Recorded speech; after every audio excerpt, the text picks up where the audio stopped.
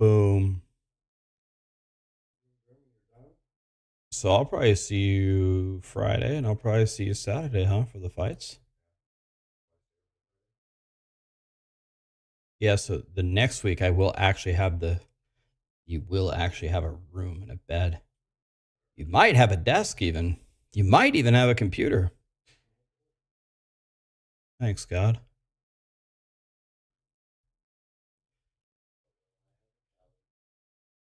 No one has a Callie as long as I'm alive. She only likes me. In your ranking.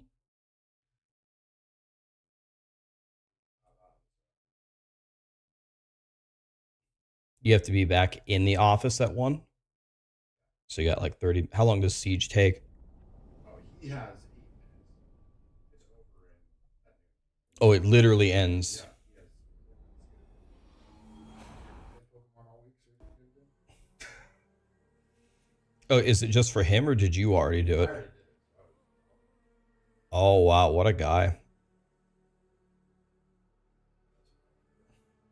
Marshall, I would be very upset if you walked over to the fridge and got yourself a Twix ice cream bar. Bothers me more than it bothers him. TV, Metho, Gary, Hexfate, Wolf, Omacone, Too Many Repetitions, Son of Bobbin, Cream Pie. What's up, guys? Yes, today we do 299. 1 away from being done.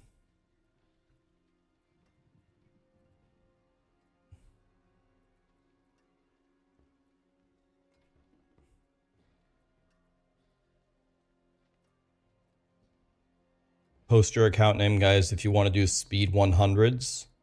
We're going to do the same thing that we always do. Pinky, try to take over the world. We're going to play. We're going to do 290 or hundreds until we're 299, and then we're going to speed run POE, play really bad, and then rage quit exactly like yesterday.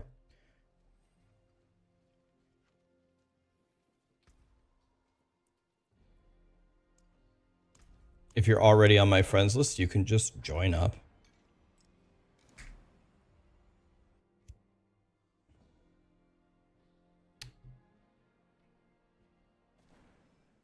Can you help me understand to overpower? First of all, I need to get the music going here.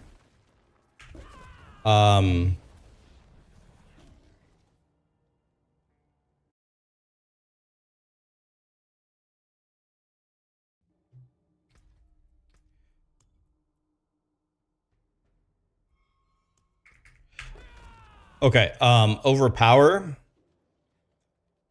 So, Gary, are you wanting to literally understand how overpower works? Or are you just wanting to know the variance relative to the other variants? What does it mean for you?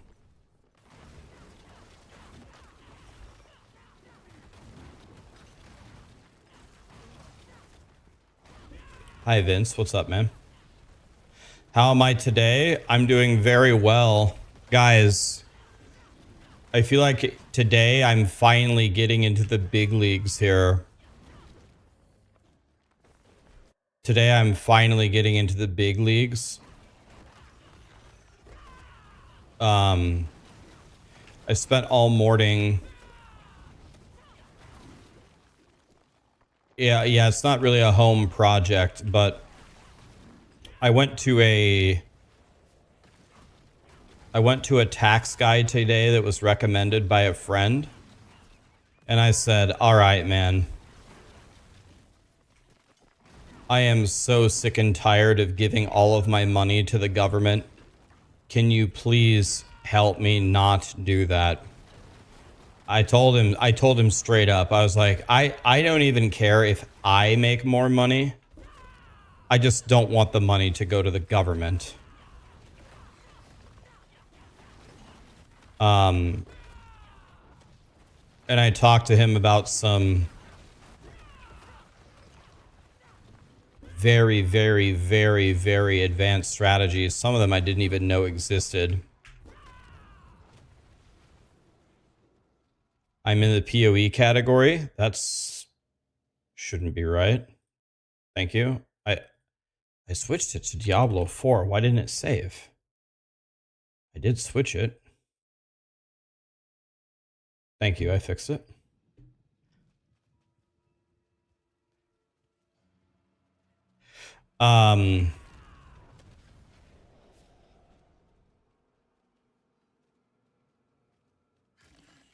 Is the overpowered version that much better? So the overpowered version is not necessarily better. The overpowered version is easier to build.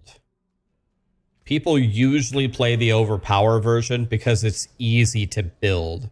I'm playing overpower right now because I don't care. There's no point to min-max my character.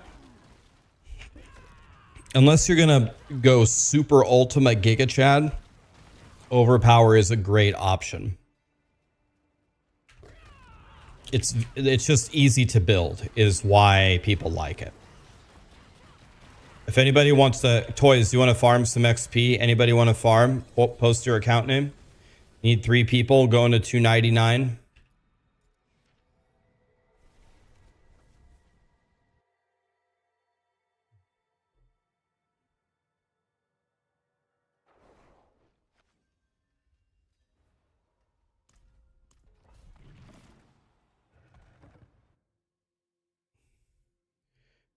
Rog wants to play.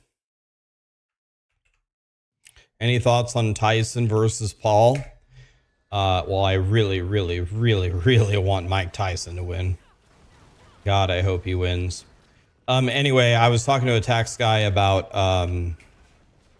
tricky things that we can do to, I don't know, not pay. Obviously, legal things. Don't get any funny ideas. Legal things to not pay taxes.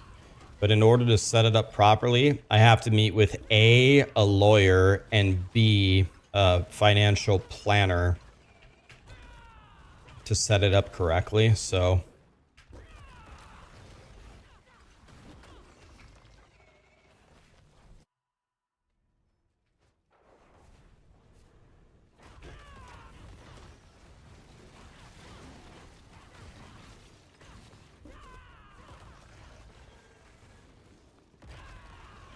yeah, it's literally like that. It's literally like setting up a corporation and then having another entity own the corporation. It's corporations within corporations within corporations. And then for some stupid reason, as you set this up, the number of taxes that you pay actually goes down and down and down and down. It's like, how in the F does that make any sense?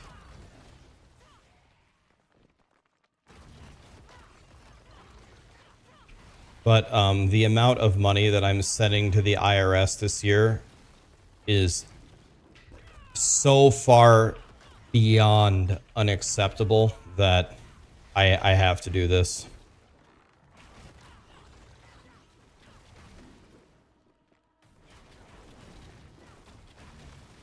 Are you talking to people, Toys, that were actually in the secret meeting that happened last week? Because if you're talking to only people that had the early access didn't have the end game in it, I don't think. The end game was just shown in the secret meeting last week, from what I heard. Toys T3 for 52. Thank you, Toys. Okay, let's get Adventurer in here as well. Anybody else want to play?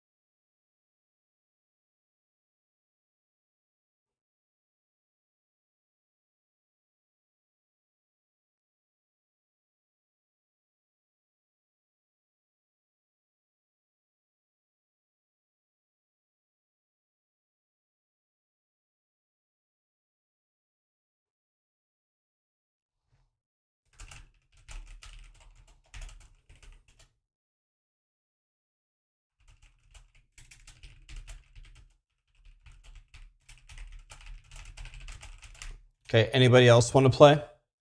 I added David wants to play. Okay.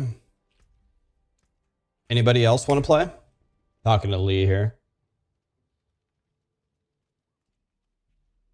You're not getting the request. That's because you sent me a friend request. There we go. I accepted you.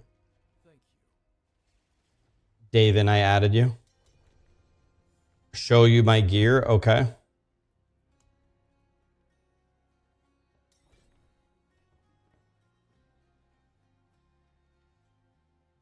My gear is absolute garbage. It just doesn't matter though.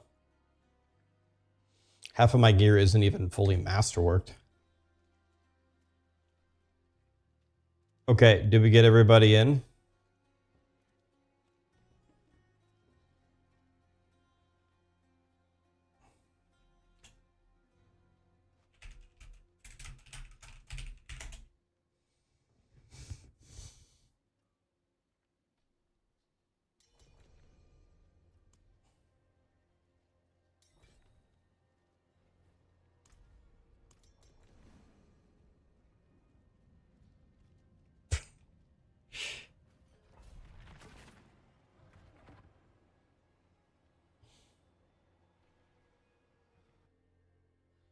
I'm doing very good, CM. How are you?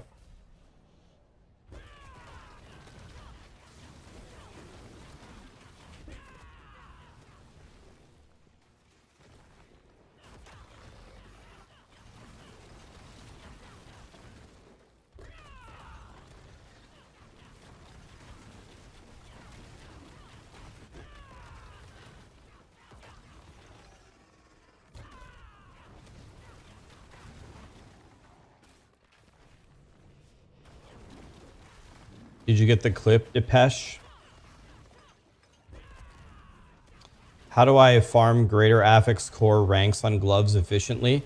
Isn't there a really... I think Mod showed me a trick to get it very easily. You do Kurost Undercity, and then you do the little... I don't know, what are they called? Where you pick the special rewards. And then you pick the special rewards for like gloves and skill ranks, and then you like wear an opal that gives you equipment or something, and then you just get 1,000,000 of them or something.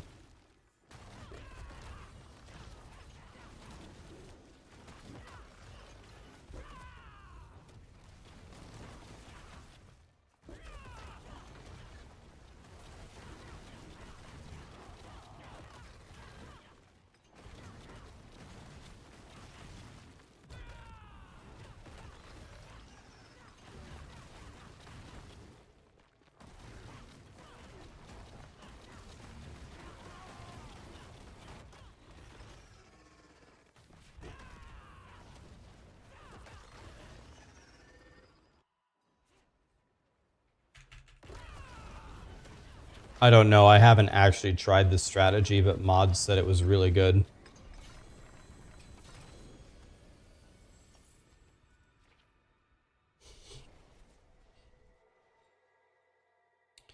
Hey, Mitt Willie, I moved. So when I moved, I just removed the green screen.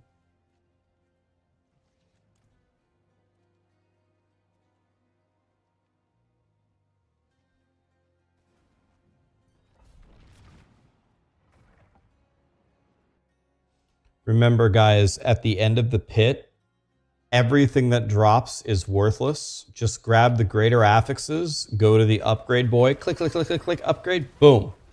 Next run. Remember, everything is garbage. It's all worthless unless it's a greater affix.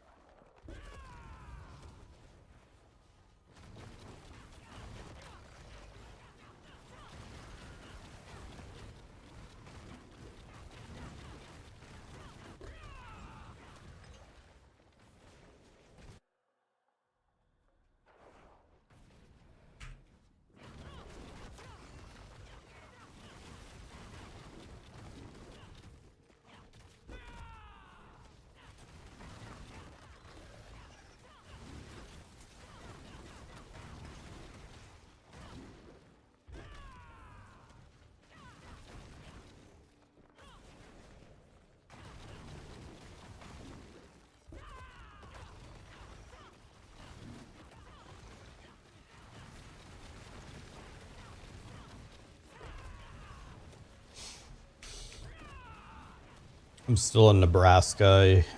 We're gonna stay in Nebraska. All we got here are steers and queers.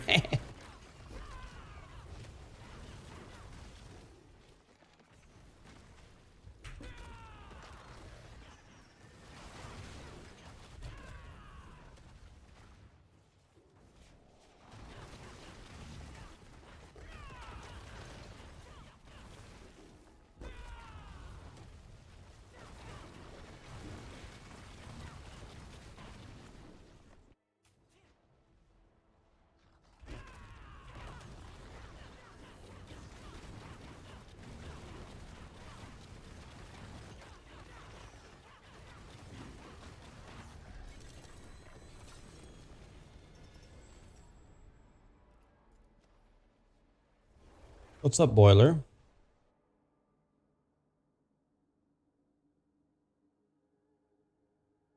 Are they not even worth it to salvage? It's worth it to salvage if you're very low on materials, I guess. Yes, but I have 51,000 rawhide and 104,000 iron chunks. I realize most people don't have that, but you definitely reach a point where you don't need mats anymore either.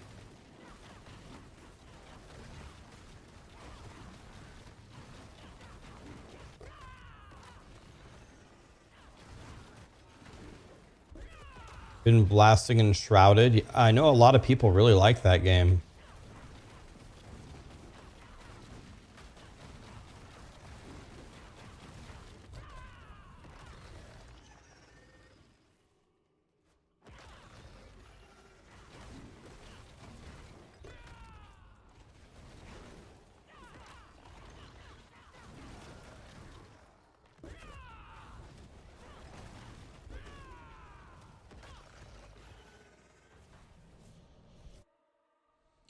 Do you like that game, Boiler? How did I come up with my name? God, I've actually been getting that question a lot lately. I'm going to give you the short version since I've answered it a couple times in a row. AOL Instant Messenger came out. Couldn't think of a nickname. So I mashed on the keyboard and out came... I'll show you. Out came this. You'll see it above my character's head. That. Raxxanterax 66. I was like, Raxxanterax 666, huh? Okay. And I was like, I'll add an extra 6 at the end so everyone thinks I'm a badass. Of course, that just makes me look stupid, but as a little kid, I thought it was really cool. So, Diablo 2 came out. It was very, very popular to make like a clan with your friends. And what you would do is you would put the 3-letter tag in front of your name that would symbolize what clan you belong to. So my friends and I joked and called Nebraska. So we put Rax in front of our names and my name became this. Raxxanterax. Then World of Warcraft came out and they have a bunch of rules on how you have to make your name. All one word, no symbols. The first letter is capital. None of the rest of them are capital. So that my name in WoW terms looked like that. Raxxanterax. And I was like, there ain't no way that's going to be my name because that's the dumbest name I've ever heard of in my life. So I'm going to sit here until I think of a new name. Then I sat there for 1 to 2 hours, and that's when I realized that I'm the least creative, boring piece of shit human being that's ever lived. And there was no chance that I was going to be able to think of a new name for me.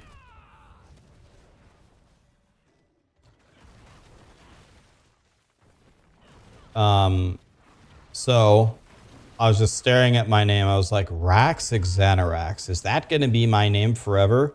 Raxxanterax looks like a pill that they sell on the black market to have a 10-hour erection or something. It's like, is this really what my name is going to be? I said, yeah, I don't have a choice. I can't think of anything else, so here I am.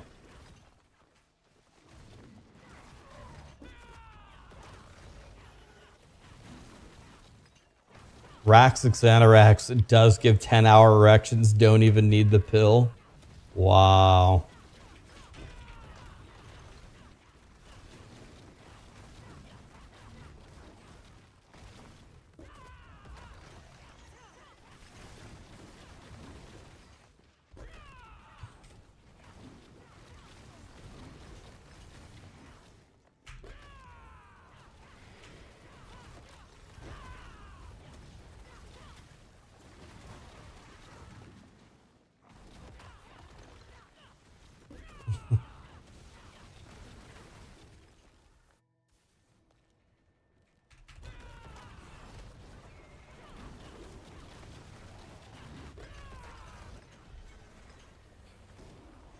Yeah, it's a rainy day today, guys.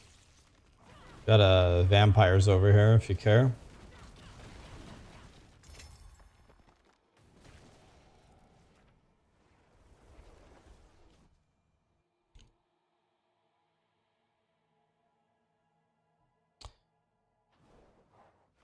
If I am base game playing Dancing Knife Rogue,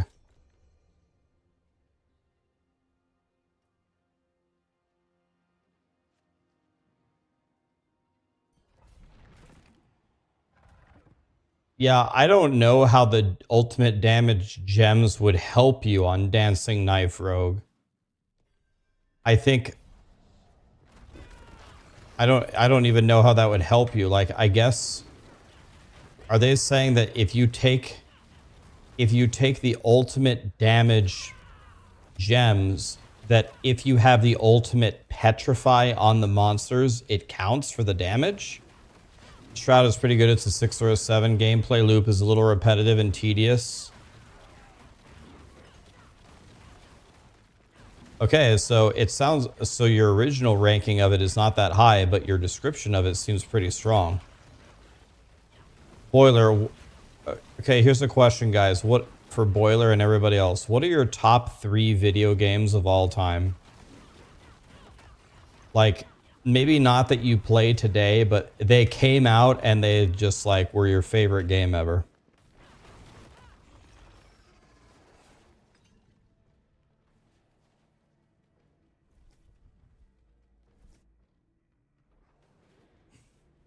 Quake, WoW, Diablo 2. CS, WoW, Diablo 3. Diablo, EverQuest, WoW. Wow, everybody has World of Warcraft in their top 3. Elden Ring, Skyrim, POE. Turok 1, Oblivion, Diablo 2, GoldenEye. Hog, were you one of those pieces of shit that played Oddjob in GoldenEye? I definitely think Classic WoW is in the running for greatest video game ever.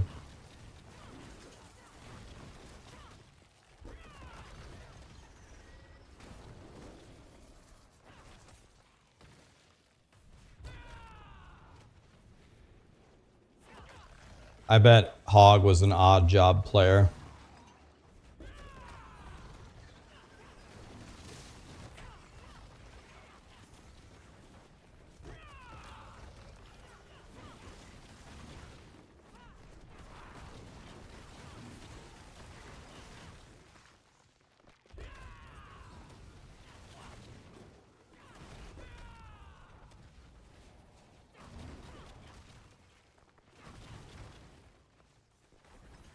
Ghost Runner said Final Fantasy 3 Elite. Never even heard of that. Super Metroid. When you say Final Fantasy 3, is Final Fantasy 3, are you saying, is that Kefka for you? Super Mario Brothers 3, GoldenEye, Final Fantasy 7?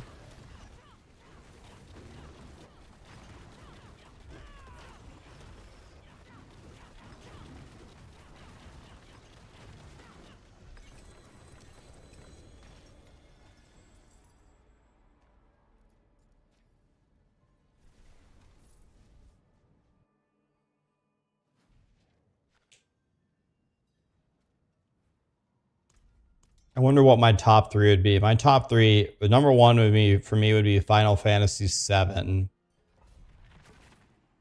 Number 2 might be, it's got to be one of the Zeldas, like A Link to the Past or Breath of the Wild or Tears of the Kingdom. I love those games. I just fucking love them. And then the third spot is tough. You could go Pokemon Red and Blue. You could go World of Warcraft. You could go Heroes of Might and Magic 3. You could go Twisted Metal 2.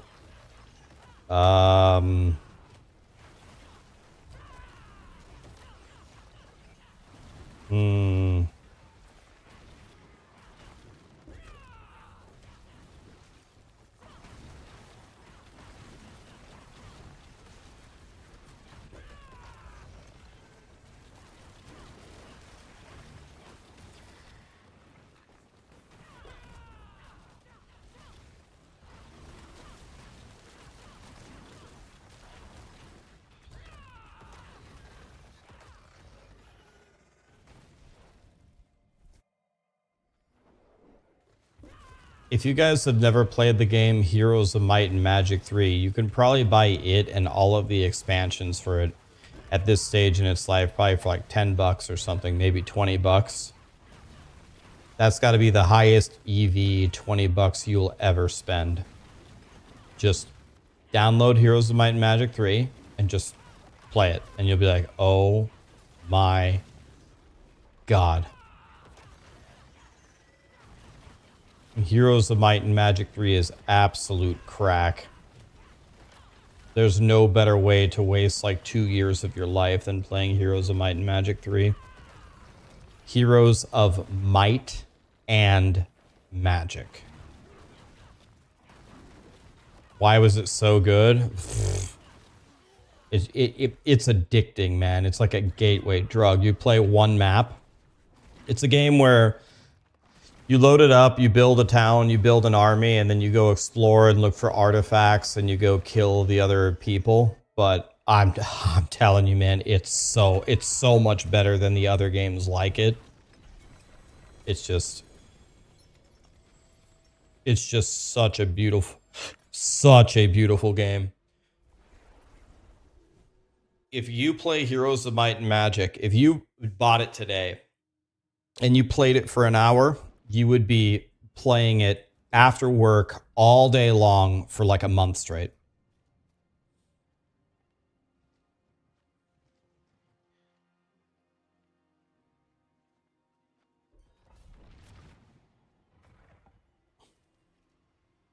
Yeah, Hog, have you ever played Heroes of Might and Magic 3? No. Don't use any cheat codes. Play it normally. You play cheat. If you play cheat codes, you just win. Stupid.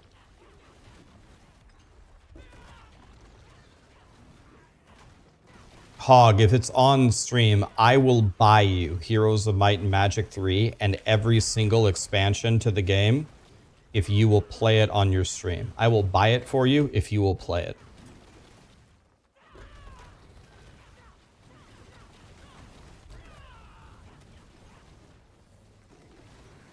Heroes of Might and Magic 3 is $5. $5. That has to be the greatest video game deal of all time. You can get the full Heroes of Might and Magic 3 game for $5.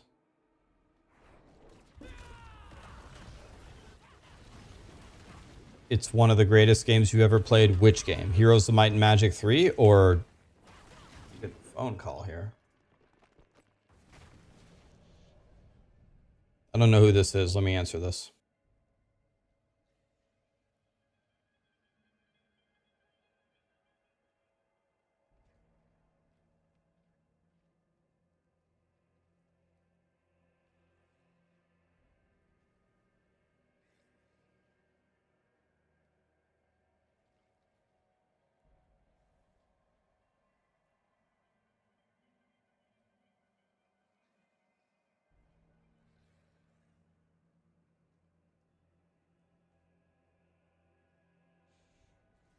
That was the exterminator, guys. We don't really have too many bugs around here, but I thought it would be smart to set up the defense to kill all the bugs anyway. Did I ever get into StarCraft? I didn't. None of my friends played it. I never had it. I never really played StarCraft or Warcraft. I didn't have those games. I had Heroes of Might and Magic is what I had. Heroes of Might and Magic 3 is one of your best games you ever played. Yeah, it's definitely God tier. I've never known anybody who had that game who didn't like it. And never. It's so fun.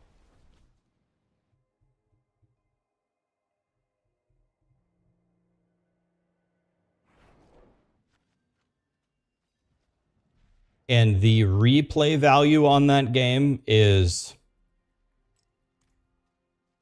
God tier. Olden era heroes. Never heard of it.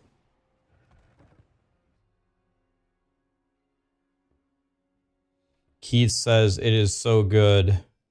Bloom says it's one of the best games he's ever played. Is it like Age of Empires? It's gonna be crazy for me to say this. I've never played Age of Empires before. I don't know. Which game was this? Heroes of Might and Magic 3. You can buy the full game for $15 on Steam. I'm 1,000 million billion % sure you will get way more than $15 worth of fun out of it. I mean, I wanted to do a Heroes stream. I put Heroes of Might and Magic 3 in the bracket, but it got eliminated. I can't believe it got eliminated. That was a crime. It's the remastered version. Does it have like better graphics? What's the remastered version? Yeah, the 4 games that won on the voting was Witcher 3, Cyberpunk,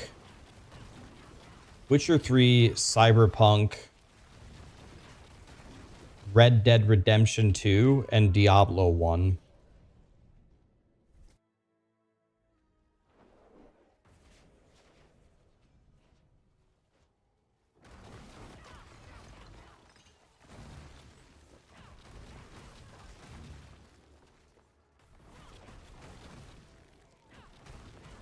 Darius. You're gonna buy the Adidas one? I like the Adidas one a lot, man. I wear it all the time. It's really good. How you doing, Darius? Thanks for the super chat.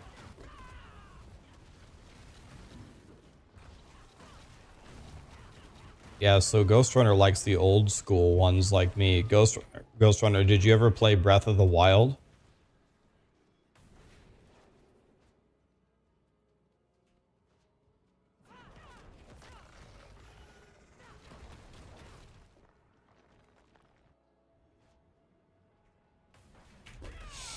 What's up, Batley? Yeah, we're going to be doing better. One of the guys that was watching my stream yesterday, apparently he's one of the best POE speedrunners in the world. He sent me multiple paragraphs about ways to do better. And then I did a couple of little practice things with his teaching, and I've already lowered... My best act one time on Ranger was 33 minutes. but I've already done 29:30, so I've already saved 3.5 minutes. And that was with very bad RNG.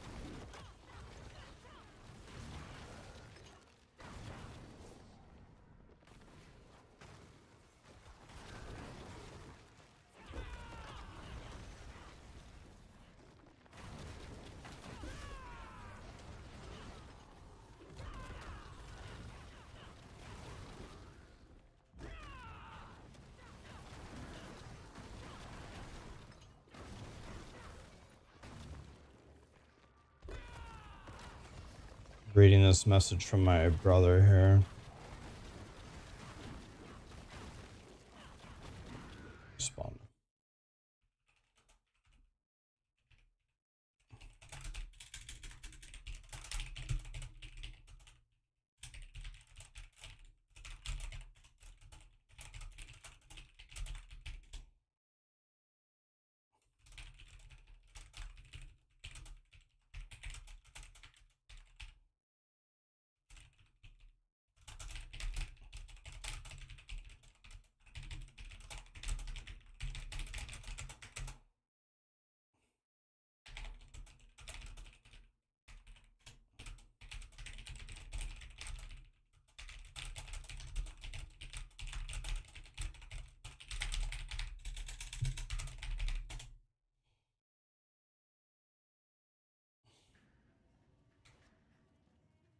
Hi, Seekers. How are you?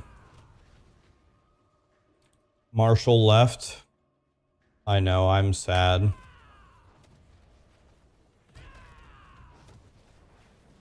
Life isn't the same without Penguin Boy. I'm doing all right. We're just big chillin'.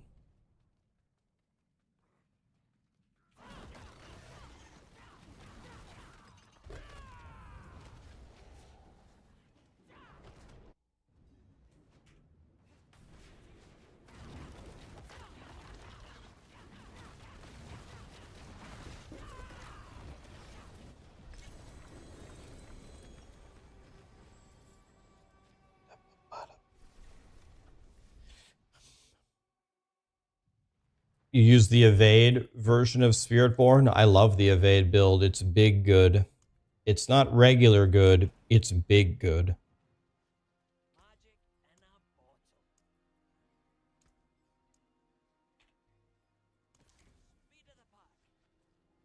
Any voters out there? Hi, Jules. Nice to see you. It's been a long time. What's up? Farming Simulator? Sarah, why aren't you playing Heroes of Might and Magic? Game's way more fun than Farming Simulator.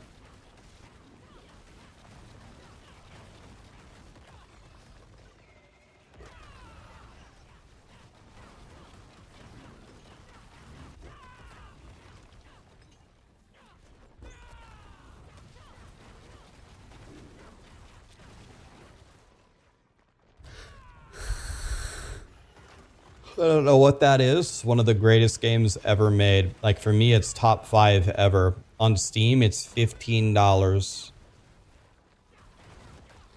No, it's on Steam.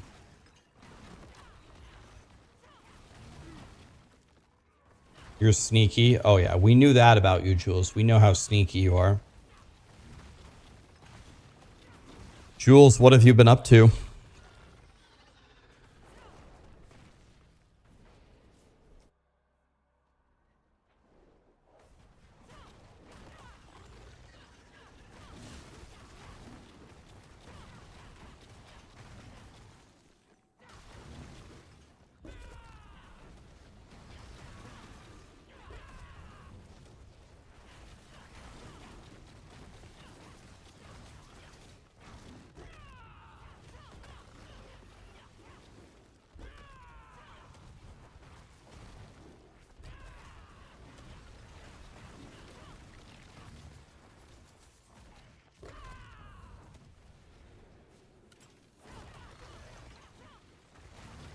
Your health is not great at the moment? Well, that's not what I wanted to hear. That's not good. I hope that you get to feeling better, Jules. That's terrible.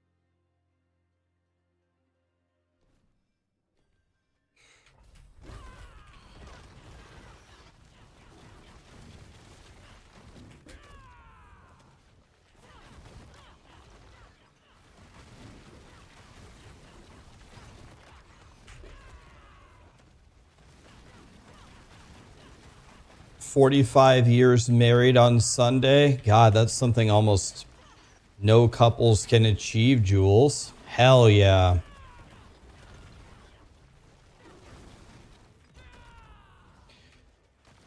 Jules, I'm not a doctor, but may I recommend Chipotle for your health issues? Chipotle always makes me feel better.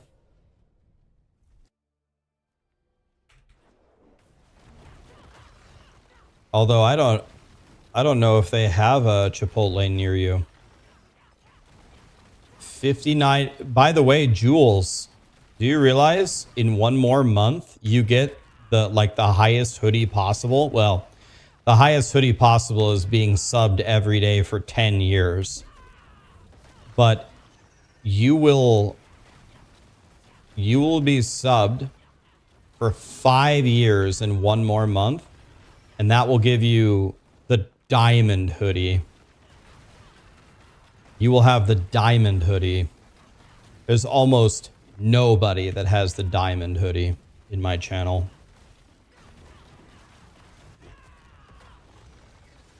There's not many people that have the diamond hoodie. In fact, I can tell you how many there are. It's not many. So we have 300,000 followers.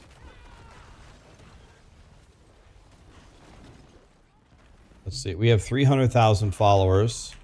Let's see how many people have a diamond hoodie. Yeah, Jeff's been here since the dawn of time, and he only has a silver hoodie. That tells you how hard it is to get a diamond hoodie. Let's see. I can tell you right now. Let's see. We have how many followers? 300,000? 301,000 followers. And the number of people with a diamond hoodie is 1, 2, 3, 4, 5, 6, 7, 8, 9, 10, 11, 12, 13, 14, 15. There's only 15 people that have a diamond hoodie. You'll be number 16. You're top 20 out of 300,000. How about that? Wow.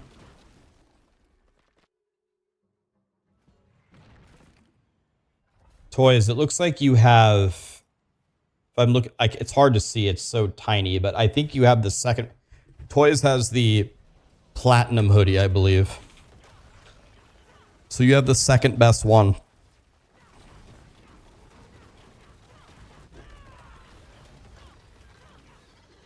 Dude, first of all, if somebody has any hoodie icon at all in my Twitch channel, they are a super giga chad. But if you have one of the rare ones, like the diamond or the platinum hoodie, they've been in my streams since I was just a little baby.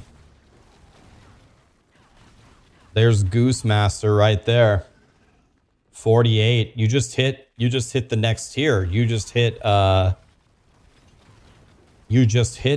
platinum hoodie, right? Wow. Hi Eartha, how are you? I do have that, Darius. You should have a hoodie by your name, actually. I actually don't know why you don't have it. You should have it. It's supposed to be set up that way. It actually is supposed to be set up that way. Maybe I have to look at my YouTube settings again. Maybe they got messed up. How many months is Diamond Hoodie? You have to be subbed to me for 5 years. Years. So in 1 month, Jules will have been subbed to me for 5 straight years. When do you start getting the hoodie? You start getting it at 30 months. So 2.5 years.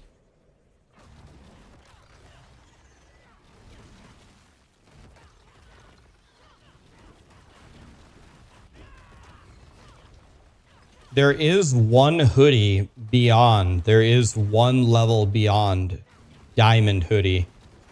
But in order to reach it, you have to sub to me for 10 years. And if anybody reaches the blue hoodie status, I'm probably going to send them like a custom plaque and a handwritten note and maybe a blue hoodie badge only blue hoodie. A blue hoodie that is only available to the people who have a blue hoodie badge in my chat. And a cup of bath water. Yep.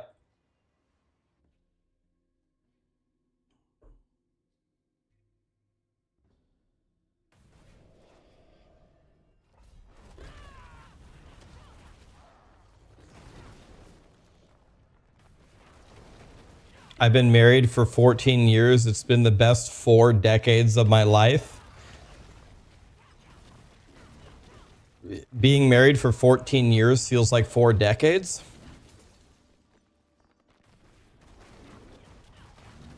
You don't have Chipotle and you don't have Trump in... You don't have Chipotle and you don't have Trump in England? Well... I think it was Cute Dog. Did you guys see what Cute Dog posted when Trump won the election the next day?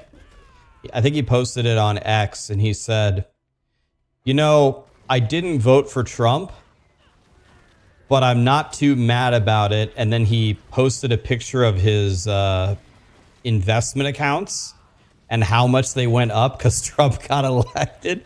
He's like, I didn't vote for Trump, but I'll let it slide this one time.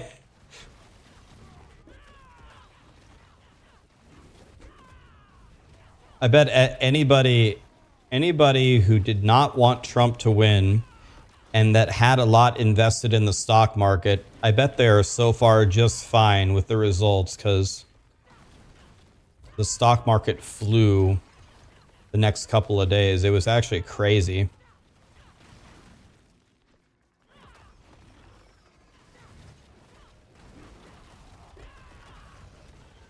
You didn't vote for Trump, but he's going to be great for your finances.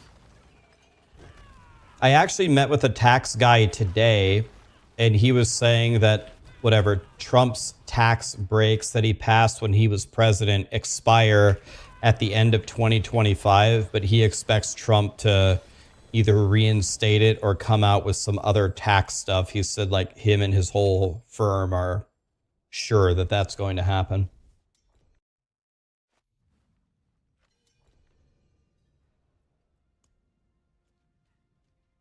Trump, help me with my taxes, please.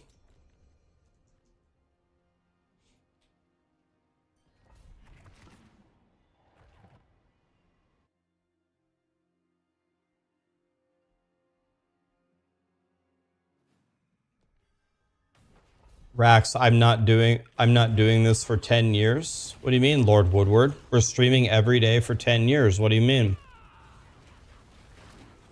We're streaming every day for 10 years, no exceptions.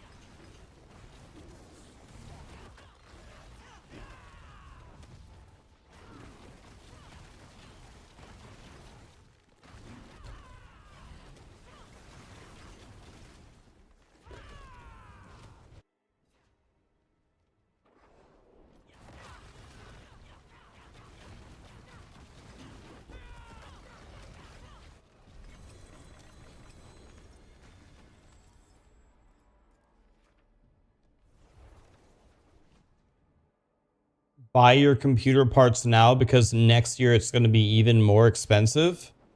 Wait, are you saying the same exact parts are going to be more expensive? Why?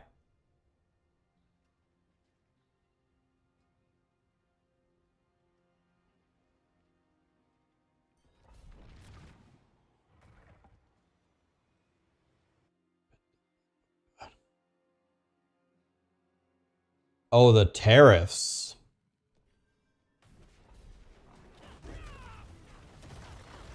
I guess this is a stupid question. I've never really looked into the manufacturing of it, but do we not manufacture any of like the high-end computer parts? Do we not manufacture the high-end computer parts in the United States? Oh, that's not good.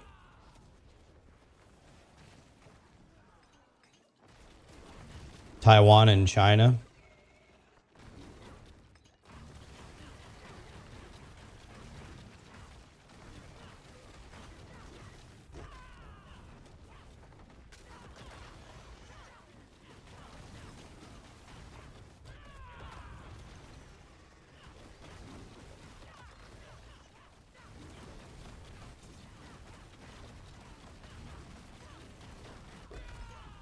So do you guys think our imports from China across the board are going to get way more expensive?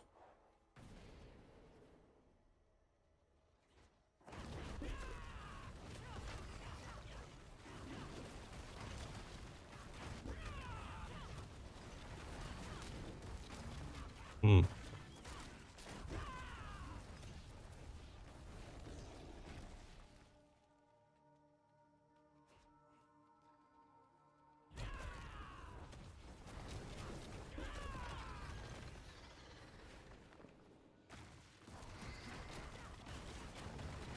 Trump is pushing the idea of eliminating taxes. Like all taxes? State taxes, income taxes, federal taxes, all of them? Or just income tax?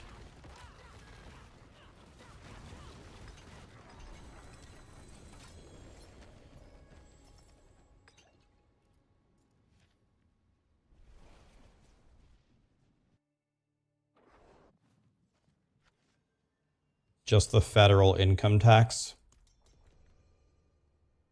Do any other prosperous countries have a zero federal income tax that doesn't have like a completely different setup? Is there a country that doesn't have a federal income tax? Dubai? United Arab Emirates? Monaco?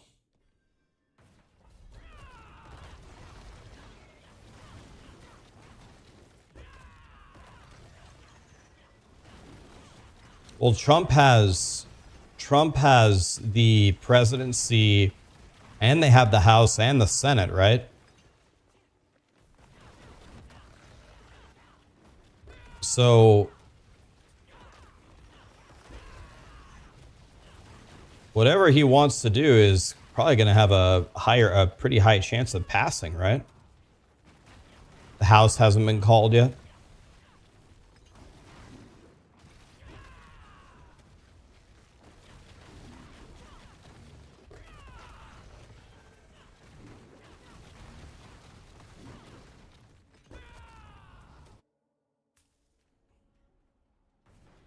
Someone says it was called today.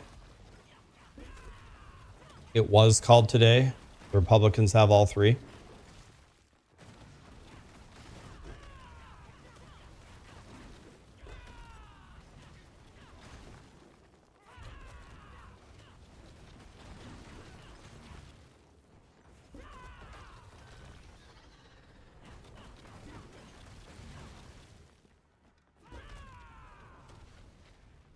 Well, I guess we'll see.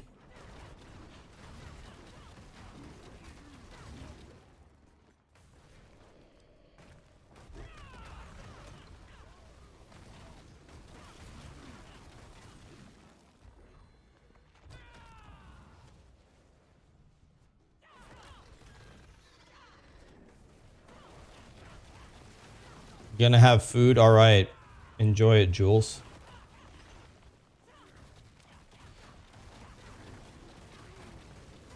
Guys, can I make a crazy statement and you tell me if I'm stupid? When they come out with the new processors or the 5090s or whatever, I really don't think I would advise anyone to buy them for a minimum of 1 year until they're out, so people can actually, I don't know, test literally everything, the different drivers for them, the different, how they interact with the motherboards. And I just have such PTSD from the voltage and motherboard and Intel, that had problems with my Intel processor.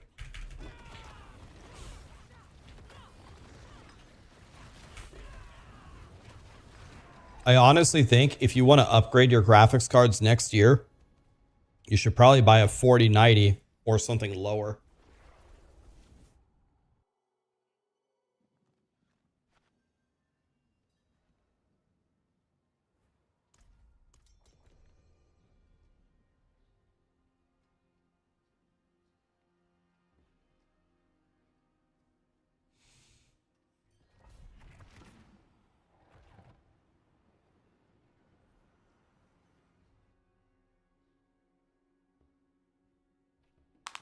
The 40X won't be available. Nvidia stopped production on the chips. Did they really? Wait, is that true? Are they producing any of the older ones?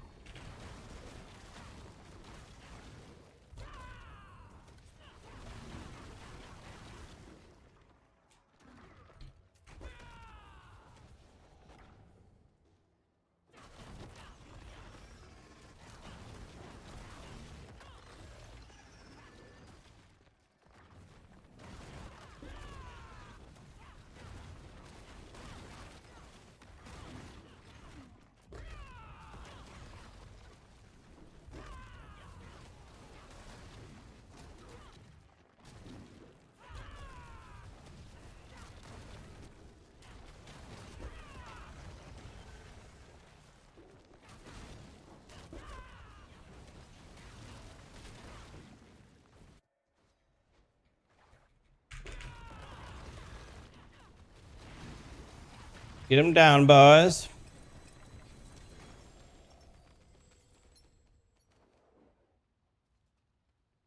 They have called the House for the GOP. Looked like it was going that way, but we'll see.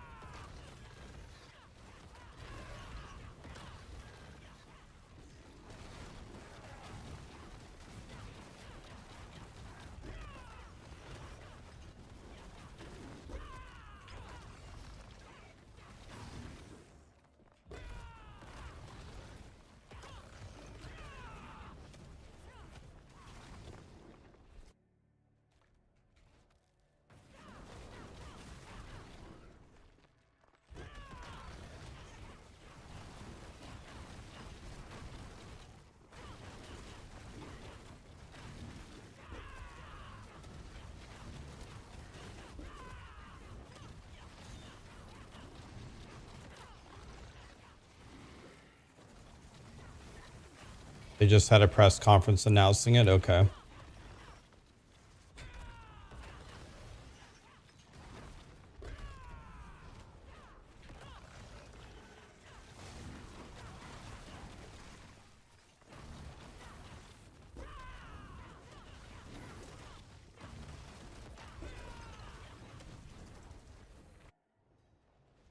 Am I going to try ranger leveling today? It looked painful. Yes. So last night, maybe you guys know him. Let me look. His name is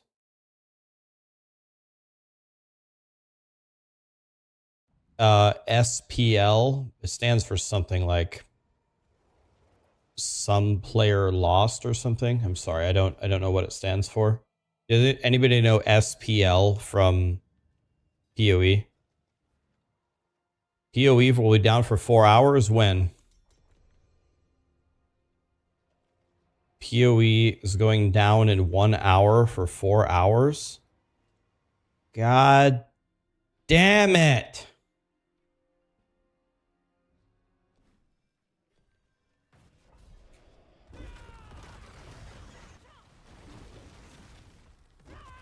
Yeah, I don't know if you guys know SPL. He's a POE speedrunner. I think he has a 2:48 Act 10. He's like super Giga Chad or whatever. He started watching me yesterday and he sent me like 10 paragraphs of info about how to do better and stuff. He was trying to help me. He told me, don't play Caustic Arrow, instead play Galvanic Arrow. And he told me, he showed me some math on some things like you always want to spend 3 wisdoms after you hit level 12 to get the greater life flask on poison concoction from the vendor. And he taught me a bunch of other things. And my PB on Ranger was 33 minutes, which is terrible. And it needs to be obviously tremendously lower than that. And when I did the 33-minute run, it was in, I wasn't in very good shape after killing Merville anyway. But I tried a run yesterday with some of the hints that he gave me. I completely agree with him that Galvanic Arrow is way better than Caustic Arrow. It just does a lot more damage. It just seems to do, I killed Brutus like 10 seconds faster. You don't stack Incense Pally. It doesn't give you the XP bonus. You only get the XP bonus from 1 incense. It says so right on the incense. All right, David, have a great day, buddy. Does anybody really strong who wants to run speed 100s? You can't stack 3 incense Pally. All you get for the 3 incense is the actual incense buff, which I don't care. Which I don't care about. We only care about the XP bonus. If you look at the incense itself, if you read the bottom, the experience bonus does not stack with other incenses. Yeah, it's okay. Not a problem. You're trying to help me. Darius gifted 10 memberships. Thank you, Darius. Roadrunner 59. One more for the diamond hoodie, Roadrunner. Thank you, man. Darius also with the membership. Thank you, man. Goosemaster, Bad News Bears. Goosemaster, 4 years. You just got the platinum hoodie. Yeah, platinum. Bad News Bears T2 for 41. Thank you, man. Nexus, you just got... Wow, a lot of significant milestones here. Nexus just got his hoodie icon. Thank you, Nexus. Bad News Bears T3 for 30, man. Thank you, my dude. What a guy. Yeah, anyway, he told me... use Galvanic Arrow instead. It does more damage. I tried it. I did a run yesterday for fun. It did do more. It felt way better. I was like, oh, thank you. And then he said that the thing that I need to learn to do, he says, like, I don't know the game and that's fine. But he says that while I'm running through the zones need to be mindless for me, and I need to be thinking about what I'm going to be doing in the next town run. He said, by the time you have hit escape and log out, you need to already know what you're doing before you do it to speed up your time. Because he says I'm losing multiple minutes in town just menuing. And he said one trick that he pointed out, or that I saw him doing in his run, is he will literally play a zone with his inventory open, looking at the items that he picked up. And when you look at the items that are in your inventory, you can easily move to the side what you're going to save and just chain sell everything else. This is something that I just don't do. So I did another run. My run was 33 minutes by myself, and that's like really bad, and I wasn't in like a good position to go into Act 2, and I was under leveled. Then I tried with some of his hints, and I did it in 29:30.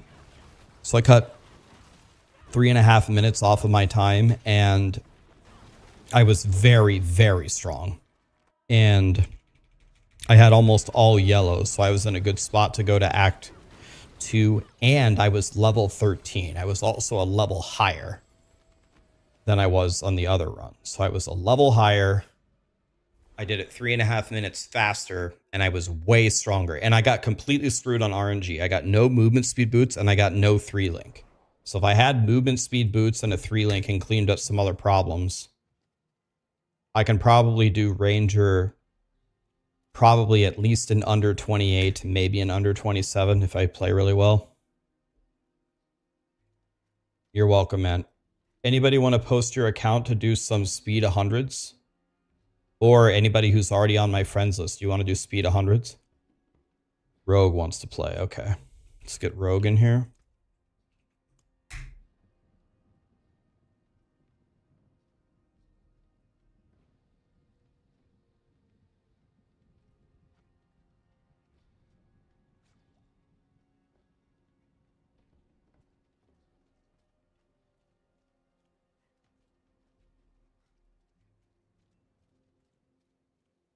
Yeah, pal, you can join in the next group when someone drops if you want. Sure.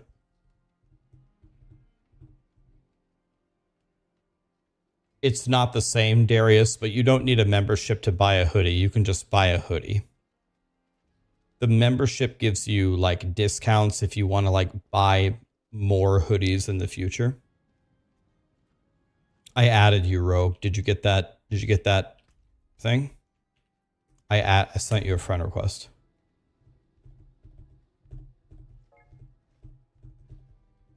Am I streaming on Thanksgiving? One, I'm streaming every single day for 10 straight years. No exceptions. Okay, I can't. Okay, this is kind of bad. I can't roll my chair. If I push my desk, it's going to fall over. And I put this flooring under my chair so I could back up. But the pressure that I can put where I put the mat is not high enough to push the chair backward. So I'm stuck. I actually can't move.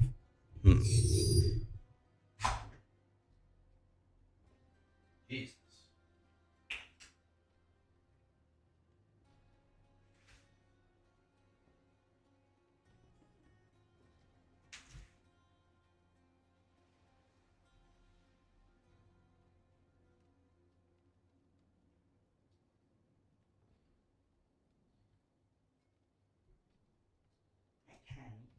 Girl, you're cute, Kenny. I am streaming every single day for 10 straight years. No exceptions at all.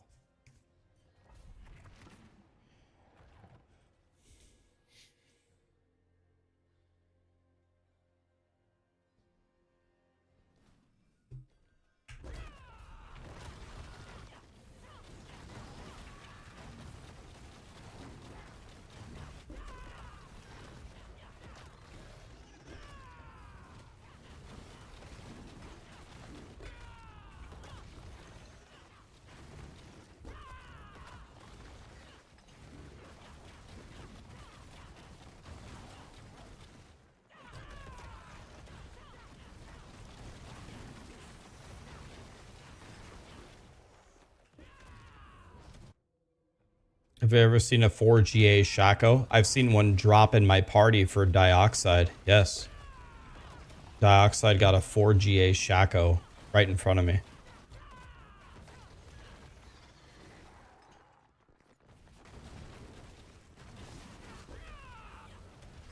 Yes, sounds good, Juan.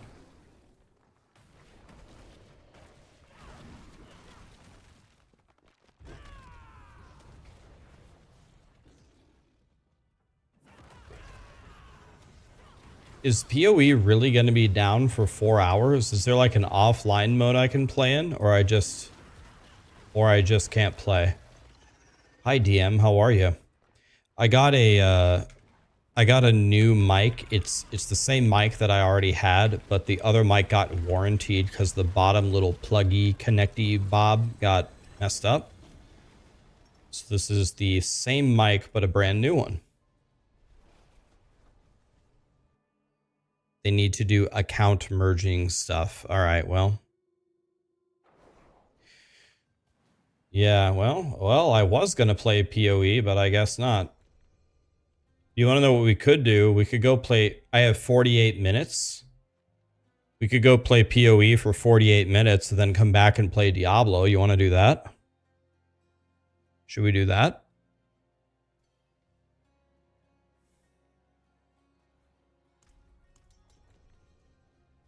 Play Cyberpunk? I don't even have Cyberpunk installed on this computer. I need to install it again.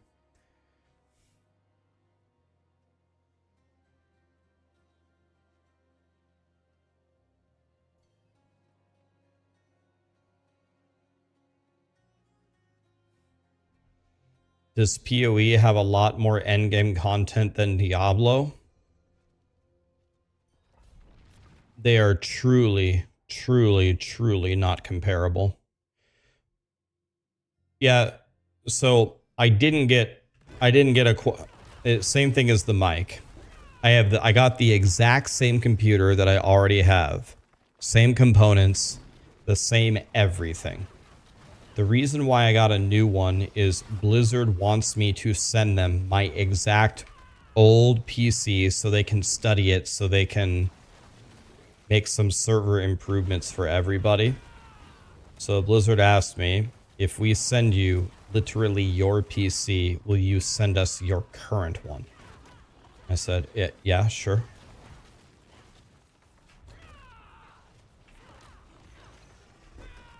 So my computer's going to them for science. Yeah, probably when I hit Paragon 300, I will probably take a break from Diablo 4. I will log in for the mid-season event. I will try the event. I will beat the event and stuff. And I might do some pit runs with you guys to help you get to 300. But my Diablo 4 playtime is going to start dropping in favor of PoE 2. I'll play the PTR for sure. Yeah, I'll play the PTR. I'll for sure play the PTR. I'll play the PTR until Path of Exile 2. Did I delete all the porn on the PC? I was going to, but some of the people at Blizzard said that they wanted my full collection. I have all the midget porn, and someone was really looking forward to watching Stumpy's Revenge 16, so I just left it on there.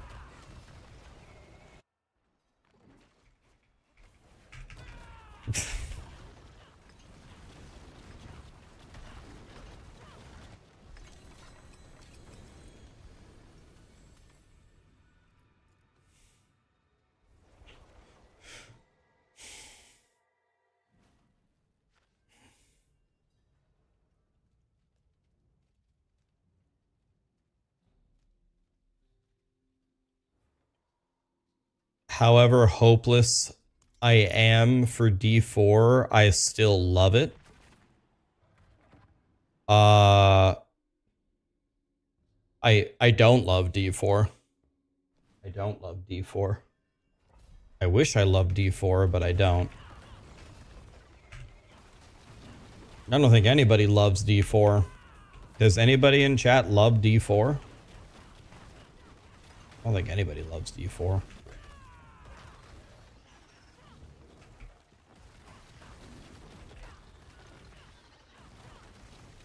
I don't even think the people who like D4 would say that they love it.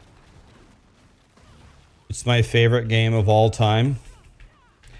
Yeah, you really exuded that on your comment yesterday, DM. It's one of the campfires of all time. That just oozed excitement.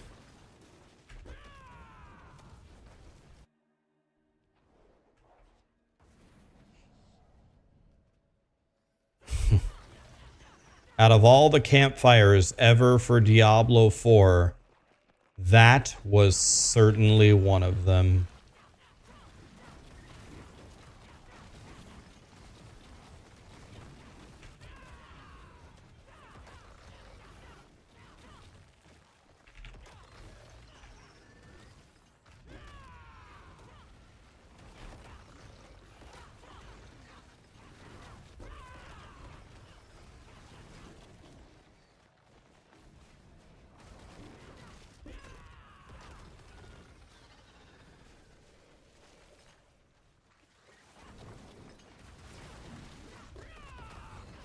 Never Huskers. Thank you so much for the primes, guys.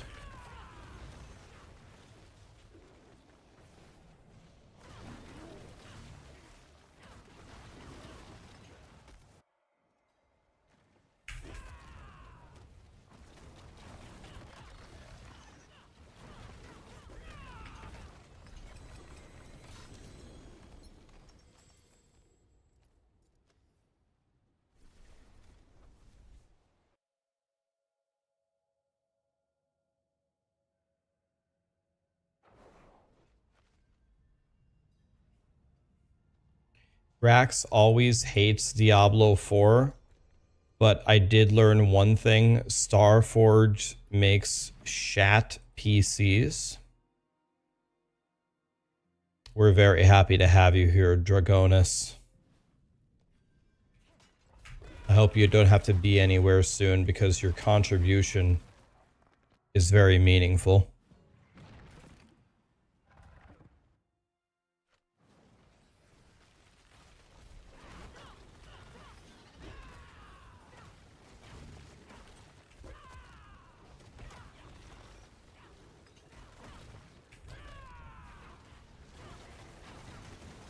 You saw a video calling me out as a Blizzard shill? Wait, I got called a Blizzard shill when yesterday I just made a campfire summary video saying how disappointed I was? Wait, which video was this?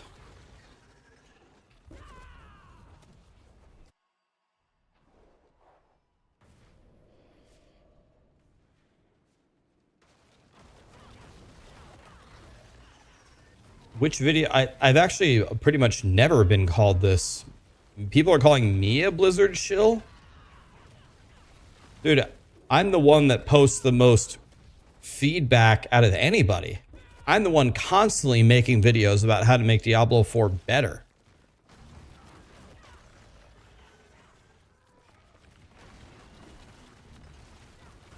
He put Woody as a Blizzard shill? Woody? Do you guys feel like Woody is a Blizzard shill?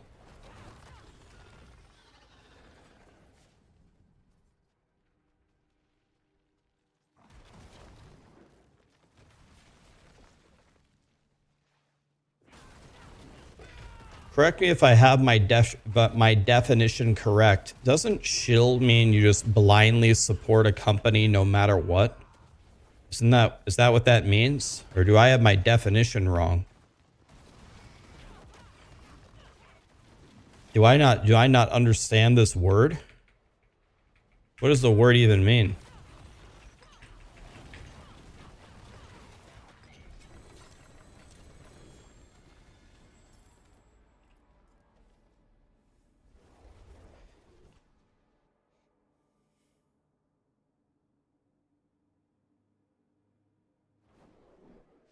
He turned off the comments. You don't have to, well, you can link the video if you want, but just tell me, who's the content creator? What's the name of the video?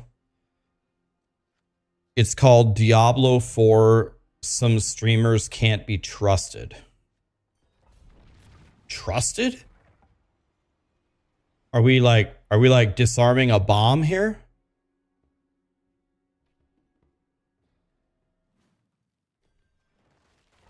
Trusted? I don't get it.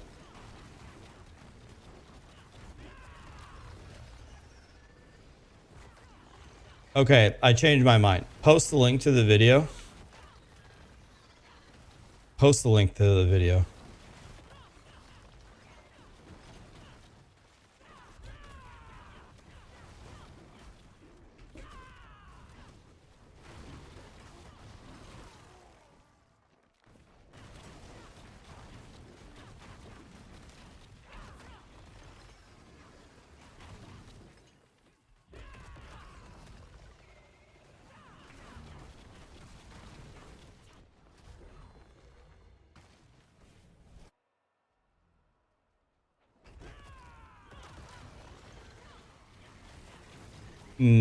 Mad e-biker or made biker.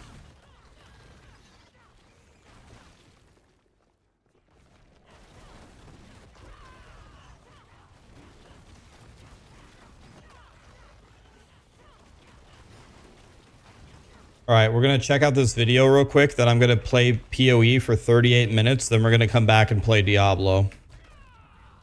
I can only play POE for 38 minutes today, so we can do one Act 1 run. That's pretty much all we can do.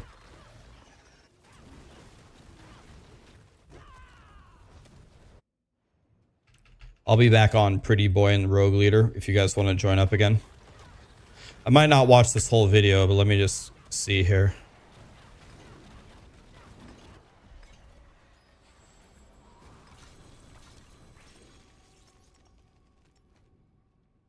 All right, I'll be back in a moment, guys. You want to run again? All right, let's look at this. Is this the video? I swear to God, if this is a Rickroll. Great.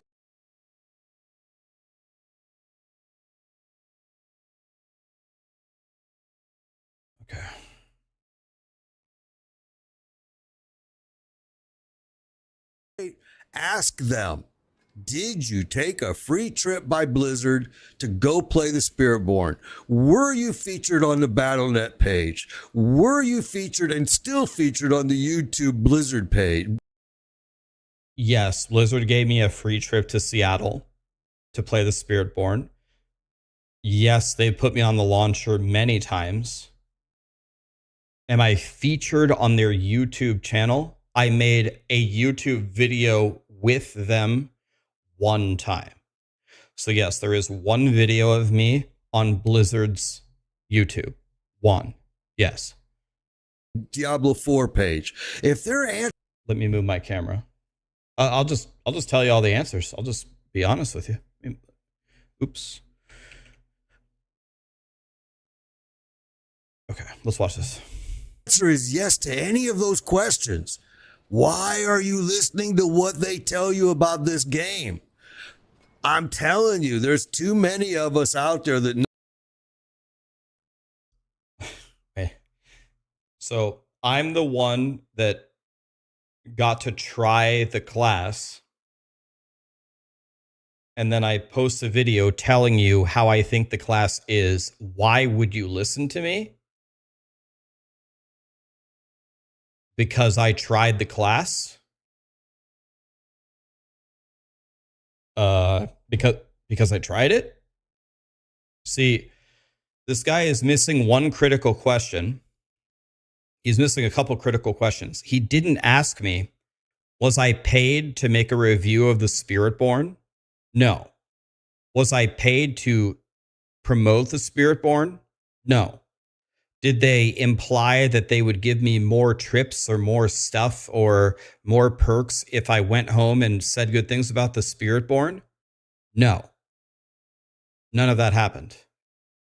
I was not paid to tell you something about the Spiritborn. If I was, I would have declined it. So why would you trust me? Why would you listen to me? Because I just told you what I thought about it. And by the way, if you watch my video, I said it plays like a Diablo 3 monk and the Spiritborn is really polished and really overpowered. That's exactly what happened. So I was exactly right. No, this season is garbage, and yet You're being told certain things that are being promoted by Diablo, by Blizzard, by a group of streamers that have got a hand in the game. We don't have a hand in the game. That's not true. Blizzard doesn't pay me to say anything. I specifically said that the season with the Realm Walkers blows if you watch my videos. I said the Realm Walkers blow. And they did blow, and then they buffed it. And then when they buffed it, I said they still blow, and they still do. And that's why you never see me doing Realm Walkers. I said the Diablo 4 expansion is the best version of Diablo 4 that's ever been out. And that's true. So I think my track record is pretty fucking accurate. What he's saying about I have a hand in Blizzard's pocket, I don't. It's not true. They don't pay me. I'm telling you, they don't pay me. Ask Blizzard, they'll tell you the same thing. All right. So I'm just going to say it out there. Be careful who you're listening to. All right. Even be careful about me. Don't listen to just me. Go play the game yourself. Get your own opinion. But yeah, be careful. I just need to get that out there. So yeah, that part, I don't really have a big disagreement with. That's fine. But what exactly, guys, I'm not a ventriloquist. I'm not a hypnotist. I'm not a mentalist. I'm not convincing you to do anything. I'm posting a video of my opinion of my experiences, and I am not paid to tell you one way or the other. People over the years have made thousands of comments on my YouTube videos saying that they like my channel a lot because I just fucking say how it is and I don't give a shit. So the general idea of watch who you watch is fine, but we're not disarming a bomb here. We're not with Elon sending a spaceship to Mars. It's just these are just opinion videos. If you don't agree with me, dislike my video, leave me a comment saying I'm a piece of shit, and go make a video like this and call me a piece of shit. But if you're going to call me a piece of shit, at least accuse me of something that I did.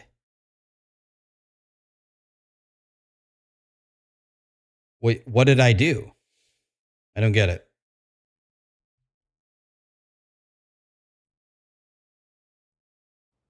it. I'm confused. I'm genuinely confused. I don't have a hand in Blizzard's pocket. When Blizzard made $1 billion out of Diablo 4, not one penny of it came directly to me.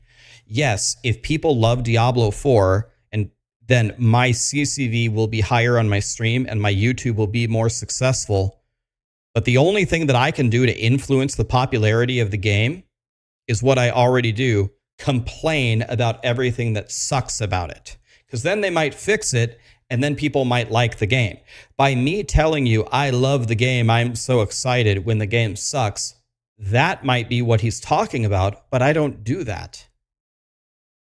Maybe there's content creators that do that, but I'm not one of them. I just made a video yesterday saying how disappointed I was in the mid-season patch. Go watch it.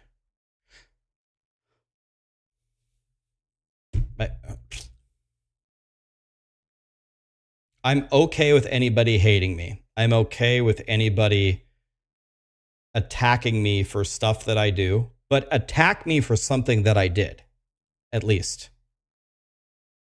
Just actually attack me for something that I did. I didn't do the things that you accused me of.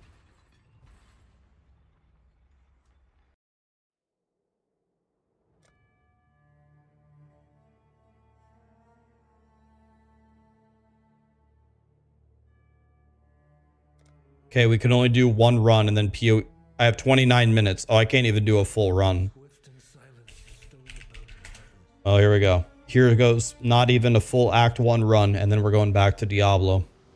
I could play Cyberpunk, but I don't have Cyberpunk downloaded. Okay, we're going right now. We're going on 9. 9.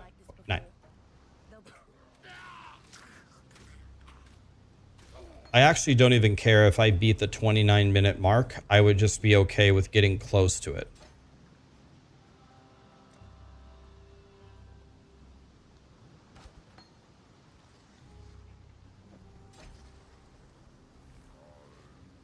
Then we're going to go back to Diablo 4, guys.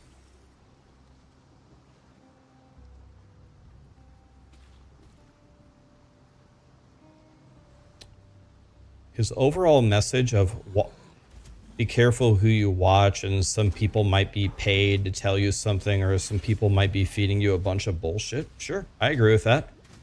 I think almost all content on the internet nowadays is just getting worse and worse, so not a terrible message, but I'm very surprised that he was including me in it. Purchase. She doesn't have any. Rip. Oh, I don't have the regular expression. Just gonna have to manually look. Nope.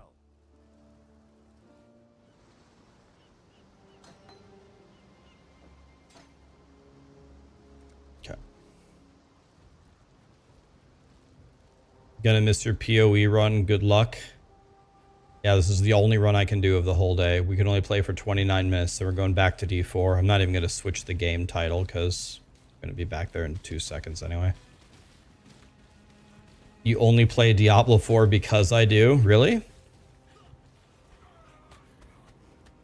Guys, I have heard from a lot of people. That PoE 2 is going to be absolutely godly. People that know more than I do say that they absolutely love it.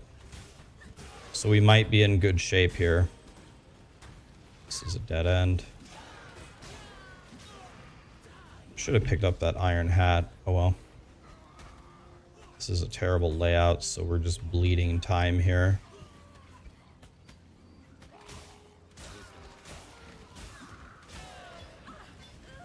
Take a green socket. I always find that I'm starved for green sockets. Alright. Actually, for how bad that zone was, 247 actually isn't too bad for me. I mean, I'm bad, but 247 for me is not terrible walking into this zone.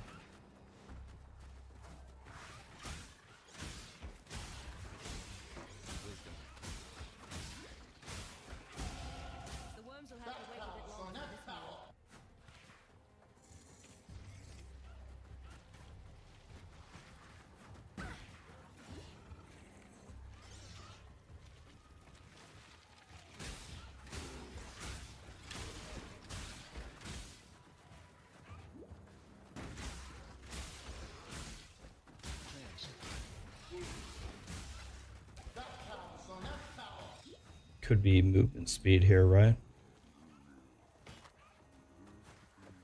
Good sockets anyway.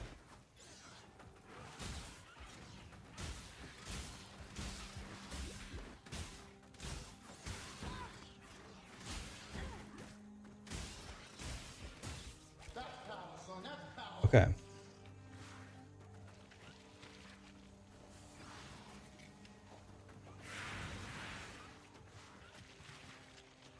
I hope to God it's this way. And it isn't. Ran the wrong way. It's a big time loss.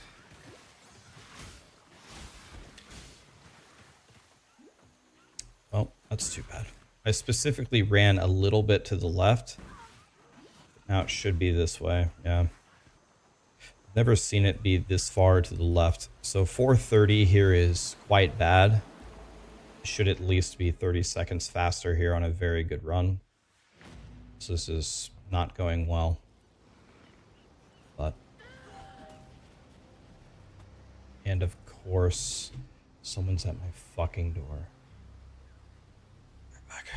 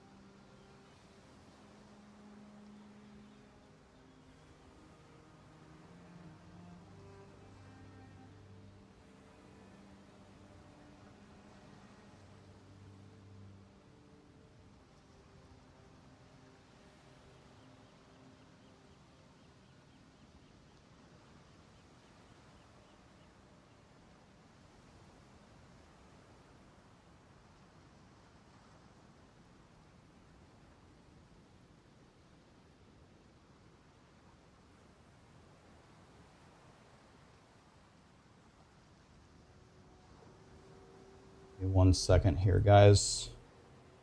The exterminator is here, so let me close this real quick. I'll be right back 1 second.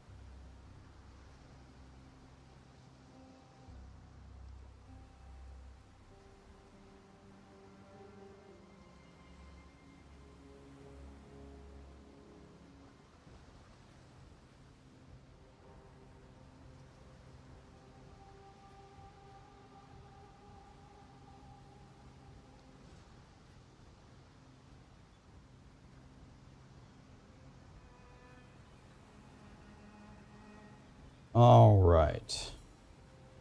Let's get back to it.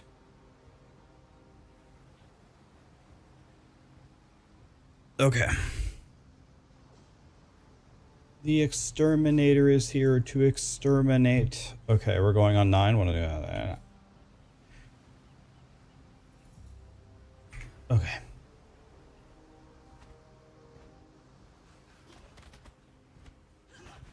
Why do they bring the servers down during my lunch hour?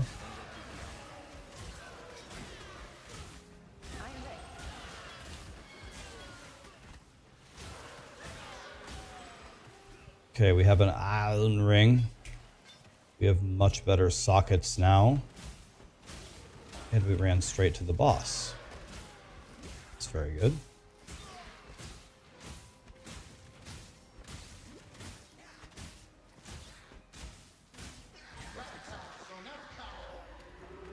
Got a quiver too.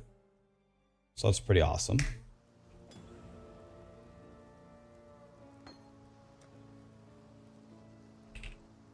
She still doesn't sell any iron rings. Terrible, man.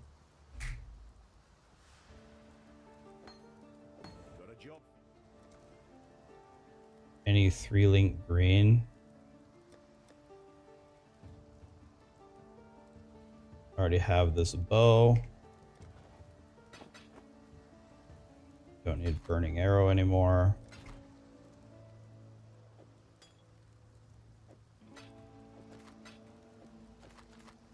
So that's not good. But I do have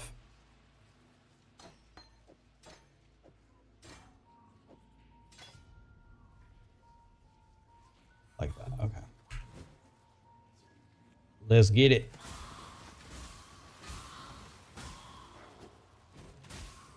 Don't know exactly where to go. Okay, I found the Dealy Bob.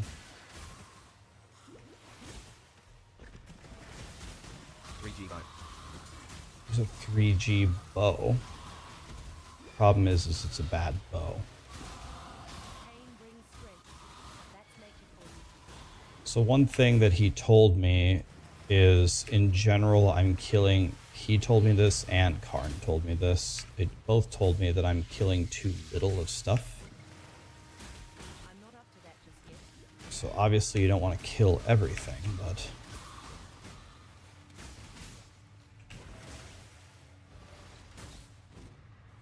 Okay, we're in the ledge in 720. That's probably terrible.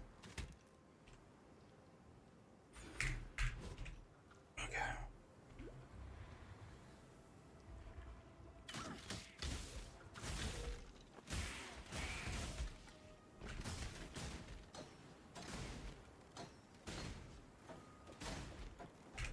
That was very slow. Should have kept walking while I did all of that.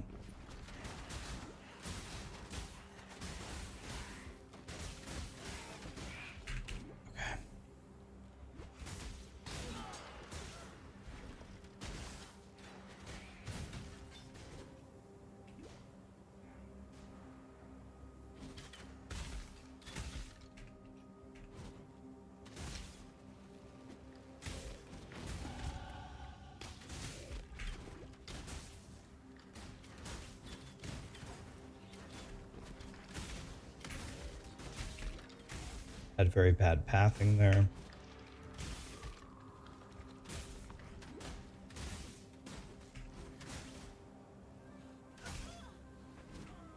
Have the best pathing there either.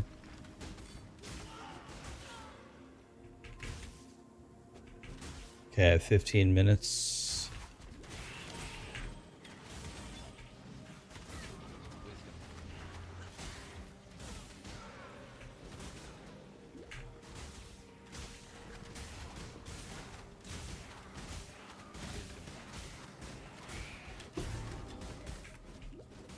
Sell my 3 life flasks now for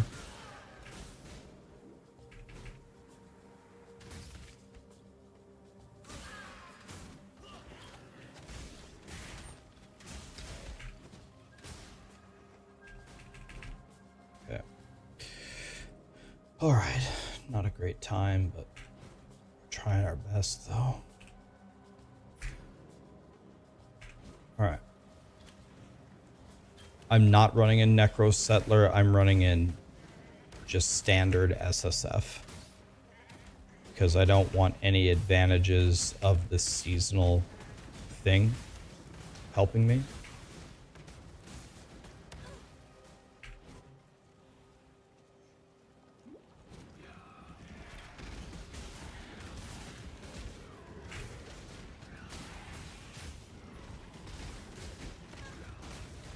What's up?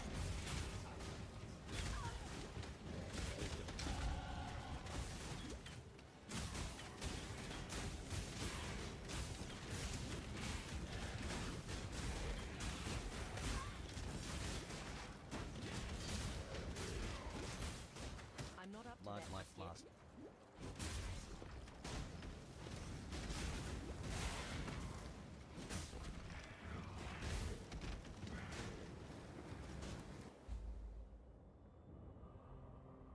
Give me one sec, guys. There's no justice in a place like this. Only misery.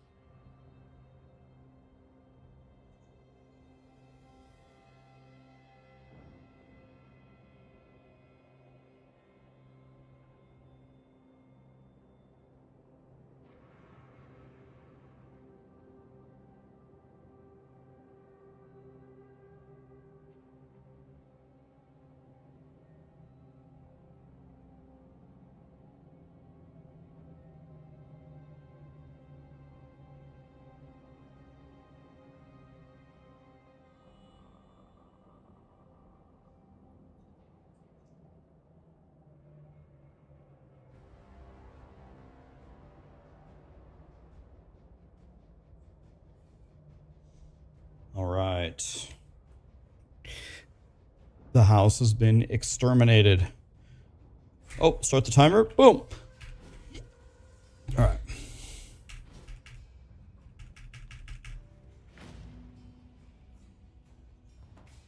Can't see why I'd want to do that here. All right. So let's go this way.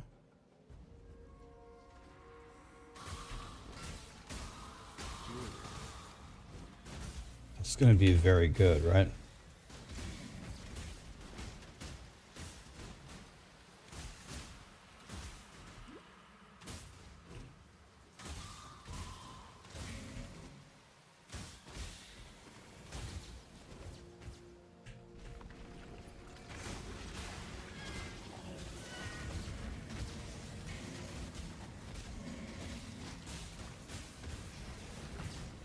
My mana is gone.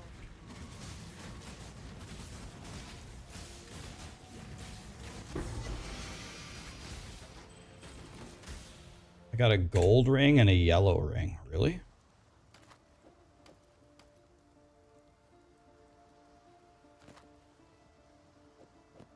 Well, they say... Well...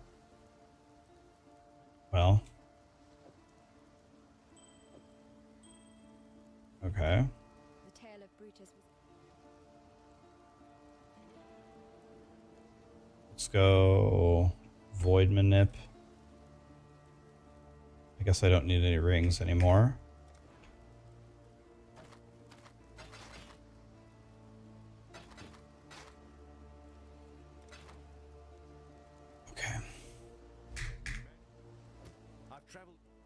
Need triple green.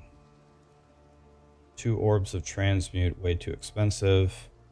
Triple green, don't see it. Let's just...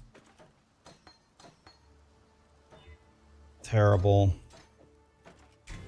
Whatever. Okay, well, we're doing terrible like usual, but oh well.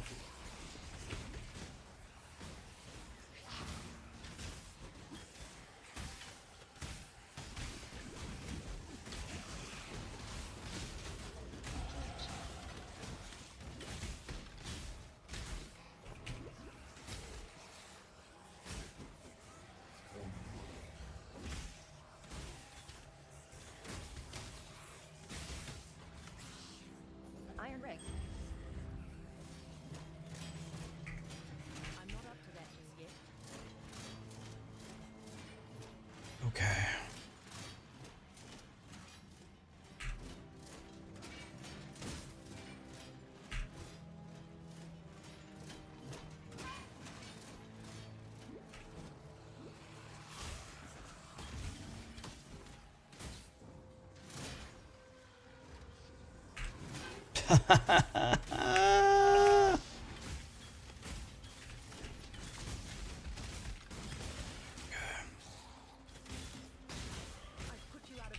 Okay. Let's keep on going here.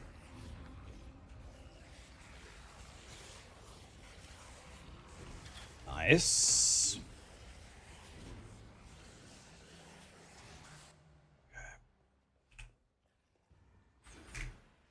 All right, now I can wear everything. Don't know which way to go. Let's try this way.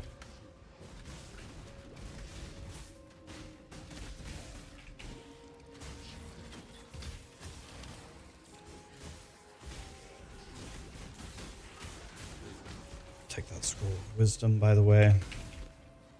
Okay. Yeah, my best ever on Ranger is 2935, which is terrible. But I'm bad, unfortunately, so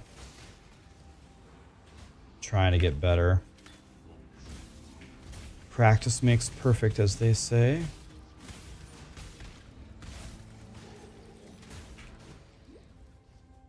All right, we're walking in at 1520. Quite sure of yourself, aren't you, Huntress? The water...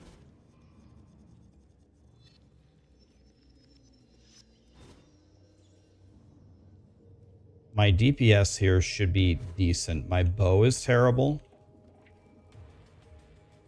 But I have 2 rings, which are okay.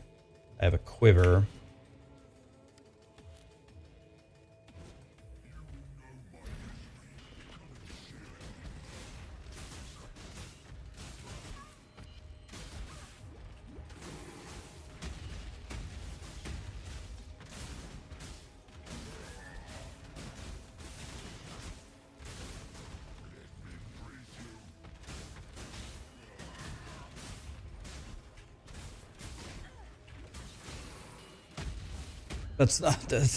That's not what I wanted to do. Why did my guy walk toward him?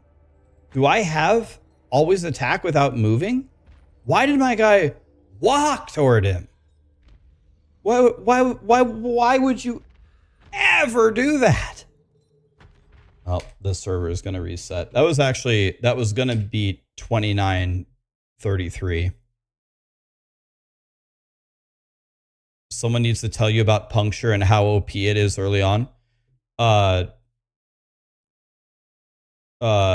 Snail was talking to me about that carve, but is puncture only single target, or is it a quest reward, or how do I get it?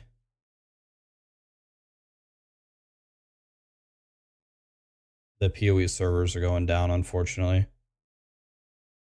It's 1 wisdom scroll and it's single target just to bully Brutus. Is it worth spending the wisdom scroll for just that fight?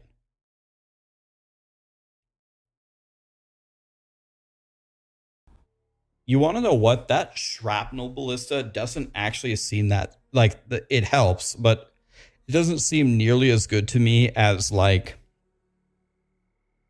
I don't know, like the fire totem.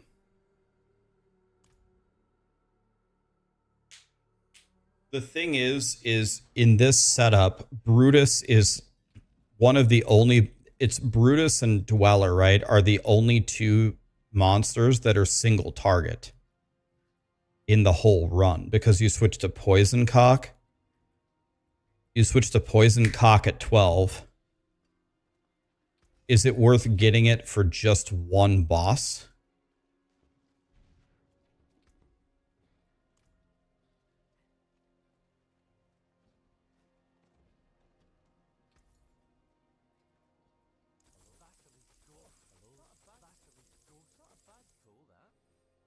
Like, does it save so much time that it's actually worth buying? Okay, does anybody want to do runs? Is anybody strong enough to do speed 100s that wants to do runs? Either request on me or post your account name.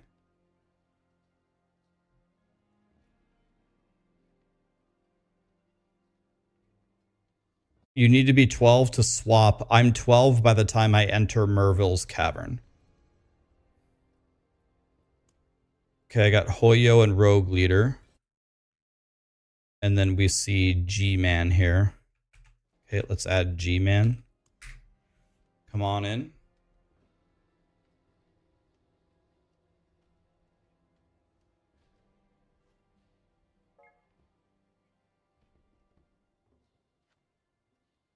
My damage would have been a lot better if one of two things happened. Either if I had found a better bow, or I either needed to find a better bow, or I needed my essence to be way better than what it was.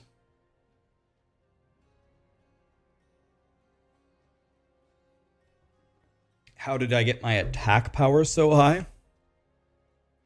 Probably just... this stat doesn't mean anything in Diablo 4. It doesn't mean anything.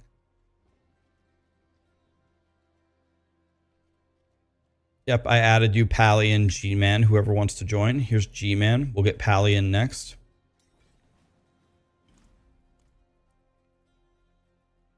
Okay, well, Path of Exile is going down for 4 hours and 3 minutes, so...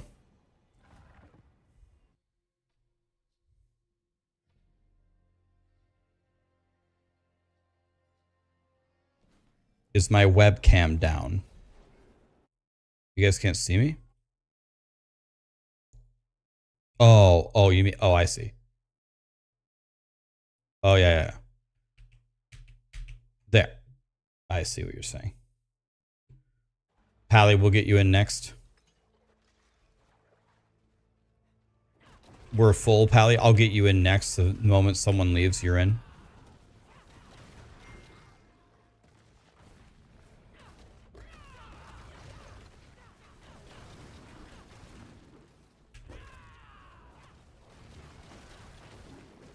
All right. Let's see how much of the grind.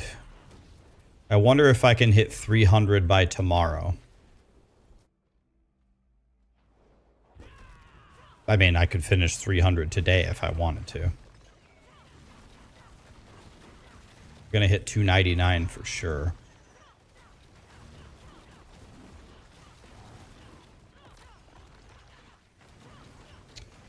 Budget Skippy Emits. Thank you so much for the subs and the primes, guys.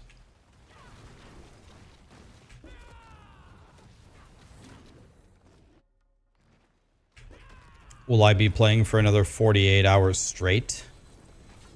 I'm not 48 hours from 300. I'm like 4. I'm like 4 hours away from 300.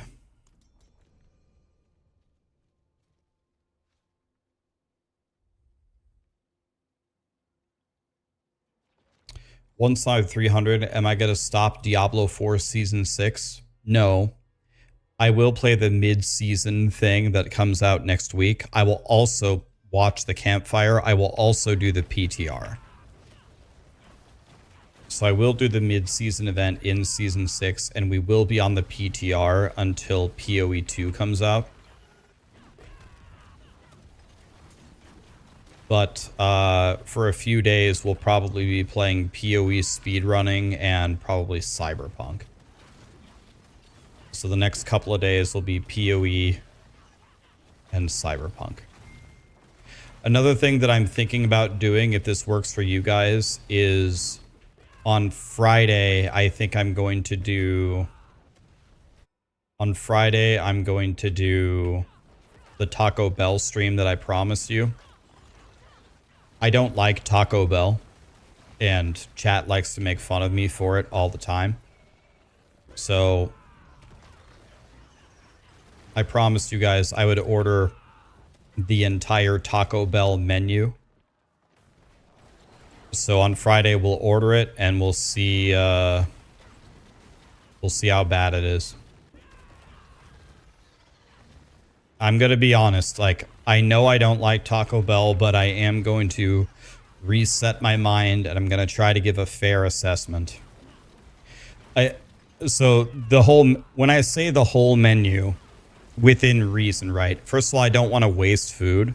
It's a bad look for me, and you just don't want to, I don't want to order a bunch of food and waste it. So we will order a lot of things. I'm not going to literally order a cheesy burrito, a bean burrito, a 5-layer burrito, a grande burrito, whatever the fuck they're called. I'm not going to order like 17 burritos. We're going to order, in general, the whole menu. So we'll order whatever your guys' favorite things are. The cheesy gordita crunch. We'll get a quesadilla. We'll get a grilled stuffed burrito. We'll get a Baja Blast. We'll get the Cine Twist. We'll get the Cinnabon Bites. We'll get the Cantina, whatever the hell it's called.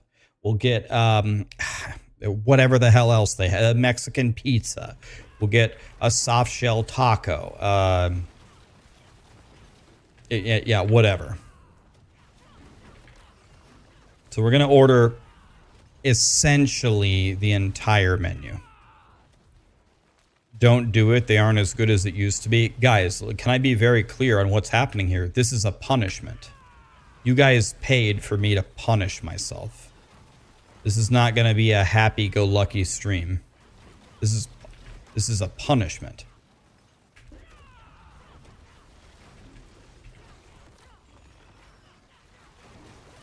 Can you enchant any affix? Do you mean you can re-roll for any affix available in the pool, or you can temper whatever you have a manual for?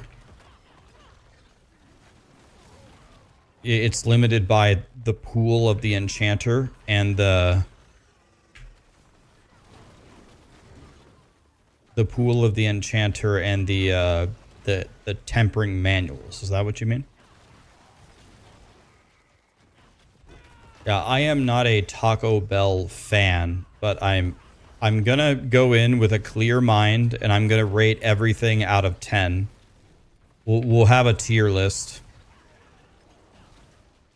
And I'm just gonna be brutally honest with you.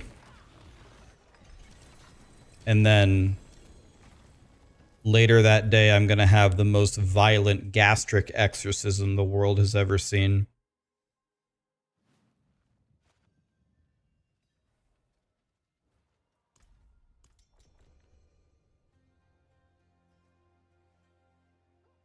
This is happening on Friday.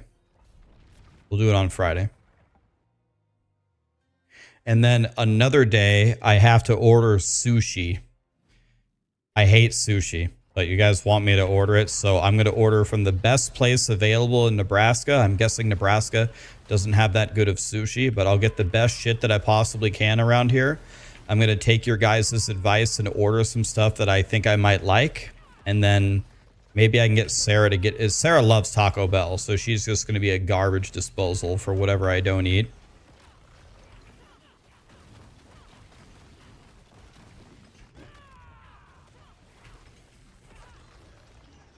Yeah, I'm going to order sushi. And then the last thing I promised you I would order is Five Guys fries. I think Five Guys fries are the industry's worst. They're super undercooked and greasy and dog shit. Then they like steam themselves in the bottom of the bag and they get even worse somehow. But I'm going to order Five Guys fries with my sushi. It's going to be the worst meal of my life. Five Guys fries are so trash. You don't have to tell me, man. There is one place with worse food than Five Guys fries. There is Long John Silver's. As long as Long John Silver's exists, Five Guys fries are safe. But I think they're the second worst fry in the industry. I'm glad you guys didn't make me order Long John Silver's. That would have been the ultimate slap in the face.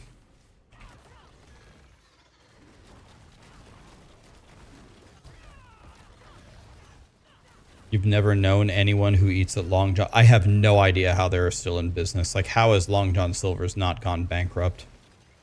It's actually incredible.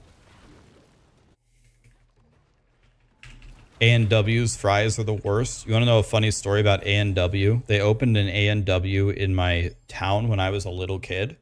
And then the elementary school had a field trip.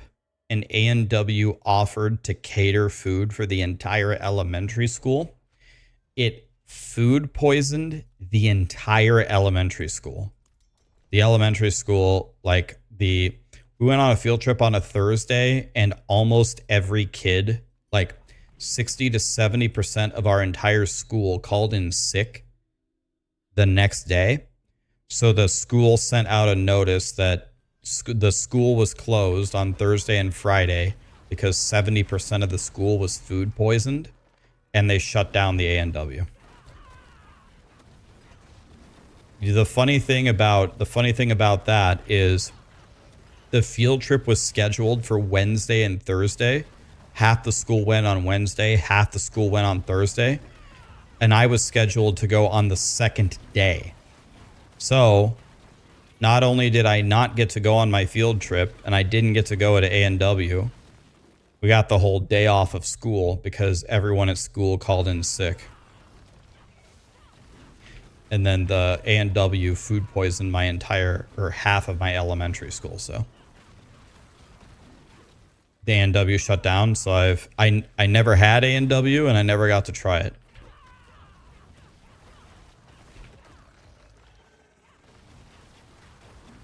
The hush puppies are fire. If someone said, Rax, you have to go eat something at Long John Silver's, I would say, okay, give me a hush puppy. I can eat a hush puppy and not die.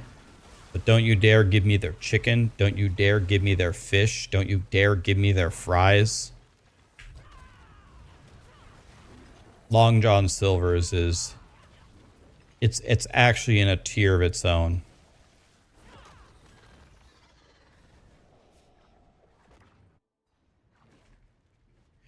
POE servers are down for 4 hours. I just heard about it, Rose. Thank you. Yeah. No POE today. I thought we were going to play, but I guess not. Thanks, God.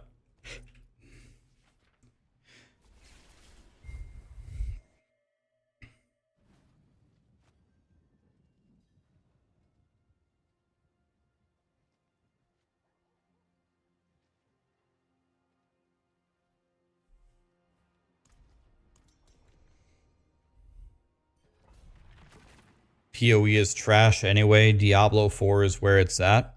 Do you actually think that, Winning Freak, or are you just trying to cause drama? Do you actually think POE is trash and Diablo 4 is great? Or are you just trolling?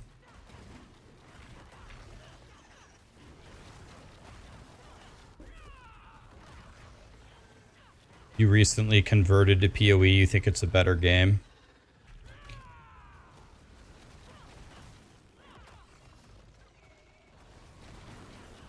You tried to get into POE a couple of years ago, but it never captivated your attention.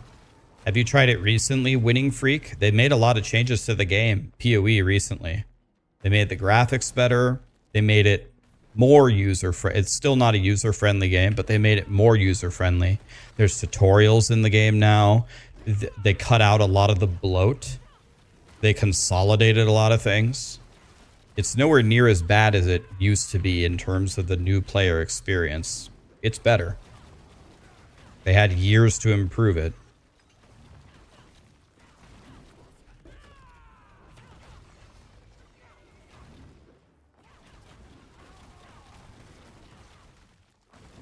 Long John Silver's in Texas used to be good, but now it's not good anymore. Last Epoch is better than POE, is better than Diablo. I don't think it's a super crazy statement to say you like Last Epoch the most. I like Last Epoch, it's fun. Last Epoch has a similar problem that Diablo 4 has. They have the same problem. It's an endgame problem. The Long John Silver's in your town recently closed. Your niece was working there. Like, if I Google it, like, this has to be a thing. Long John Silver's bankrupt.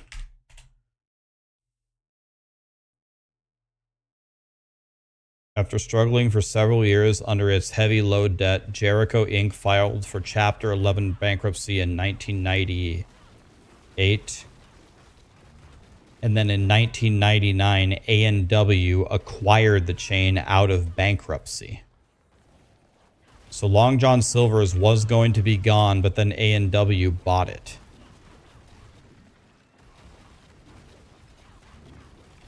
So for those of you that don't like A&W, the food poisoning people teamed up with the Long John Silver's people in 1999.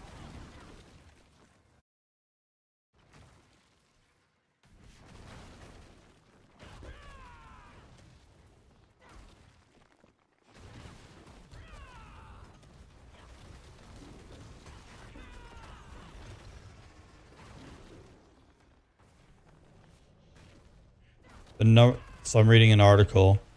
The real reason why Long John Silver's is struggling, the title of the header of this paragraph is "The food itself is pretty bad." Just look at this picture, guys. Look at the picture of this food.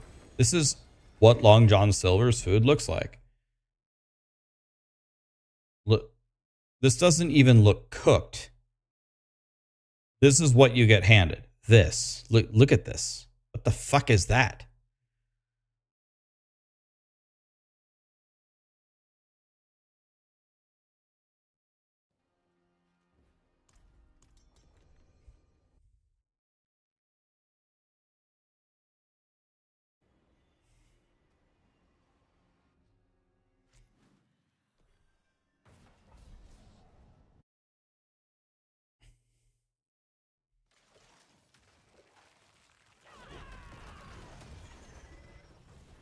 Guys, as part of the wait, I don't think we have a Long John Silver's.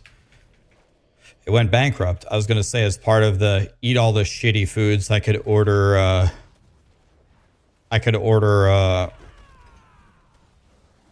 Long John Silver's. We don't have Long John Silver's anymore, I don't think. I think it went bankrupt.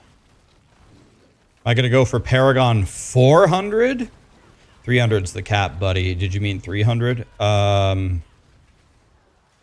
Probably not. I could hit it today easily if I wanted to, but we're going to hit 299. That's for damn sure. You like the Long John Silver's in Ohio and Tennessee?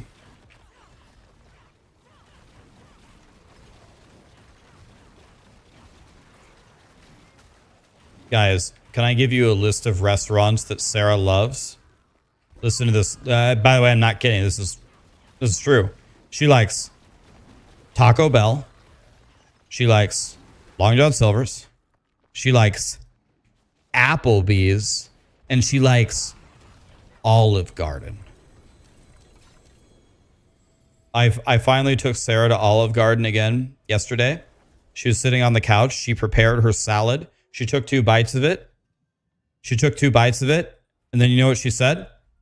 She carried the salad over to the sink and she said, "This salad blows." This was yesterday. It was yesterday. She got the salad. She ate 2 bites And then she said, the salad blows.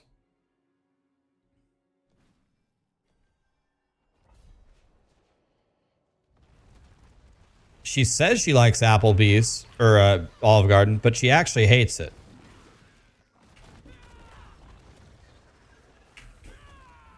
I like Chipotle. I like Runza. I like Culver's. Sarah likes Culver's too, and she does like Runza, and she does like Chipotle. So I guess I can't fault her for that. But how does she also like Taco Bell and Applebee's and Long John Silver's and Olive Garden? Olive Garden?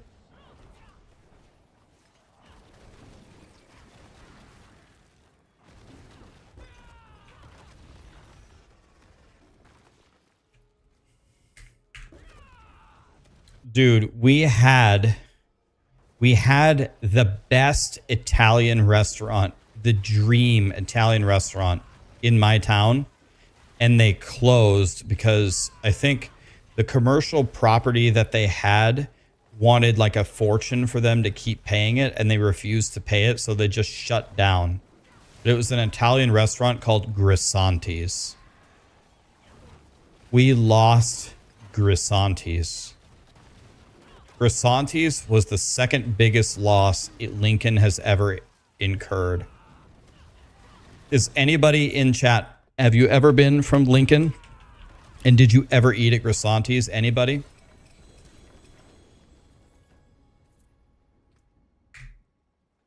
Any Grisanti's eaters?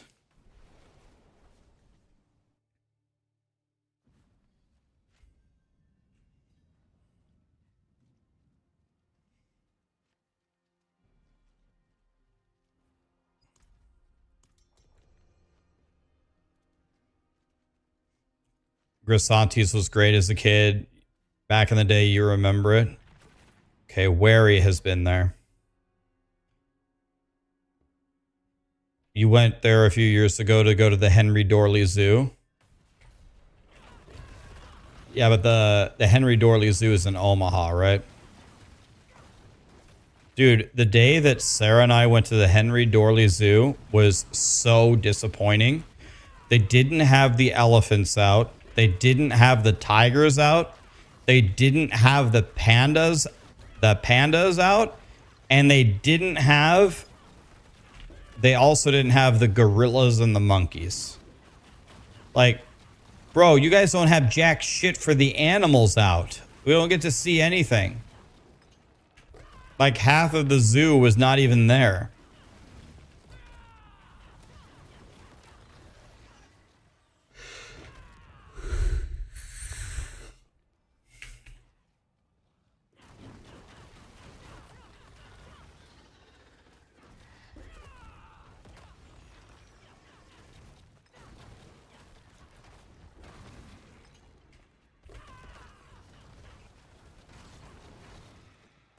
You don't even have elephants, pandas, or gorillas at your zoo? Yeah, but Henry Dorley Zoo is considered the greatest zoo in the world. Not in Nebraska, in the world. How can you be the greatest zoo in the world if you don't have the lions, the tigers, the gorillas, and the elephants? Are you kidding me? But we did get to see a giant-ass giraffe.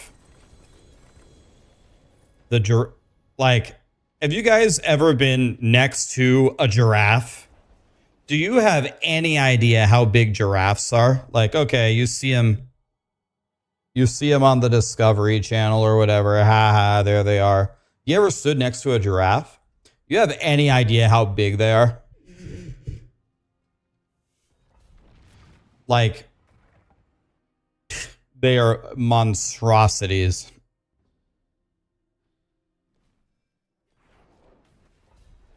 What's better, Ball Lightning or Ice Nova?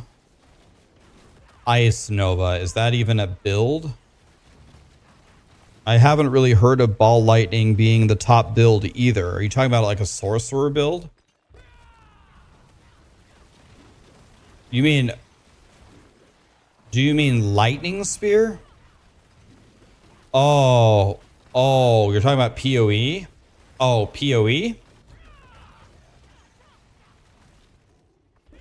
I think Ice Nova of Frostbolts is better than Ball Lightning, isn't it?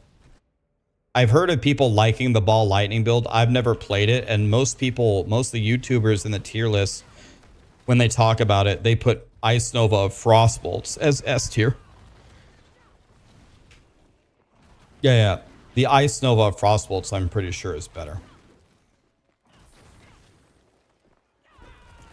Where's the season leveling guide? King Constantinos, can you exclamation sheet?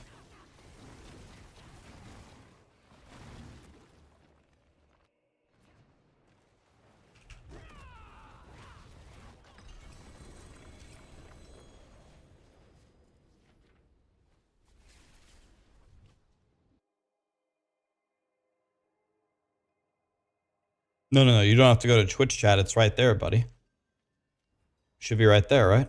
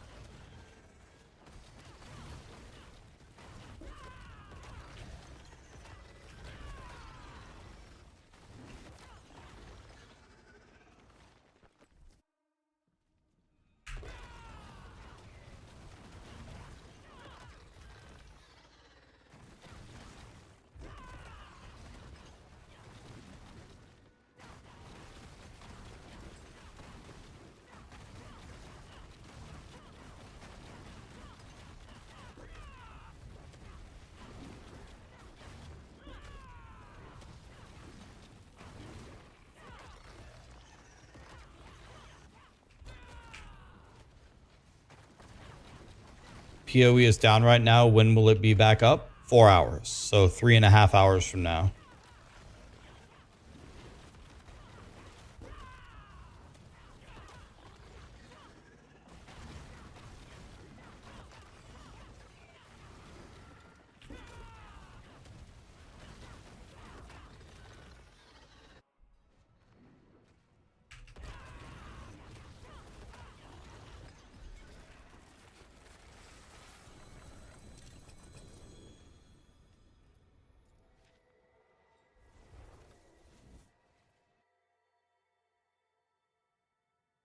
You can't hide your identity anymore. You're going to re-download the game again.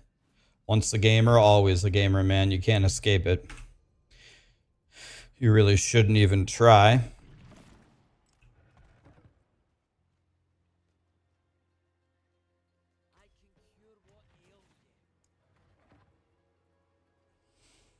Where's the overpower elixir? This one. We don't want that. We want the life one. Take 15 of these.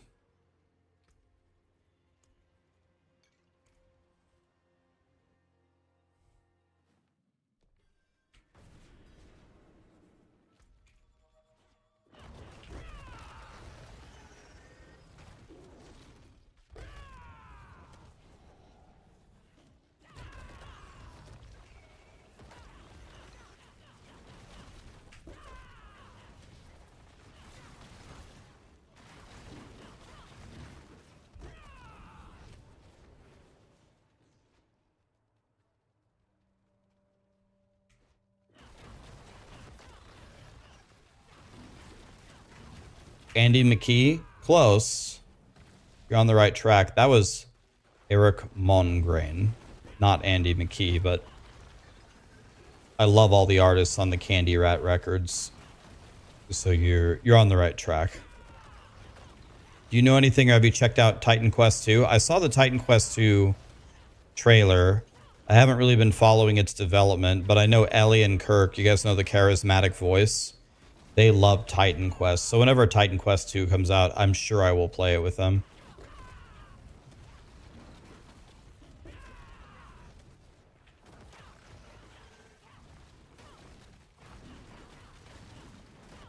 Here's the question. Do any of you guys still play V Rising?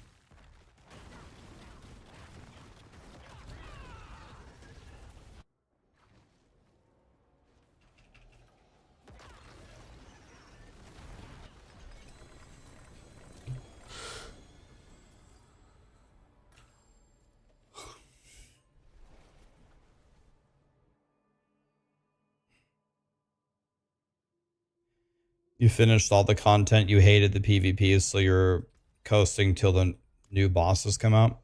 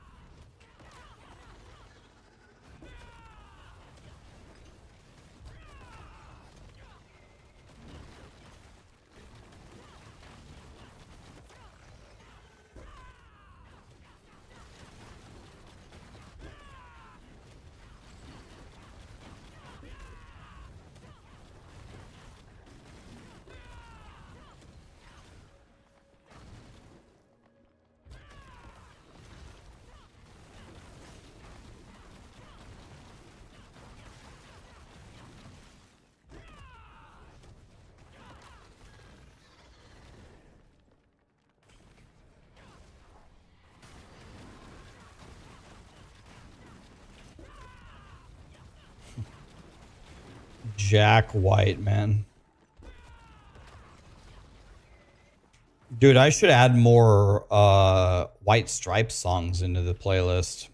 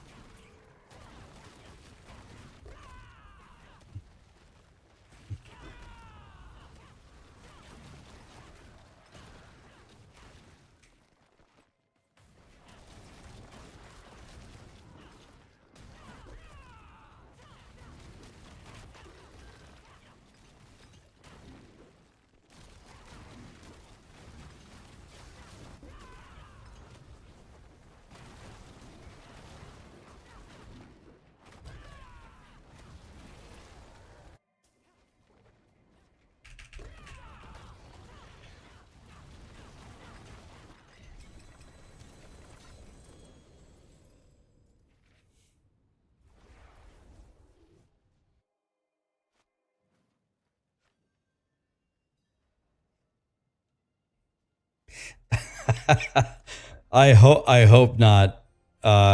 Being beyond that, I hope not. I hope it'll just be PoE 2.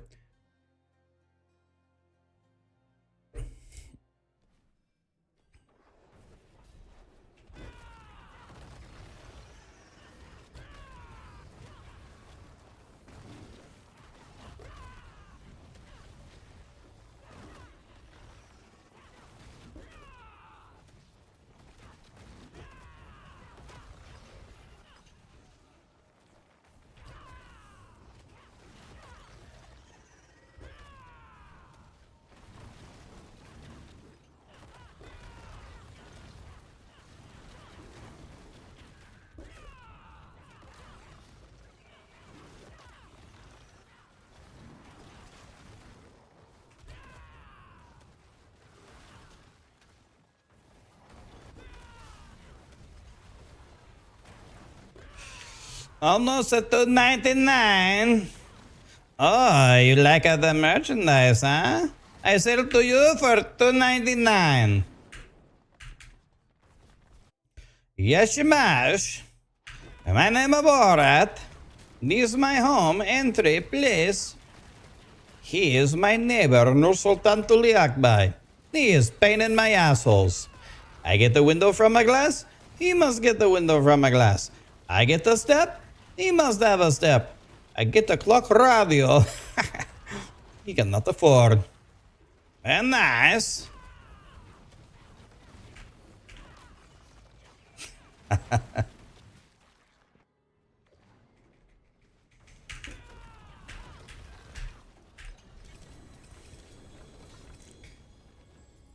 Mr. Mods, how we doing, buddy? Dude, I've been going up so slow. I was watching you play Teenage Mutant Ninja Turtles yesterday. Looked fun.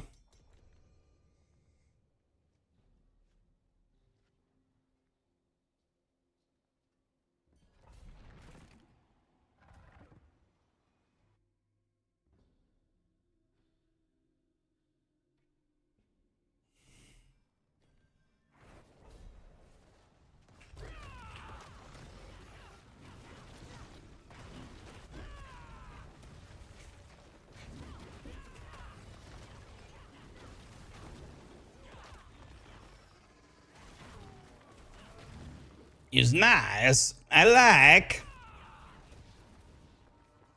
Have you guys ever seen Office Space?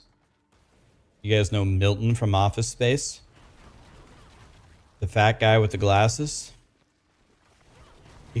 I used to have a window over. My desk used to be over by the window and I could see the squirrels, and I said if they moved my desk one more time then I was going to quit. Has anybody seen my red swing line stapler? I was told I could listen to my radio to reasonable volume between the hours of 9 and 11. God, I fucking love I fucking love that movie, dude. I was told I could listen to my radio to reasonable volume between the hours of 9 and 11.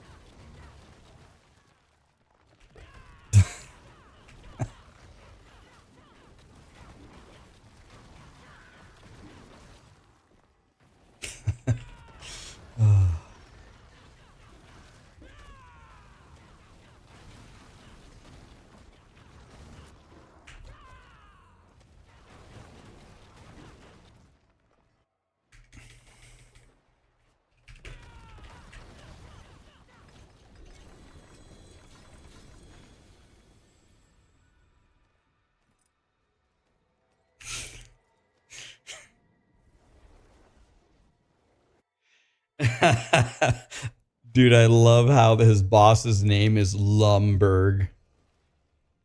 What a name, Lumberg.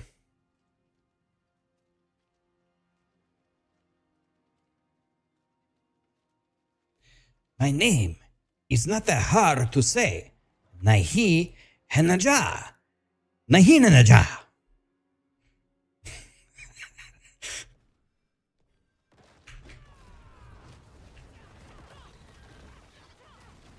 Naga Higa Naga to work here anymore.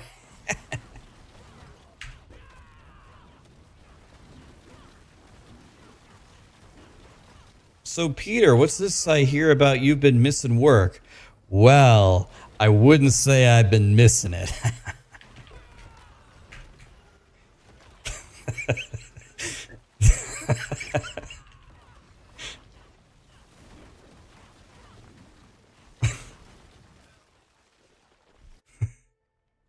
How do you get access to PoE 2 on the launch? They're gonna have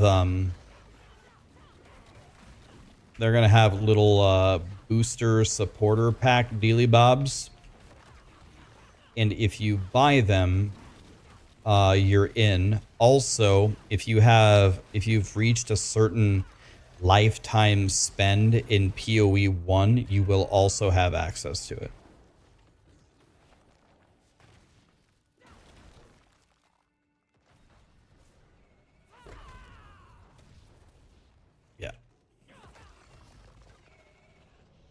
What build am I playing? Crushing Hands.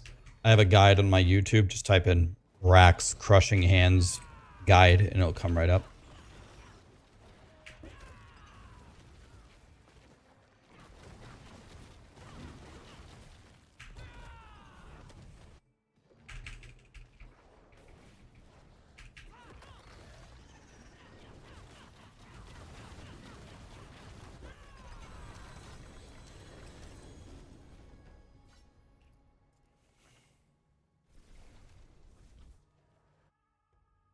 We should do an Office Space movie night. We should. My name is not that hard to say. Nahi Hanaja. Nahi Nanaja.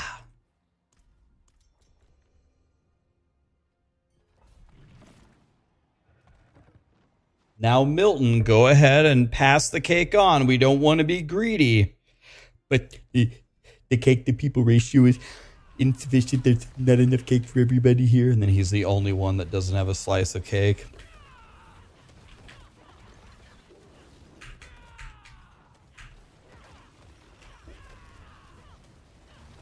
How much has the build evolved since my original video? Well, it's pretty much just the same thing. You stack resolve stacks to the moon, and that just completely breaks the Spiritborn. It's still based upon the exact same bug. So the premise should be exactly the same. Yeah, hi. Did you get the memo about us putting a cover sheet on the TPS reports?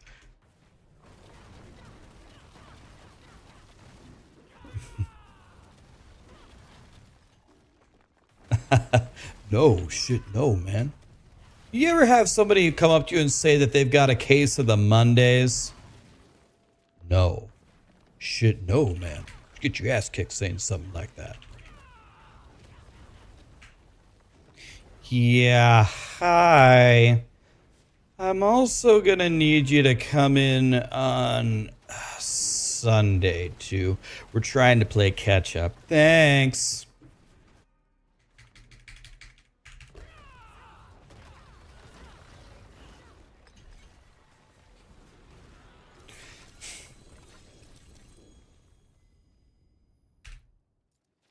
Scott, how about no, okay?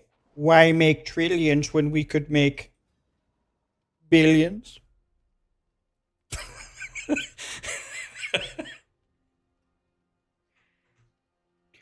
Ladies and gentlemen of the jury, may I present to you Exhibit A.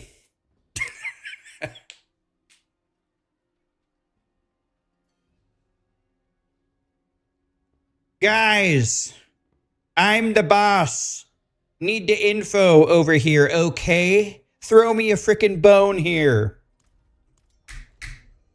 Allow me to introduce my number 2 man. His name? Number 2.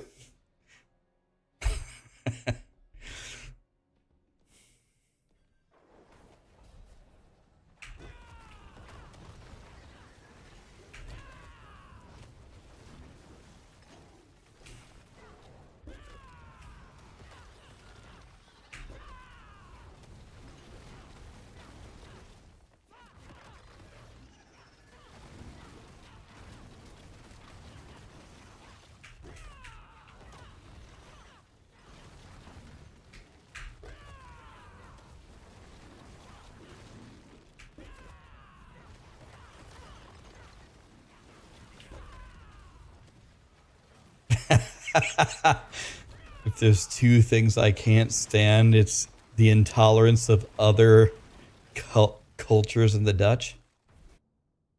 We don't take kindly to folk around here who don't take kindly to folk around here.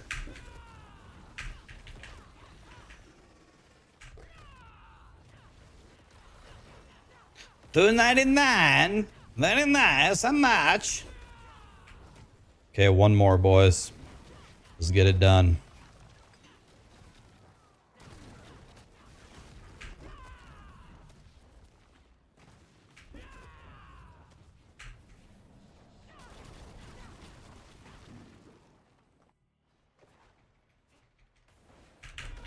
Just remember, guys, if you aren't Dutch, you aren't much.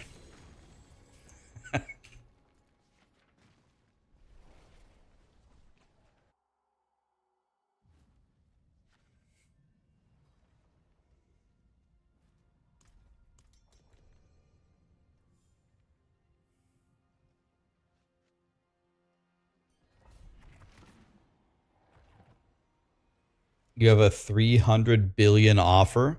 How would that trade even go? They have to trade you 200 billion up front. Then for the last one, you give them the thing for 100 billion or what? Or they pay you in mats. Can they pay you in like Duriel stacks or something?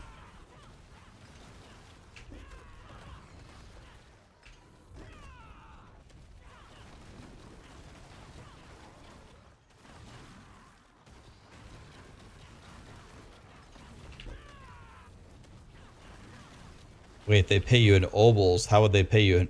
Oh, opals. Okay. I was going to say obols. How? You can't trade obols.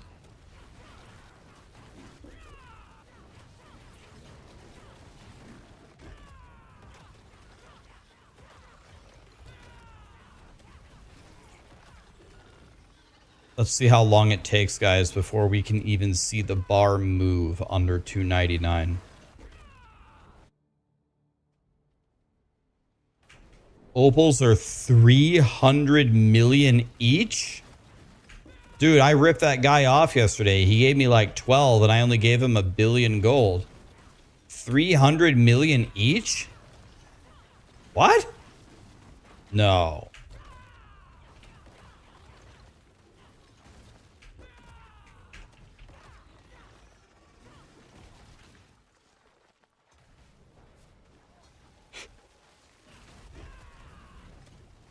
Did I get a new microphone? It's the same mic that I had before. I had to warranty the other mic because the connector at the bottom broke.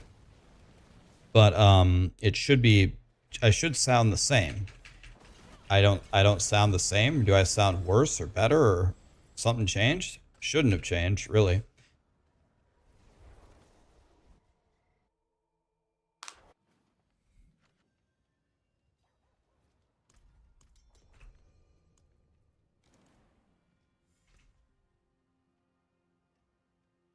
I sound different. I sound like I'm underwater.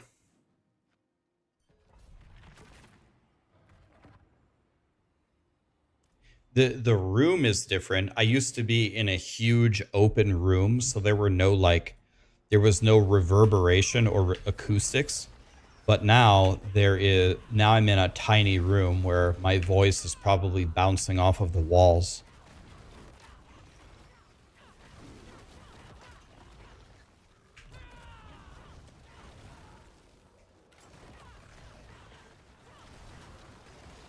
Does it sound bad? Do I need to try to configure the mic differently?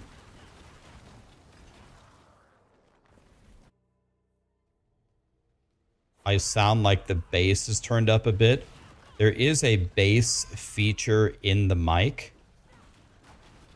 But as far as I know, it's not turned up super high.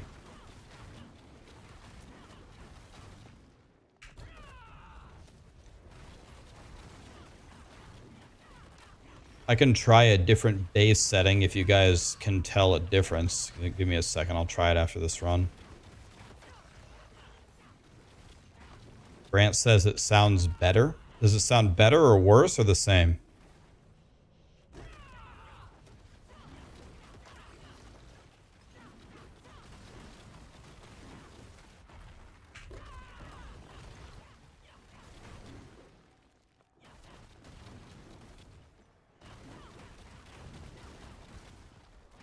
It sounds the same or slightly better. You sound like a manly man.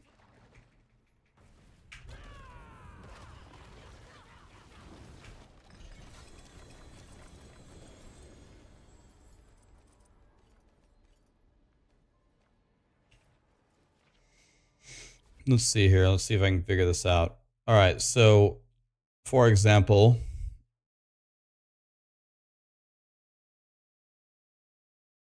there, I turned down the bass there. Does it sound different or does it sound the same?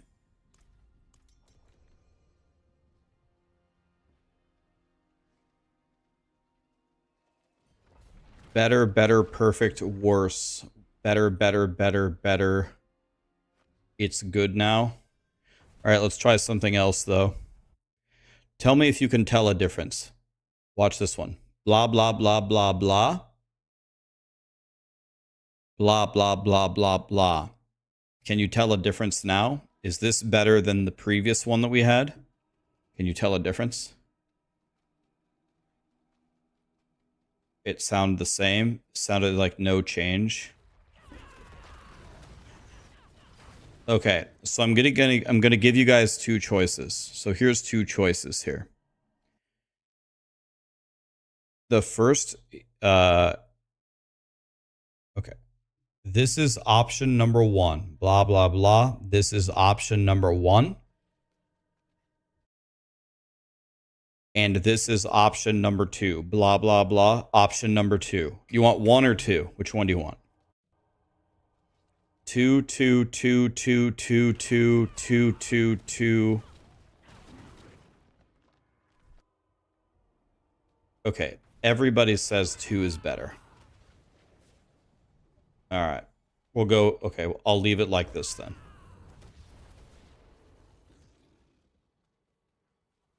Okay.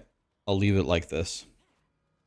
I didn't, again, there are 10 levels of bass in the mic, and you don't want to put the bass at 0.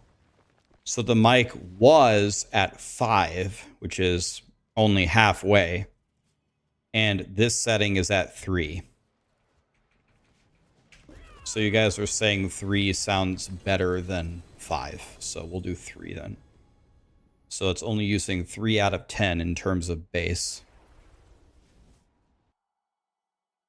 You guys want to hear how it sounds with no bass? You eliminate all the bass in the mic. Here's 0 bass at all. Okay, this should be 0 bass. How does this sound? This eliminates the bass in the mic. And then we can try 10.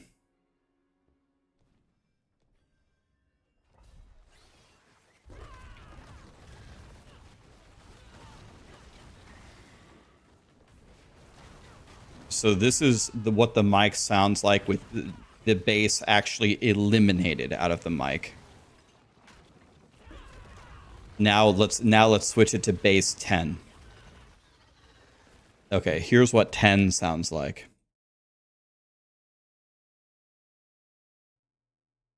All right, what do I sound like now, guys? How does this sound?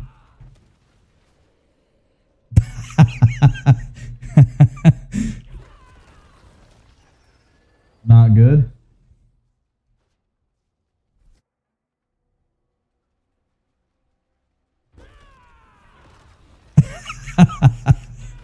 God is speaking to me through an ocean.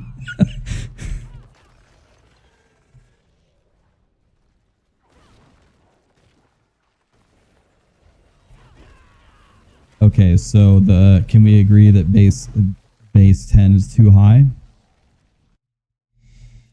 Okay, so let's go back down to 3.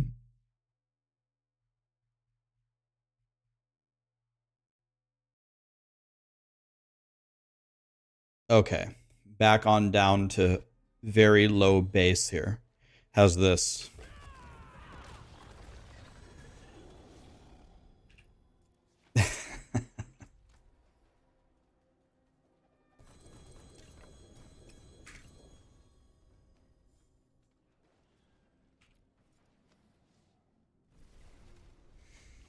Okay, so we lowered it from 5 to 3, and we'll go with bass 3 instead.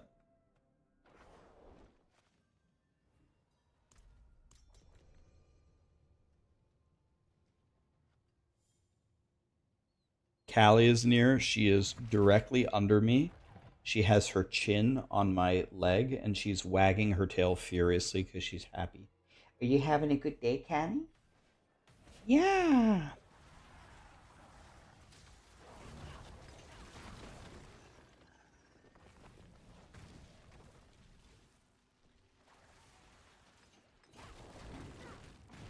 Good girl, Canny. Good girl.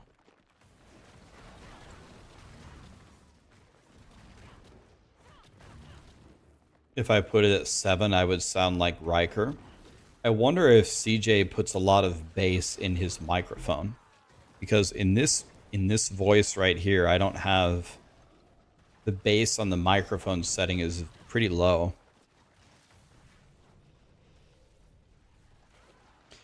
I actually have the Cali Cam here. It just arrived. I just need to install it.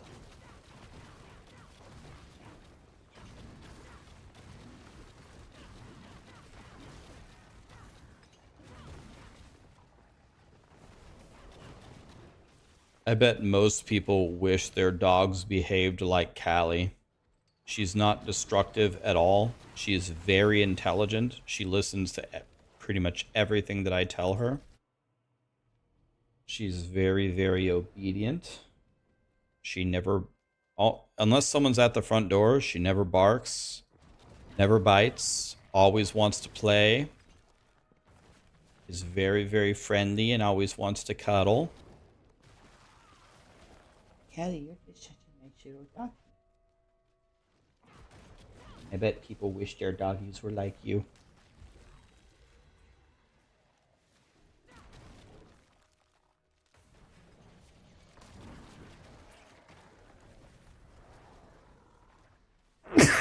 Oh, yes.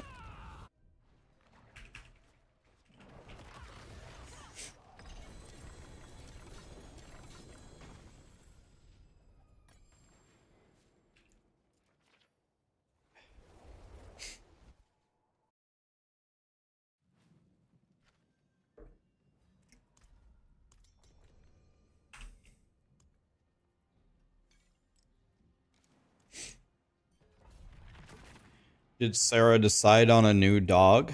Nope. It's up to her. I can tell you guys for sure, like with 99% certainty, it's going to come down to one of three dogs. It's either going to be a Border Collie, a Golden Retriever, or an Aussie. There's pretty much a 0% chance it's going to be a different breed.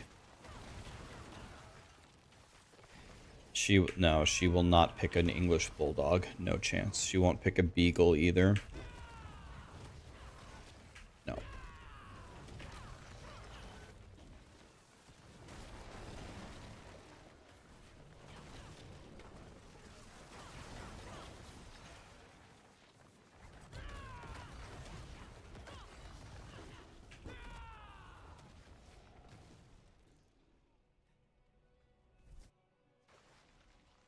She won't get a lab. She won't get a husky. Nope.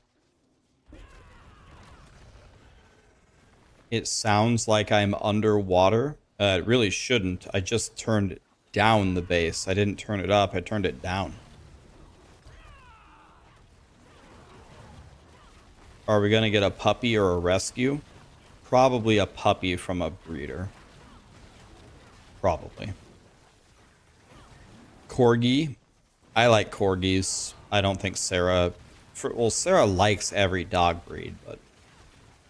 no, I don't think she loves corgis. I like corgis more than she does.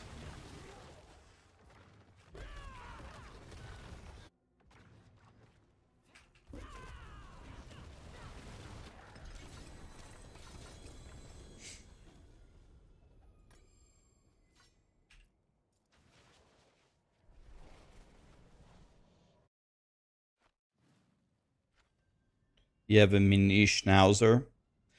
Not getting a mastiff. A mastiff is an ineligible dog breed on a homeowner's policy. Never get an ineligible dog breed.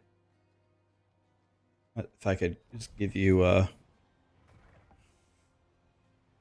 one piece of advice.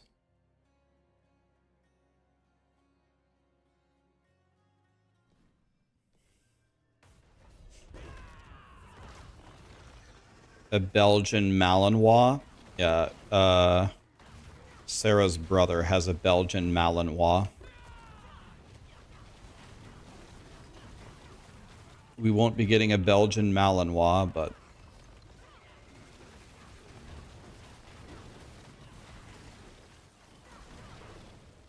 those dogs are nice. I would never get a Shih Tzu, and neither would Sarah, I don't think.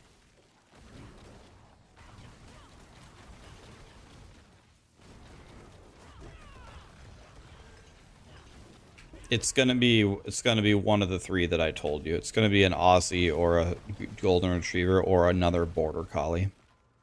The thing about a Border Collie is if you could get one even close to as awesome as Callie, then I think it would be, there would be a guarantee that she would be actually like Callie, then it would be over.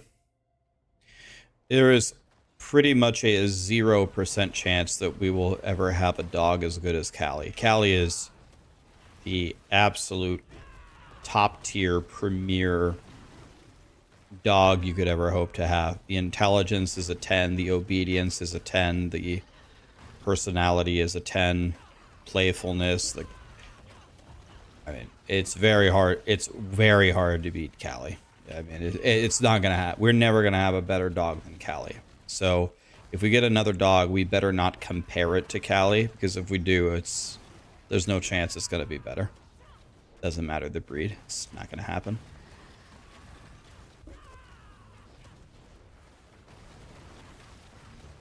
I don't think I will ever meet a better dog. I think we peaked. I don't think we're ever gonna get a better dog than Callie. It's just not gonna happen. Very unreasonable.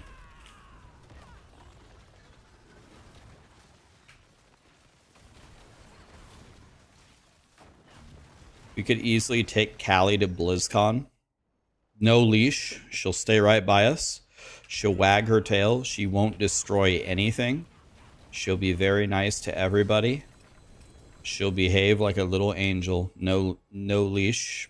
1,000 people everywhere. Doesn't matter. I'm 100% sure of it.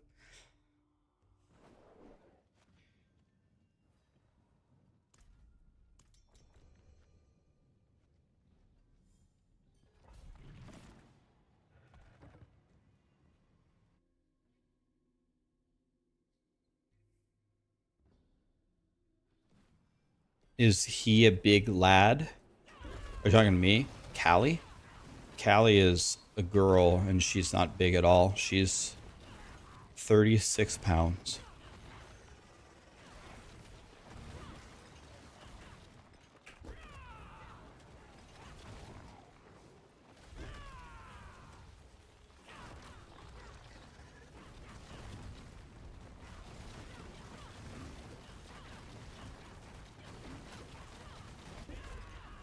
What Callie would do if she was at BlizzCon is she would run up to all of you. She would sniff you. She would wag her tail. She'd let you pet her like 3 times. And then the moment that was over, she'd just run straight back to me, even if I didn't call her. She would sniff you. She'd let you pet her. And then she'd run back to me. She'd do that over and over and over.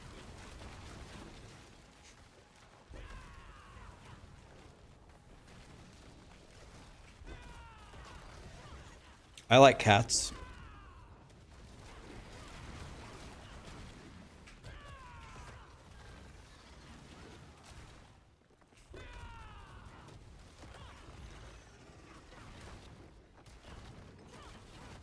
When we had Sammy here, every day for about a week, and I took 1 week, and every day I brushed her, let's say, vigorously.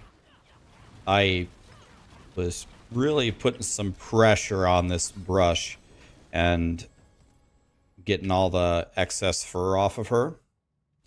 And after doing that every day for about a week, her fur felt like silk. It was just perfect. Like the most silky fur that you could ever imagine. I was like, holy cow.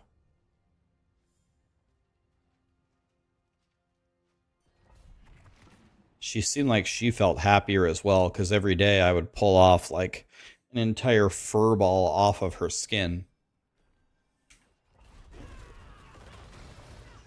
You can't wait for POE 2. What do you do? Play POE 1, download Heroes of Might and Magic 3. I think that's it. Those are the only 2 options in the universe.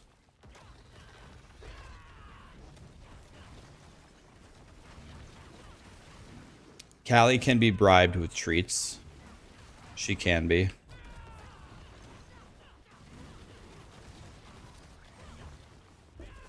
You could get Callie away from me temporarily with treats. But it would just be temporary. She would just be using you for your food.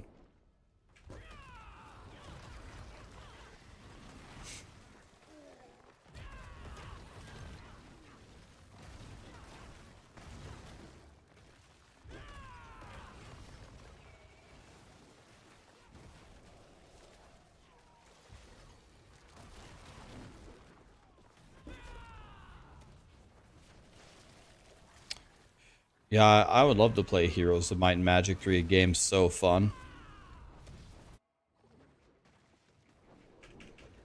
Heroes of Might and Magic 3 is like crack.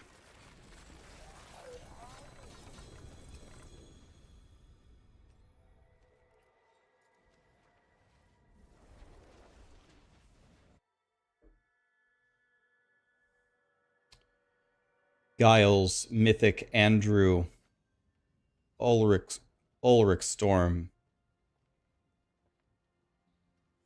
Unnailin, did I say that right? Budget. Thank you so much for the subs, guys.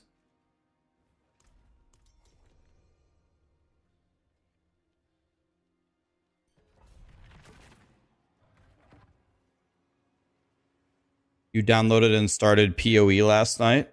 I can teach you POE if you want, Toys. Not today because well, the servers are down, but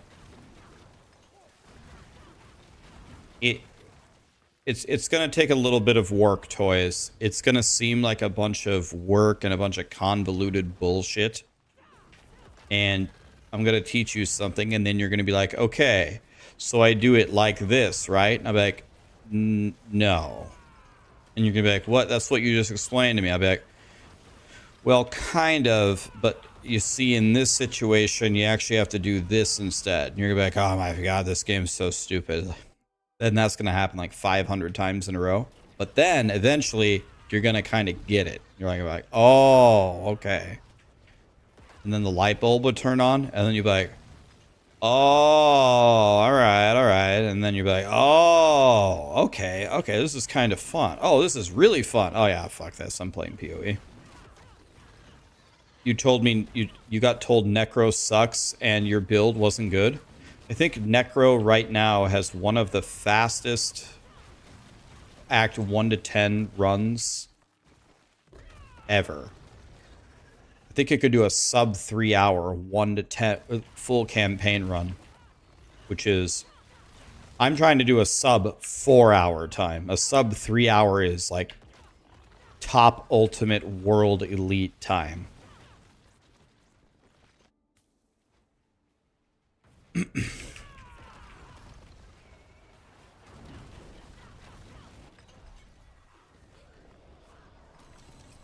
Hi, Ellie. Yeah, you're playing. Are you playing Bone Spirit or what are you playing?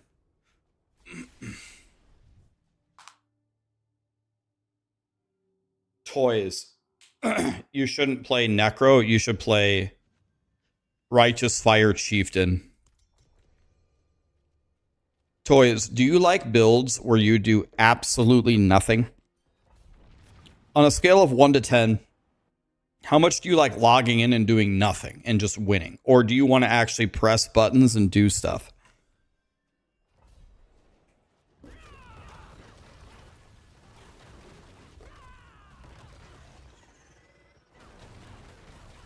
Like, I love doing nothing. I love evade.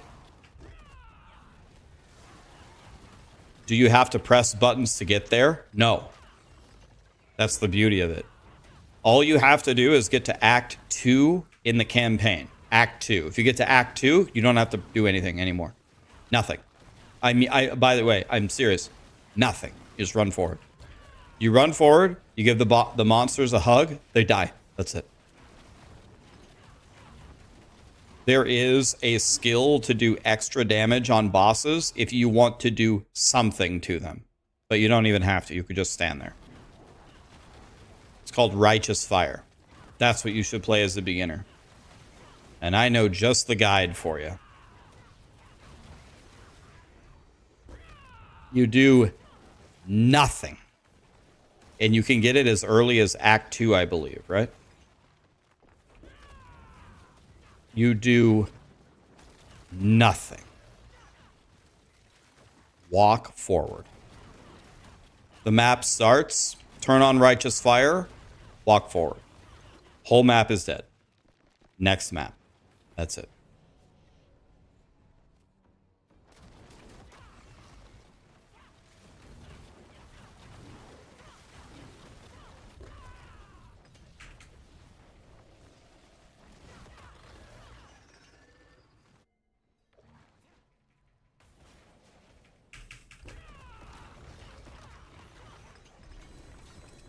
It's nowhere near the strongest build in the game, but you don't need the strongest build in the game. You need a build that's easy, that you can't possibly fuck up, that can do maps really fast. Righteous Fire is perfect. You run forward, everything dies. That's it.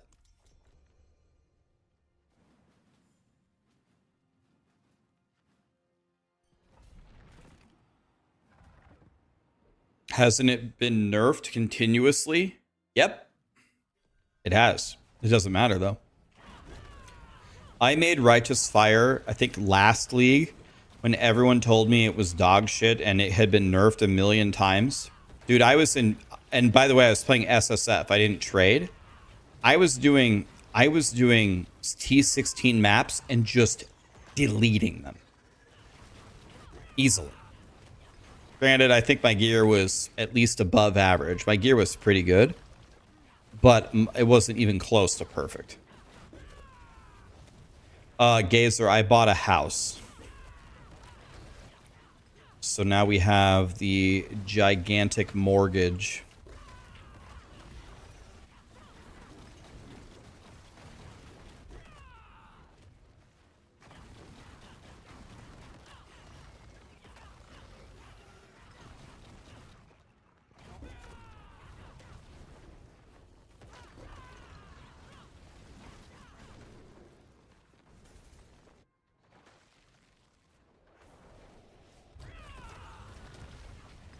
You're happy for me? Thank you, man.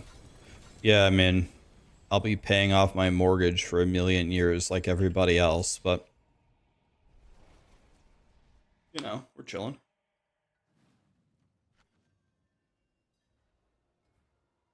You're looking for an ocean front at the moment? You mean a house with an ocean front? First of all, doesn't it make you a little nervous with all the hurricanes everywhere? But I guess second of all, that's got to be expensive, right?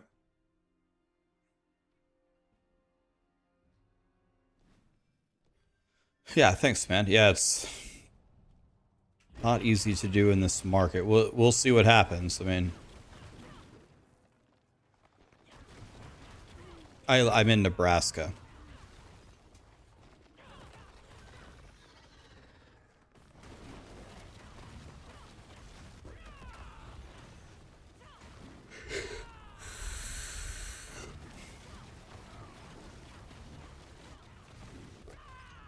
God, I'm guessing the ocean in Maine has to be so cold. Does anybody live in Maine or has been in the ocean in Maine? God, that's got to be so cold. I don't even want to think about it.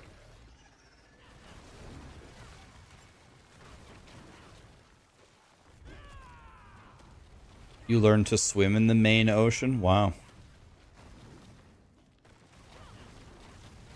The Nebraska ocean front house, what's the asking price?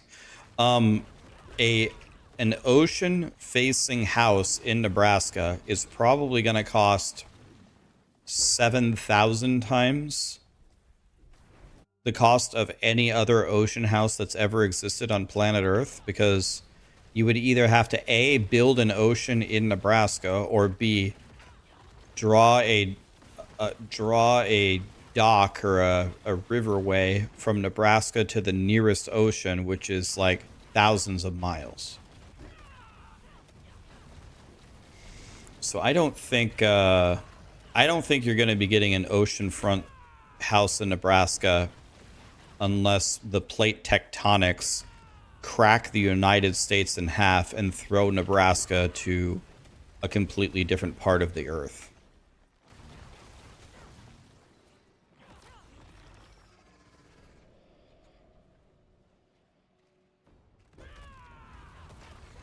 Yeah, the San Andreas Fault is going to have to really, really wind up a Sammy Sosa for the United States.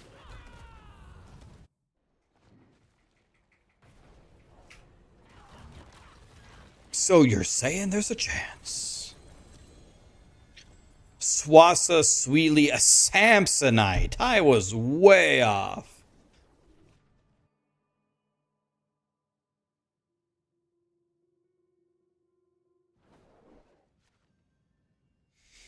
There used to be an ocean over the entire Midwest.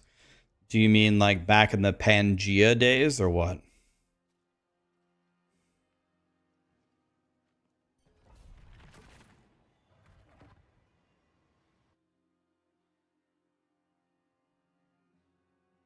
We got no food.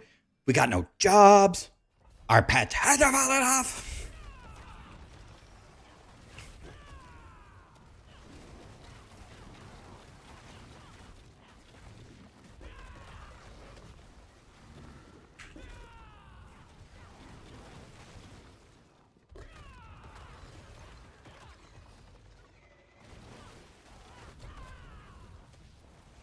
Yeah, the evade cooldown so good that it broke your build. That's weird.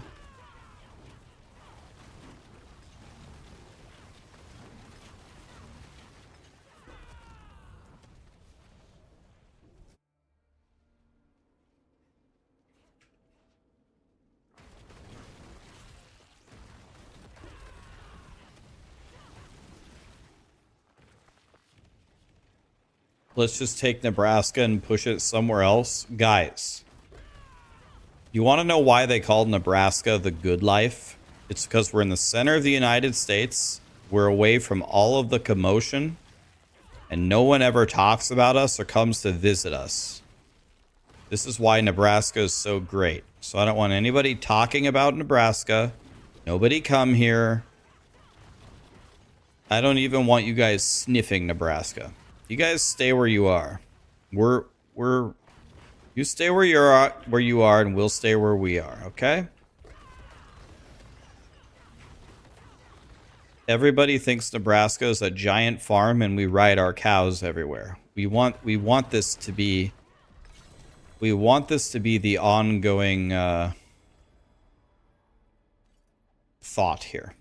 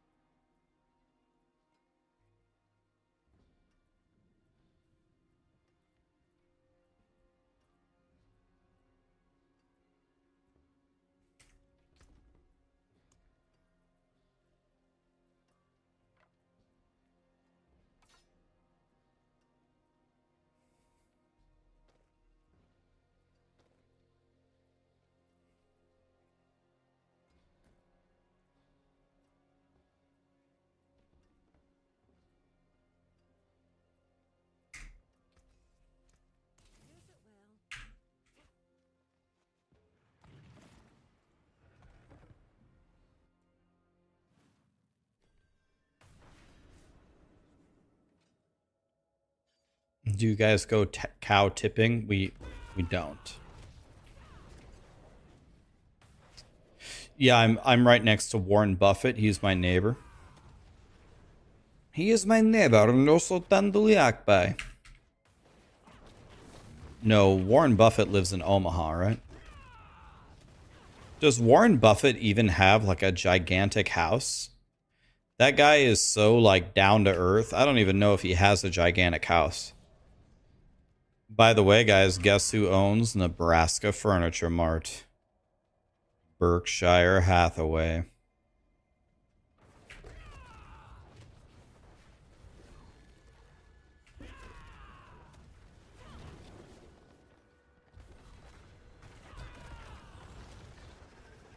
He has the same house that he bought. Yeah.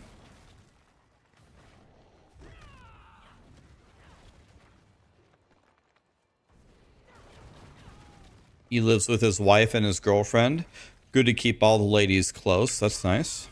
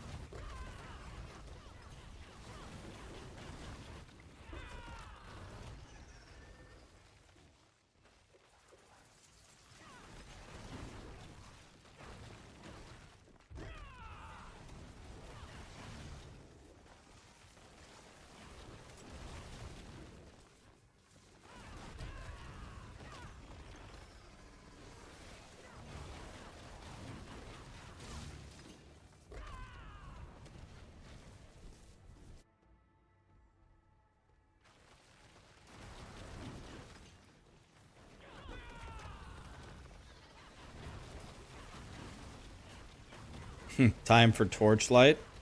Torchlight's fun.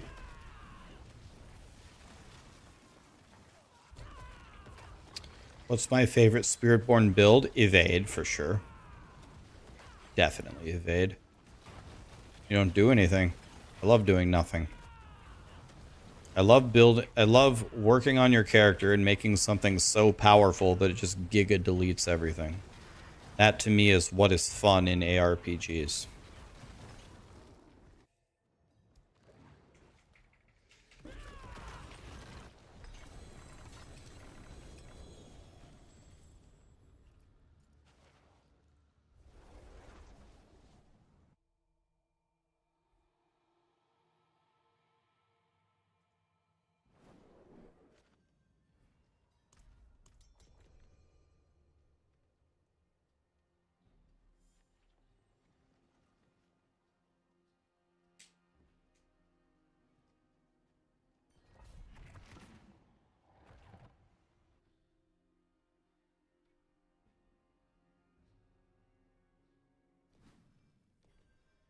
Can evade do 150? Not that I'm aware of, but maybe there's a setup for it that's for a 150.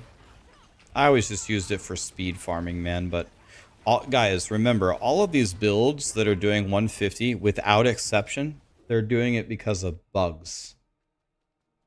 It's just bugs, bugs, bugs.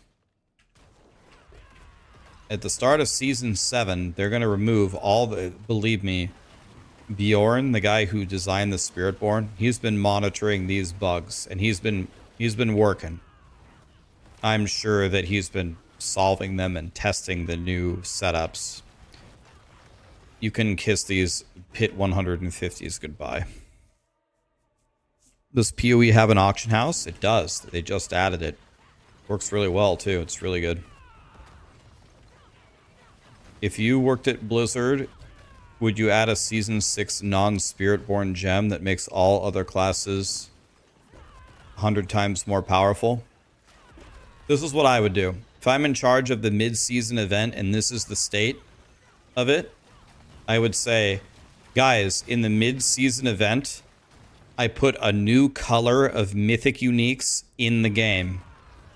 They are pink, whatever.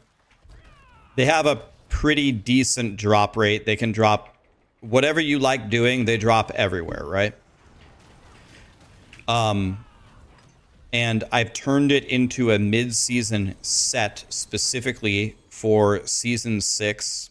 Any class can wear it. And if you get all 6 pieces, then your character, like, it would do some crazy shit. I'd give you like 200% movement speed, so it would go 100% over the current cap of movement speed. And your abilities will now auto-target the enemies. And your abilities now, the value of the damage of your abilities is, let's say, 500 billion a hit. So now, if you log in, you can have a really fun time collecting this set that only lasts for the rest of the season. Now, every class is going to fucking dominate when you get the whole thing. I'm not going to make it super, like, you're going to have to grind a little bit, but it's not going to be that hard to get the full set. I will allow you to trade with people. If people find 2 helmets, they can trade you the helmet. That's fine. And then for also as a reward for getting the full set, I'll give you a really, really awesome transmog, and I'll give you a mount. And it's not going to be some other colored stupid ass cat. It's going to be something fucking awesome. And then I would make a deal with the Diablo community. I need the Diablo community before Season 7 to kill whatever the number is, 100 million monsters before Season 7 starts with the full set equipped. And I'll have a little bar on the top with different rewards as you get to different stages.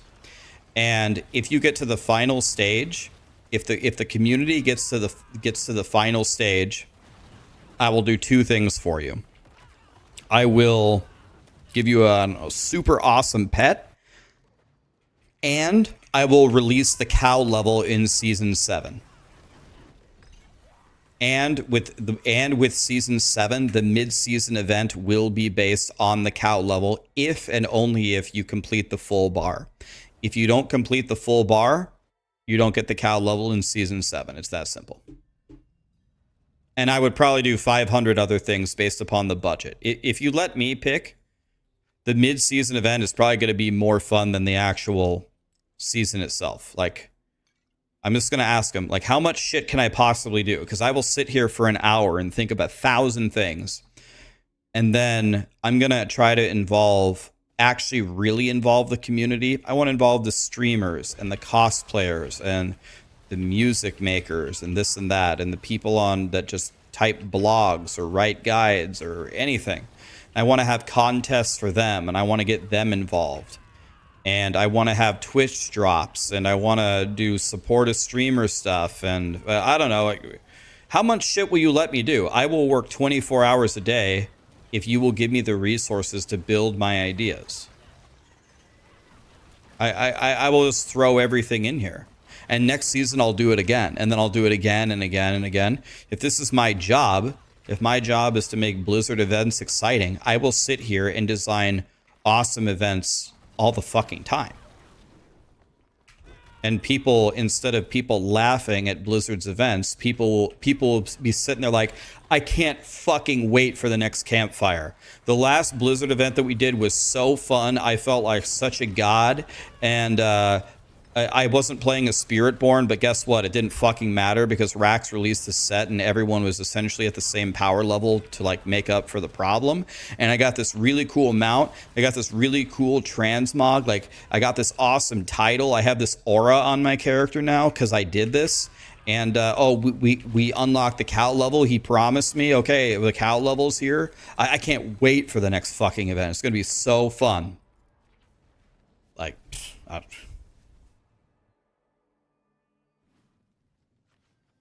Like, I have so many ideas, man. Like, it's not hard to think of ideas. It's hard to get Blizzard to sign off on, okay, we will build that.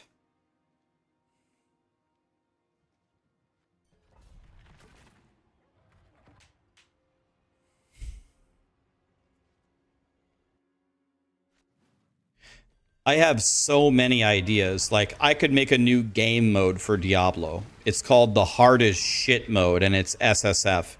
Guys, this new game mode that I just released for mid-season, you guys are complaining that the Spiritborn is too strong. Fuck the Spiritborn. I have a completely new idea. You guys are crying that the Paladin isn't in the game. I'm going to give you a baby Paladin, okay? Maybe this is foreshadowing for the future. Maybe it isn't. I made a baby Paladin. It's not fully fleshed out at all. You want to know what? You don't have a skill tree. You don't have a skill tree. You don't have anything like that. It's all predetermined. When you level up, I will assign you points. When you hit a certain level, I will give you new skills. You can move them around on your bar. Everyone's going to have the same character. You're all going to play a Paladin. It's a hardcore mode. It's SSF. There's no trading. If you die, you die. You have to go again. And it's hard. Like, it's supposed to kick your ass. There's a leaderboard. And every single week, like, again, I'd have to sit here and think about it. But every single week, it'll get easier and easier and easier. But just for logging in and trying to see how far you can get on this little campaign journey that I made, and there'll be a cool leaderboard like, I don't know, Woody got to level 7 and he killed the second boss, rank 1. Datmods killed the first boss and got to level 7 but died on the second boss. It's going to be really fucking hard. But just for trying it, I will give you really awesome rewards, just as a way to get you out of your character. Play some Paladin. I'll give you some really cool skills. I'll give you an aura. I'll give you a hammered in. I'll give you whatever. Like, maybe I'll let you pick one of 3 paladins that you want to play. I'll try to balance them pretty well. Like, you either play a hammered in or an auradin or a smiter or something. And just do something completely fucking different. This event is completely different. Everyone's playing a paladin on hardcore SSF. It's really hard, but the rewards are really good just for trying. And every week I'll make it a little bit easier, a little bit easier, a little bit easier, or maybe I'll change it up a little bit. Maybe I'll buff the skills. Maybe I'll do whatever. And if you just log in and try for 1 hour each week, I'll give you an awesome reward. And if every time a streamer kills, it doesn't have to be a streamer. Anytime anyone from the community kills another boss, there's like 10 bosses. It just gets so fucking difficult. They're like, it's like makes Uber Lilith feel like a Butterfree or something. But every time someone kills a new boss, everybody gets the rewards for it. Like, oh, if anybody in the world can kill the 4th boss on the Paladin here, I'm going to give you all a holy paladin mount. It looks awesome. And if someone manages to kill the 10th boss on this event, and it's going to be super fucking hard, I promise you the paladin will be launched in the next expansion. I will give you the full version of the paladin if anyone in the world can kill the 10th boss. You know, whatever, man, like anything. Let me sit there for another hour. I'll make it really fun. I'm just trying to do something different. Everyone's complaining that the balance is bad. Okay, it doesn't matter anymore because now everyone's going to be playing my fucking paladin and everyone's going to be getting shit on. I don't think people are going to get mad about it because I'm going to tell them it's hard. It's difficult. It's supposed to be hard. If it's too hard, try it for an hour. You give up. You go back to the other character. Next week, it's going to be easier. I might get some extra blessings or something because, okay, I made it too difficult. Let's try it again. It's still hard, but I think it's a little bit more possible. Can you beat this? And the streamers love it because now they have content all day long. Oh my God, can I kill the 3rd boss? This guy's fucking impossible. You only get 1 life. If you die, you got to make a new paladin.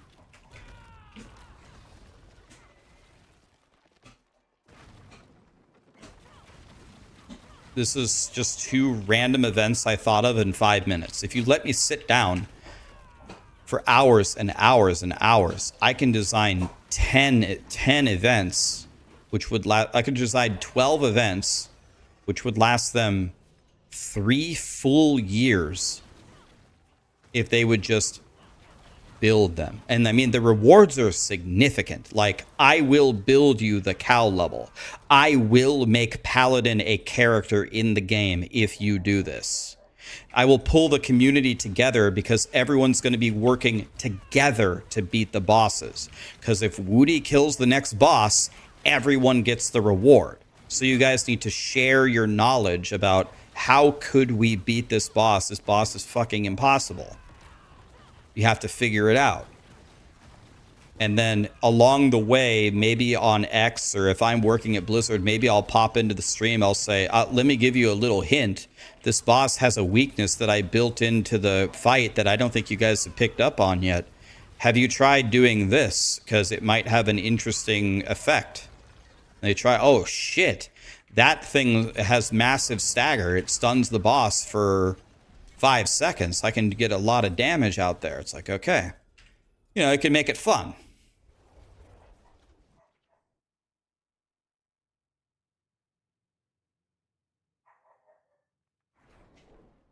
Oh my God, thank God streamers don't influence this game. Yeah, Caleb. Let's go with what Blizzard's doing. Heaven forbid I take the reins and I make the events. Thank God it's not up to me. Yeah. Have fun with your Red Riding Hood event next week that we had last year. Have fun with it.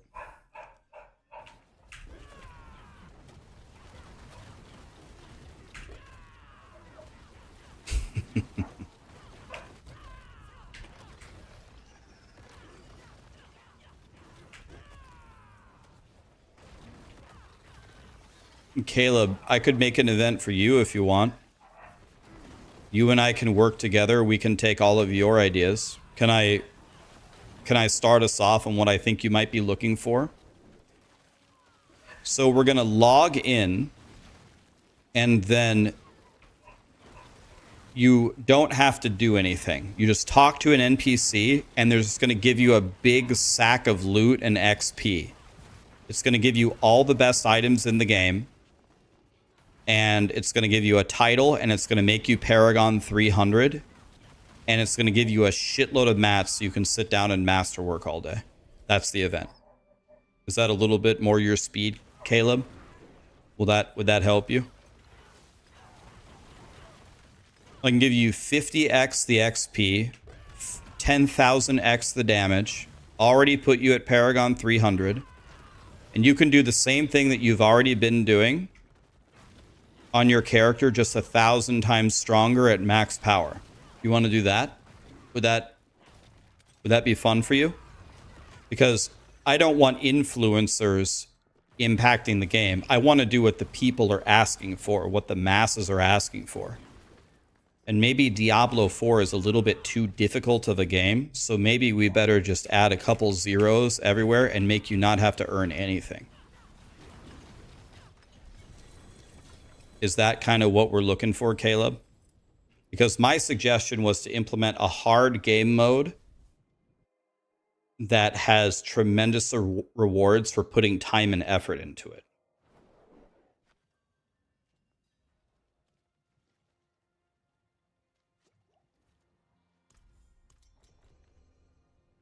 I didn't say that anything that Blizz is doing is a good job, but to attach everything to that, to some kind of interaction, is obviously not what Blizzard reads that the majority of the non-community wants.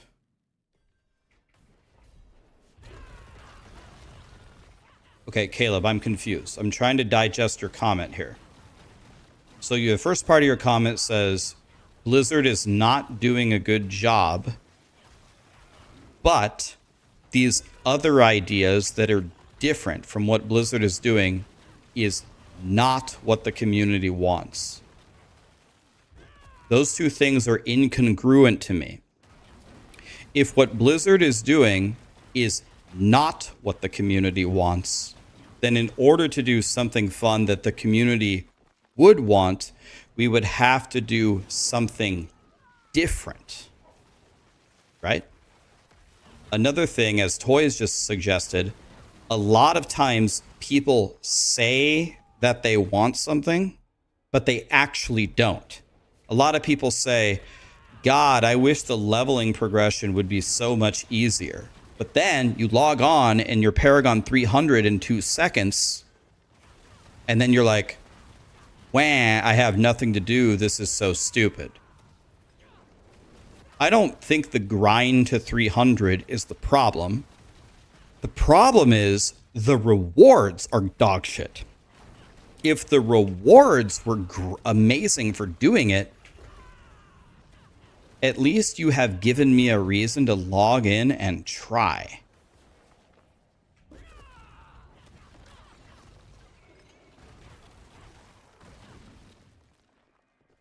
Just don't need the streamers to make that kind of interaction in order to progress.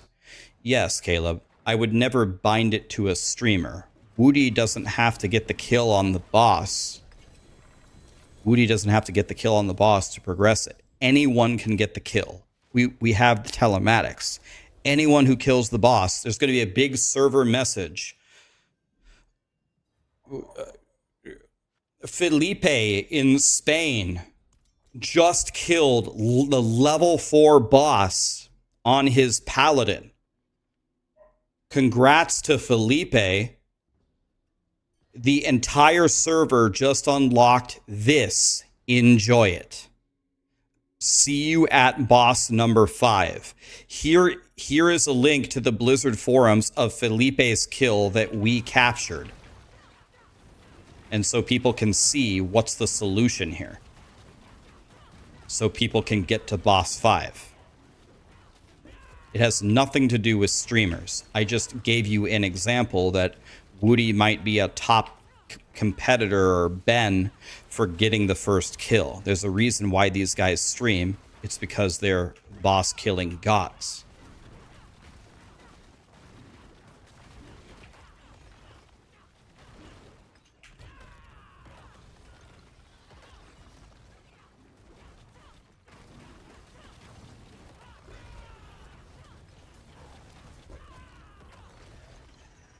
Is the slow mode intentional? I didn't turn it on, but keep in mind, guys, for me reading the chat, it's always twice as difficult for any of you guys because I also am reading YouTube.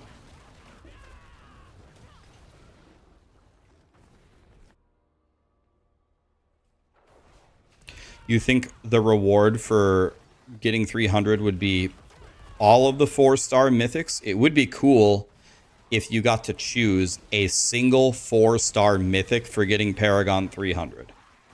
You get to Paragon 300, you can't trade it. I'll give you 1 4-star mythic. That would be cool. People would care about that.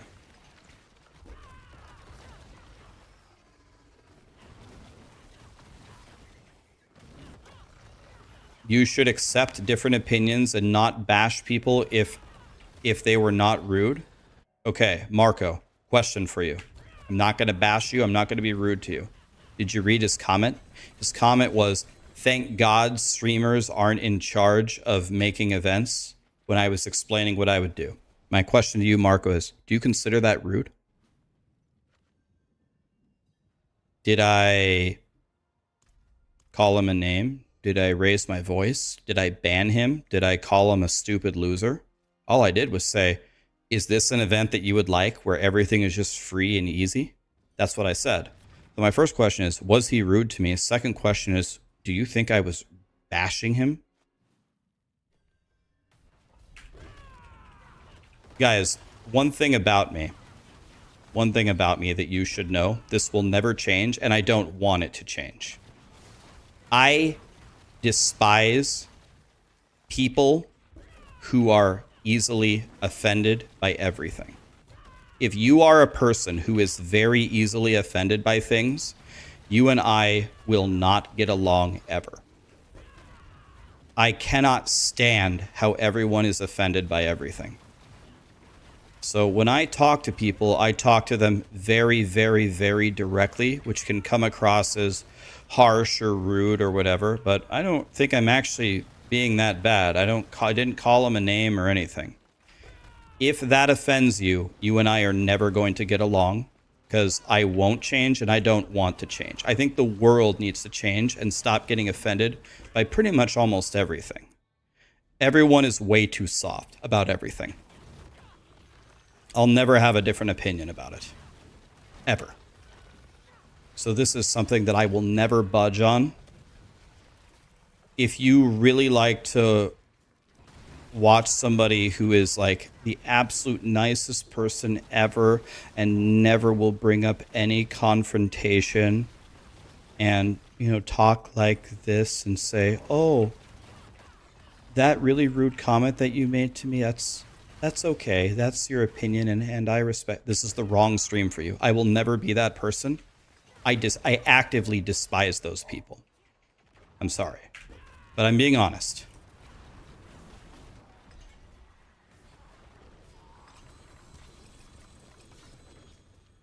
At least I'm being honest. I am not like that. I don't want people to treat me like that. I expect others to treat me the same way, no differently. So people can come at me and say my ideas are terrible, but I'm just going to fire back every time.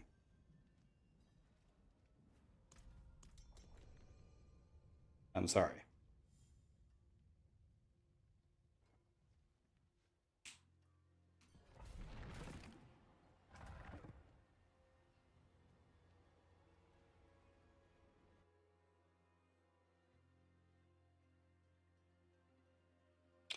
I think I don't know if it's quite that extreme, Radalon, but I would say you're definitely on the right track, yes.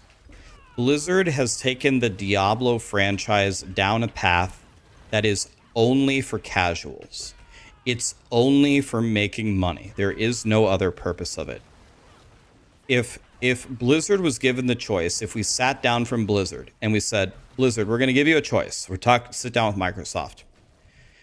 Diablo 5 can be the highest selling game of all time. You make the most on the initial sales, and you make the most in the shop ever of any video game. You beat, what's number one? Fortnite? You beat Fortnite. But the cost of that happening is people genuinely hate your game and hate the work that you do. But you made all the money in the world. Would you take that deal? I think the shareholders would take that deal instantly, because it's essentially what we have. It's essentially what we have.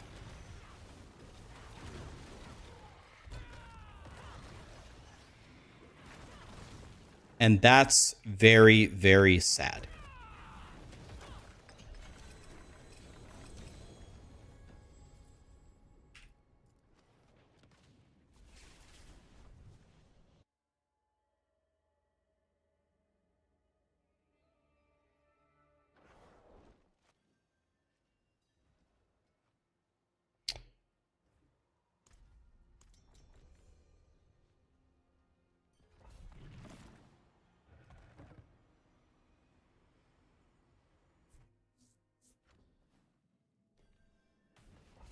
Well, the reason why my XP bar is going up so slow is because it's level 299. This is the final level. This is the final level. Honestly, if I'm being completely honest, it doesn't even feel that bad. I haven't even looked at it. This is the first time I even looked at the bar. Already a third done. Oh, that was easy. That's life, dude. Well, it does happen a lot in life. Yes, it does. A lot of people would just sell out to make money, but not everybody. Not everybody. Okay, I'm trying to honestly think. Let's say Twitch wanted to buy me out. Let's say Twitch said, hey, Rax, I'll make you a deal. I will give you $100 million now, today. 100 million. Now, what you need to do is you need to shut off your stream. No streaming on YouTube, no streaming ever again. You're gone. No YouTube videos. You're done with content creation. You can't even play the game anymore under your alias. Raxxanterax is gone. Would you take 100 million? So I'm sitting there and I'm thinking about it. I'm like, well, 100 million. So that would make me financially completely set for life. Okay. Now, what would I do with 100 million? I don't want to travel. I don't want a new house. What exactly is 100 million going to do for me? My brother is good. I guess I could give it to some of my friends. I could give it to charity. I could do philanthropy. I could do philanthropy that isn't streaming. I could do that. That would be very fun. Maybe I could open a soccer complex for all the kids. I love soccer and I love video games. Maybe I could make like an after-school dome where everybody plays sports and video games and has a great time and charge them absolutely nothing because I have $100 million. That's very tempting. Like, what exactly would I do with 100 million? Philanthropy is a good option. So maybe I would take the deal and do philanthropy. But aside from philanthropy, I really like my stream. This is what I do. I play video games, I analyze video games, I make guides for video games, and I hang out with you guys. This is what I do. I choose to do this. I don't have to do this. I can do a million other things. I choose to do this. You're going to give me $100 million to pay me to not do the thing that I want to do? I really don't know if I'd take it. It sounds stupid, but really, what is 100 million going to do for me that I can't just earn by working hard? I don't need a lot of money. A lot of money to do fucking what? I can't say for 100% certainty that I wouldn't take it, but I would need a good reason to take it. I'd need a plan to take it.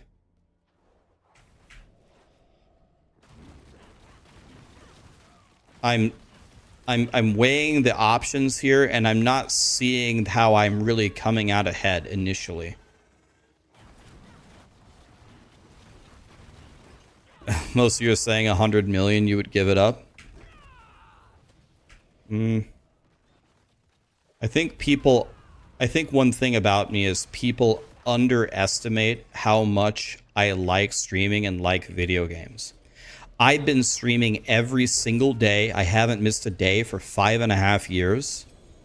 And I still wake up pretty excited to go do it again. That is not normal. That is not normal behavior.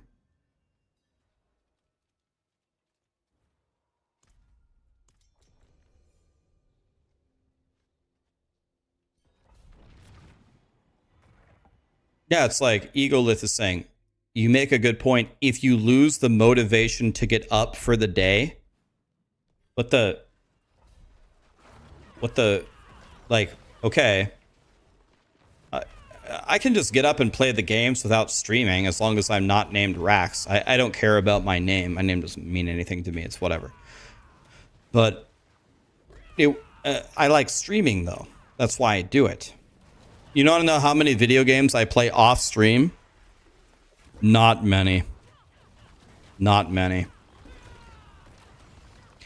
In the last 3 months, other than playing Fortnite to spend time with Sarah, how many video games have I played off stream? I want to say, this is a guess, in the last 3 months, I would say 2 hours. And one of the hours was yesterday. I would say in 3 months, I played video games in total for 2 hours outside of stream.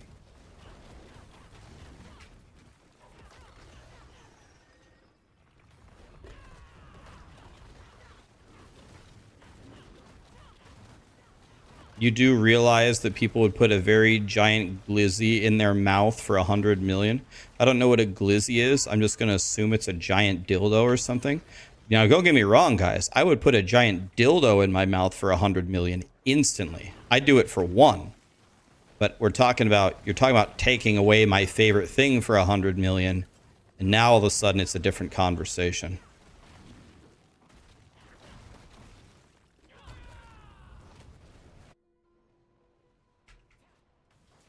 I don't play Fortnite for me, lol, maybe with Lee. Ah, yes. Yes, I didn't start playing Fortnite to spend time with Sarah. That's true. Let's see. It was just all those days of Ryan, play Fortnite with me. Ryan, play Fortnite with me. Ryan, download Fortnite. Can we please play Fortnite? Ryan, new season reloaded. You'll Fortnite. You'll love it. Ryan, Fortnite. Ryan, Fortnite. Was that Lee or was that Sarah? The new season's ass, Sarah. The new season's been out for a week. What happened to the other 2 months? How many dildos would you take at the same time for 100 million? Yes.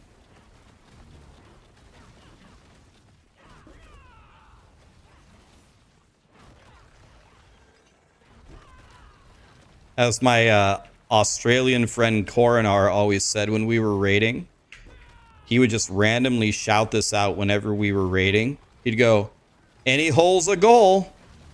Just randomly in the middle of bosses. He'd like to constantly remind us of that.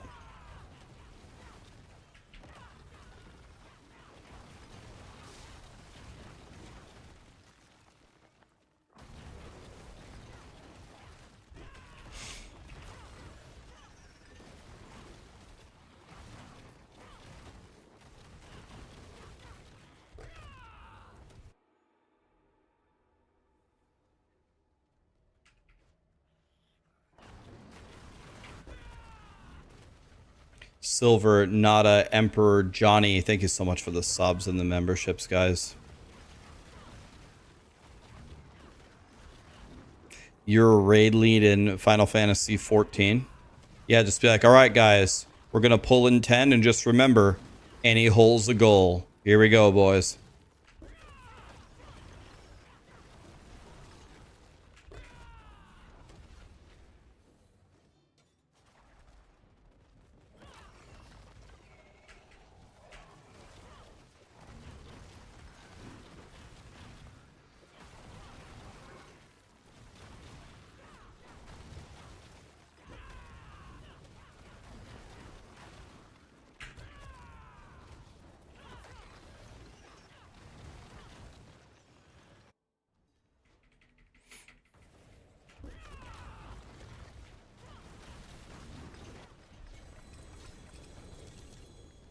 Thank you, PJ. I appreciate you, buddy. Triple GA gloves. Life and armor are dog shit on gloves, right? Maybe not life, but armor. PJ, thanks for the prime. Pete, thanks for the 200 bits, man.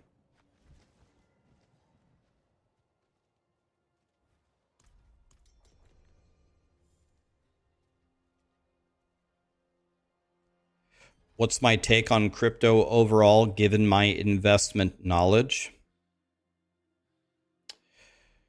I consider crypto, I correlate crypto with gambling. I think if you're going to invest in crypto and you want to have any kind of like,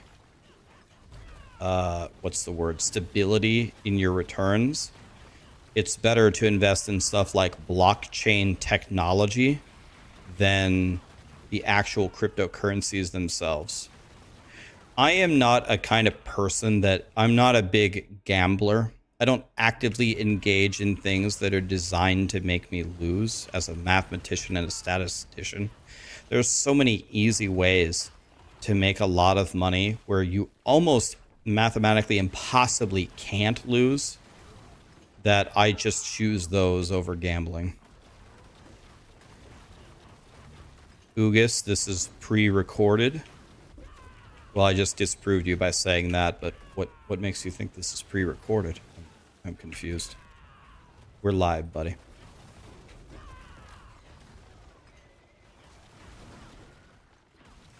Like what?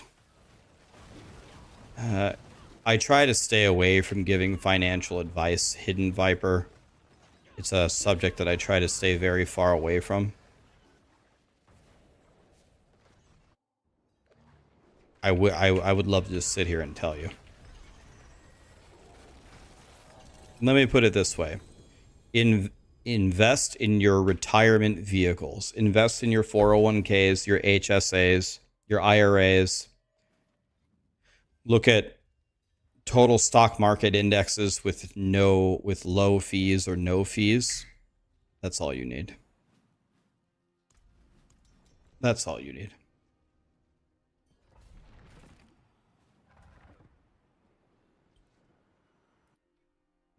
How many of you in chat raise your hand? How many of you have a 401k and the amount that you contribute to the 401k is the amount that your employer matches up to? How many of you do that and only that? Raise your hand. Anybody? There's 1, 2. I don't even know what that is. Akiro, do you have a job? Do you have a job at a company that offers a 401k?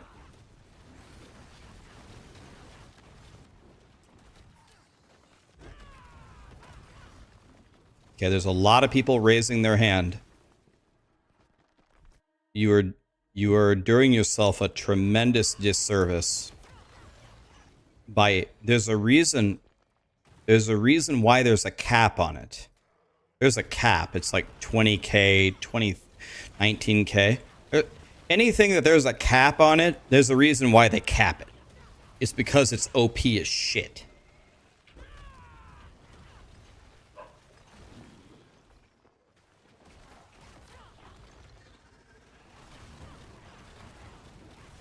Here's a trivia question. Which of these is the best place to place your money? Your 401k, let's assume outside of the match.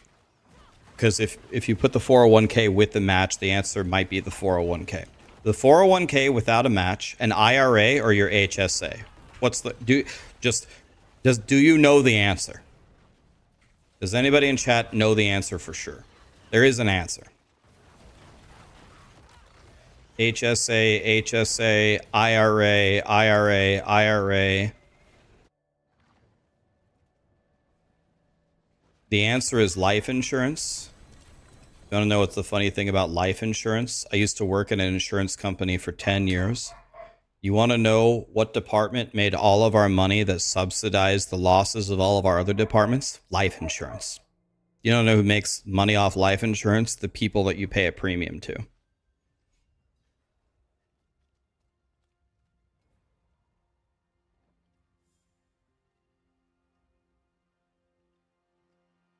So the answer that I was looking for was HSA, because HSA is triple tax free. You can do very, very tricky things with an HSA. Like you break your leg, you pay it out of pocket, you save the receipt for 20 years. You have the $5,000 bill grow to 20K, and then you reimburse yourself the 5K. You got $15,000 not only for free, but you also got it tax free. $15,000 for nothing, and you got it tax free.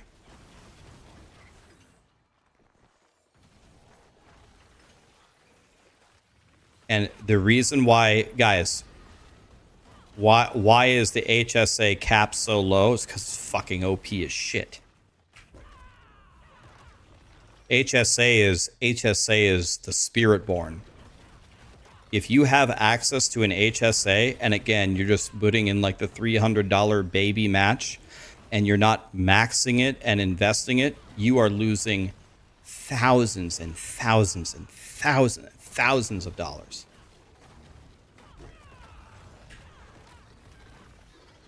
This man is dripping 4 greater ethics knowledge. I'm sure everybody in chat that knows a lot about finances knows what I'm talking about. There's probably a lot of you in chat that know a lot more than me.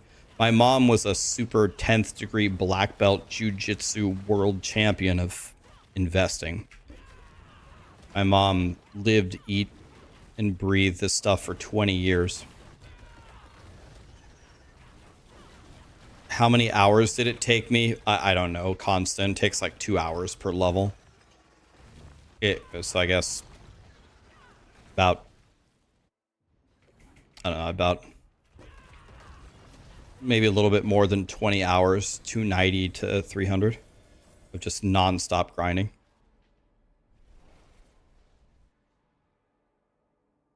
Yeah, IRA is capped super low. HSA is capped super low. 401k has a cap. Anytime they cap something, your ears should perk up immediately. There's a reason why it's capped. It's because OP is shit. You should be using it.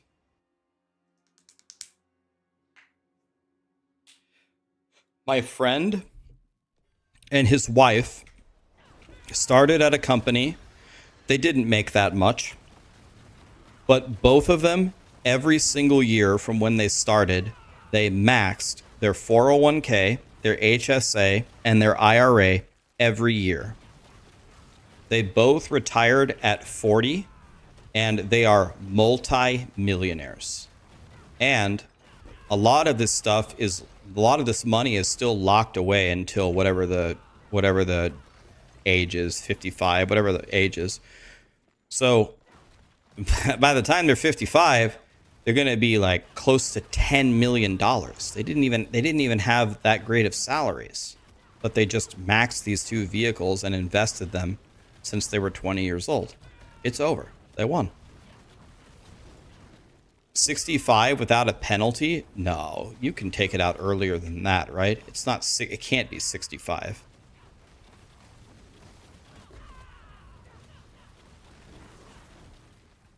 That can't be it. 59 and a half. Well, remember, toys, you only need one of the vehicles to become available, right? You don't need all of them to become available. You need one of them. So whichever one of the vehicles has the no penalty for withdrawal first.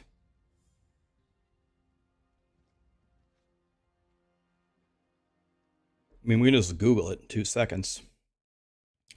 What age can you withdraw from a 401k? 59 and a half.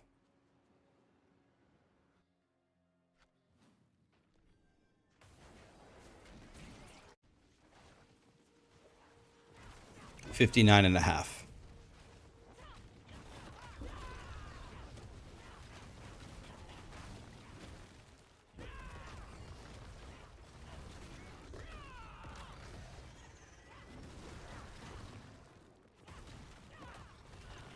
Hey, Wall, thanks for the prime, man.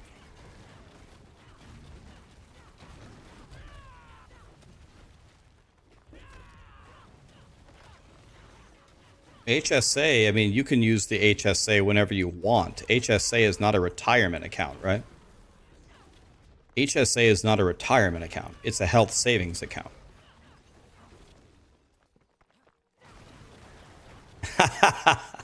At what age can I convert my 401k into back rooms?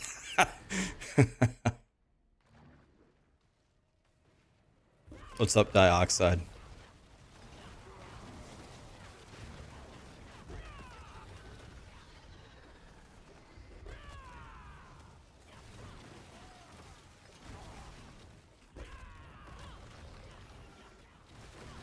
Do the funds in an HSA expire if you don't use them in a year? Absolutely not. Not only can you keep it forever, you can invest it, and it's triple tax-free. HSA is the only triple tax-free thing in the universe. It's tax-free when you put it in. It's tax-free on the investment gains. It's tax-free on withdrawal. HSA is the ultimate god retirement or savings vehicle.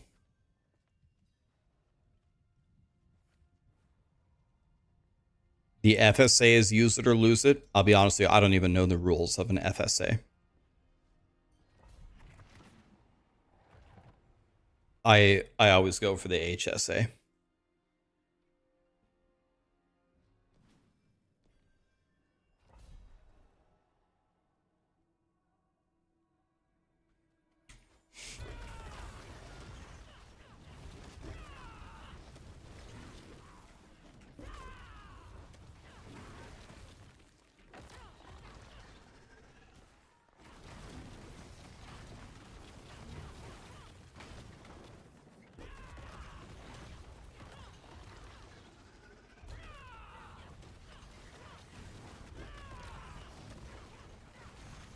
Can you put money into a 401k if you don't live in the US?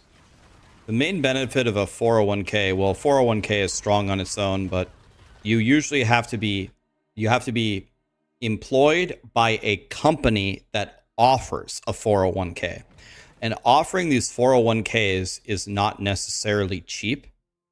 So I don't know any way that you could, unless you did some, you'd need a tax expert or some shit. You'd have to like start a company on your own in the US and somehow talk to a financial advisor to create a 401k within that company and then be an employee of that company and have the company have the 401k for you that way. I mean, the short answer is no. But I mean, with the tax law is so fucking confusing in the United States that there is probably some super crazy convoluted way to do it. But by doing all of that, you're losing most of the benefit. You want the employer to have set up the 401k, ideally with a super strong match, which makes the 401k even godlier. Just buy Dogecoin.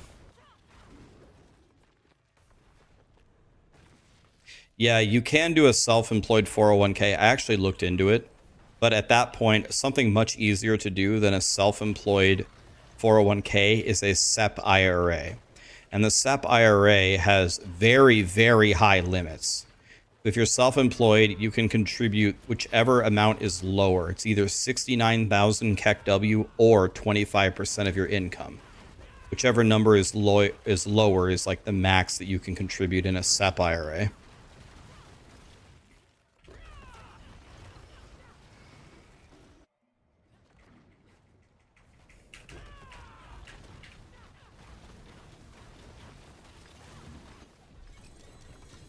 I buy Kalia snack. Does that count? Yeah, that counts as a Dogecoin.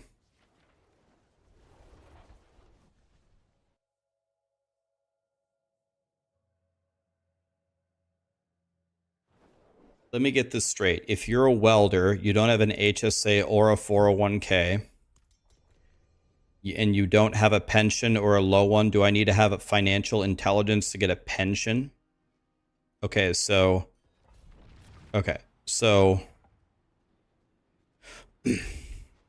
first of all, it depends. So you're a welder. Are you employed by a company to weld, or do you just freelance weld things? Are you self-employed? A pension is different than a retirement account.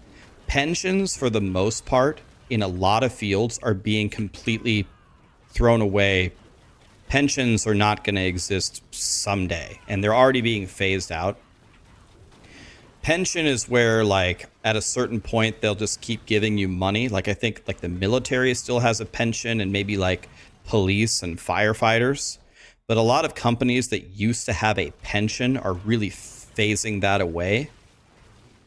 And then if you're employed by a company, the question is, does the company offer a 401k? Is that a benefit that you have? You could always do an IRA. If you're a welder, you can do an IRA. So that's there. If you're with a company and if you don't have a plan or an HSA, if you have, I believe you need a qualified high deductible plan, you can get your own HSA too. Yeah, I just said I wouldn't give financial advice, and look at me go. If you have a pension, that's very, very, like, that's not common anymore at all in the United States. You should not expect to get a job with a benefit as a pension unless you're like a firefighter, a police officer, or maybe a teacher or military.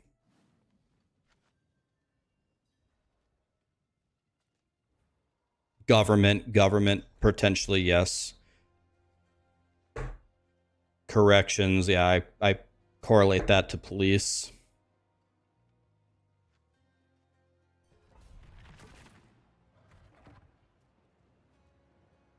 What does it matter what or where I weld? No. That wasn't what I was asking, my friend. You can weld anything you want, and you can weld wherever you want. That wasn't my question. My question is do you weld for a company?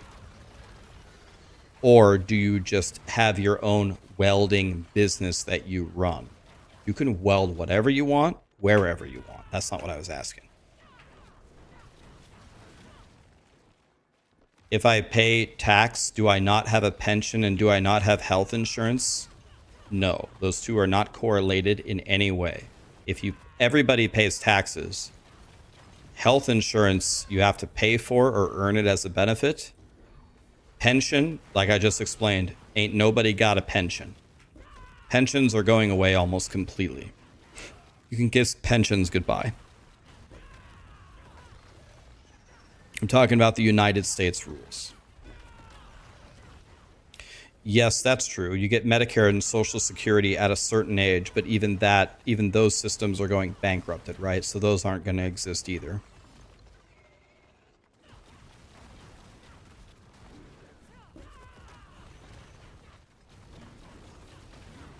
It's okay. We don't have to talk about this. People probably didn't log into my stream to hear about U.S. financial advice, but it's not even really advice. We're just discussing how it works. You have two pensions, but Darius, you're a firefighter, right? Firefighters make sense. Firefighters, police, corrections, government, military.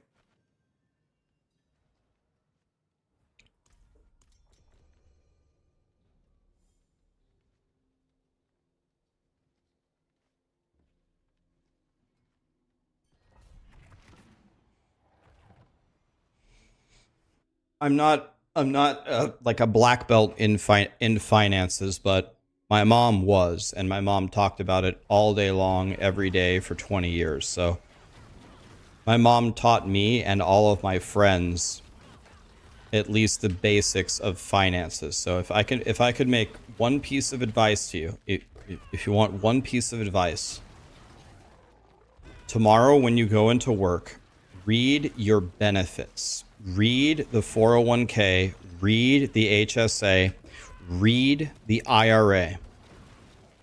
And if you have disposable income that you are messing with, whatever it is that you're doing, you're putting it in a brokerage, you're buying a cat, whatever it is, don't do that.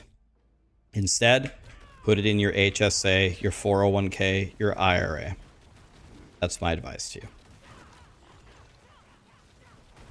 That's the best advice you're going to get. If you're maxing all three vehicles, you're a good boy and you can do whatever the fuck you want beyond that. Good boy. But I need the cat? No, you don't.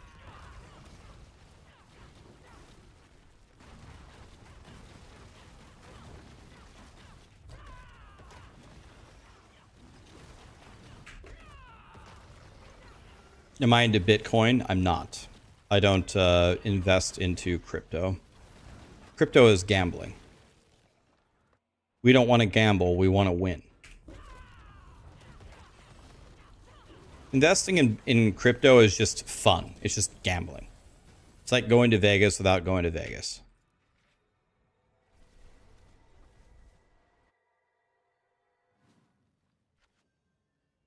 Your mom's pension is nuts, 90% of her salary. That's crazy. Yeah.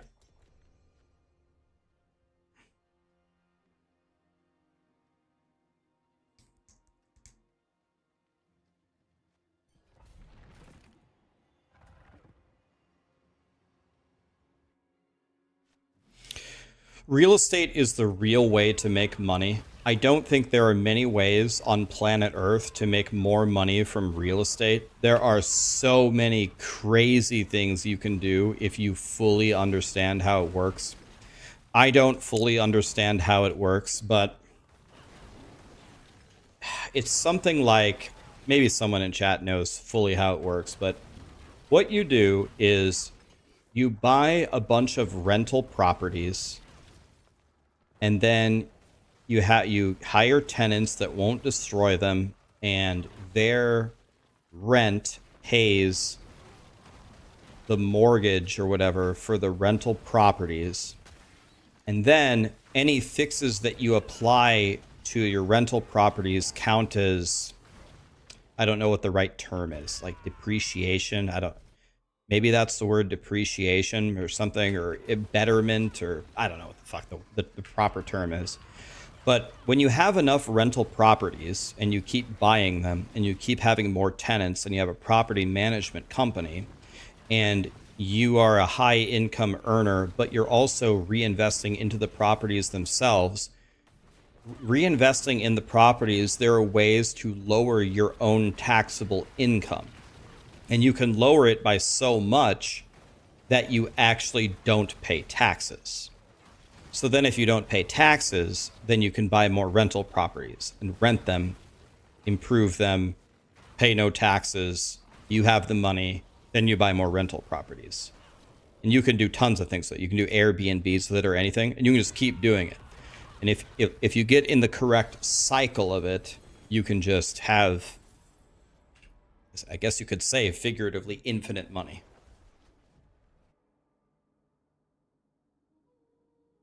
You own 9 rental units, you pay no tax deductions, and they outweigh the taxes every year. See, Goose is already doing it. That's the Giga Galaxy Brain strategy. Goose is doing it in chat. He already has 9 properties.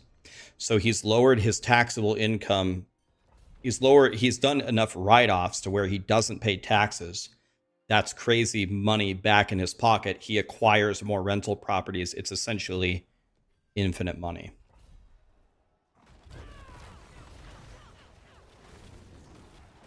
It's not home improvements, but it's maintenance, land tax, utilities, mortgage premium, and land depreciation. So, yeah, I don't know exactly the rules, but this is the basic idea, right?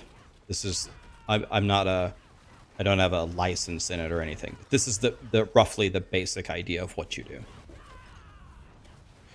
Yeah, the thing is. So why doesn't everybody just do this? Well, they have the saying, the rich get richer. You need to have a pretty good starting amount to get going.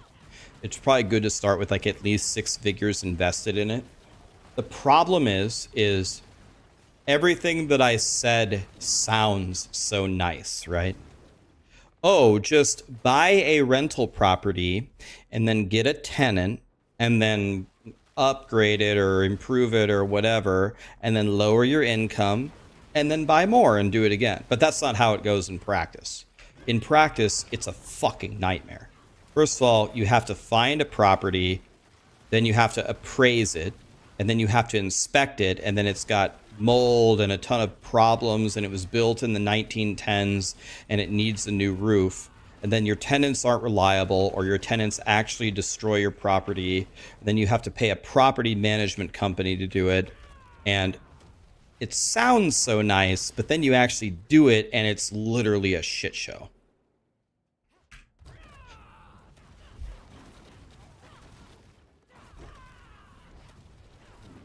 So it's almost like a full-time job where you'd have to be really dedicated to it, and you have to really manage it well and have a lot of pieces in place to do all this shit for you that you don't want to do in order to make it work. But it's the 5-head strategy if you can get into it. Goose says you don't have to deal with tenements. I have property management for every house. I do nothing and still make money. Like I said, Goose has it all set up.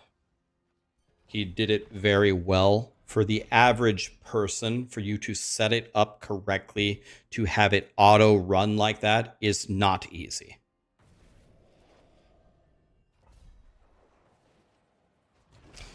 Yeah, you're doing good. Rage gaming, exactly like that. That's the play. Yes, that's the play.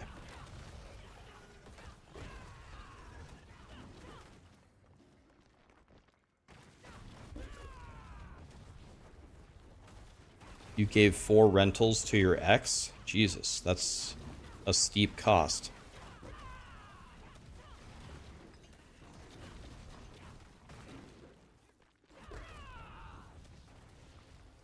You work in trades, you do a lot of house flipping, and it's not easy for most people, yeah.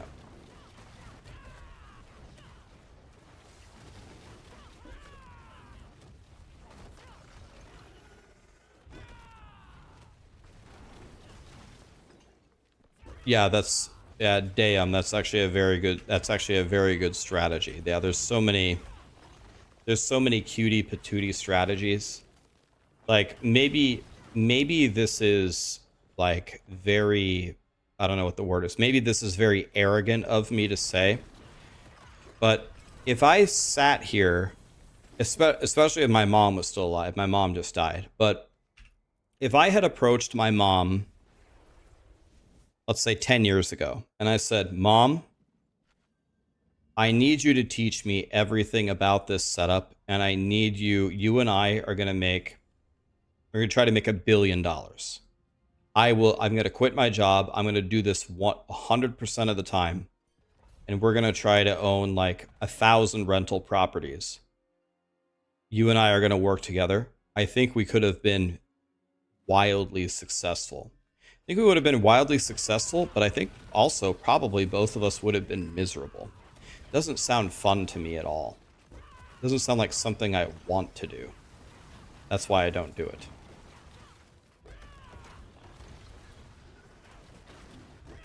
I'm not really interested in this strategy. Maybe I will be someday, but I'm not super interested in it, if I'm being honest.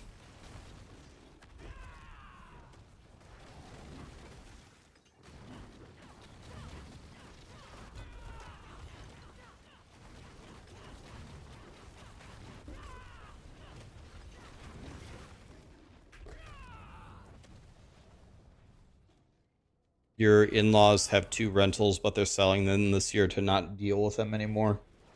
I'm almost certain. One thing that I'm pretty good at, guys, is forecasting how I will feel about something. I have a feeling I won't like it. I have a feeling I'm not going to like it. And I go on my intuitions with most of my decisions in life.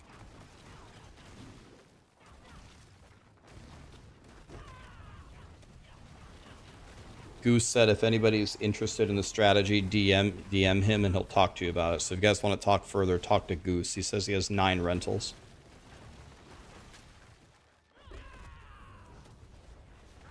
Yeah, Donovan says not for him either. It's a great way to make money, though. No doubt about it.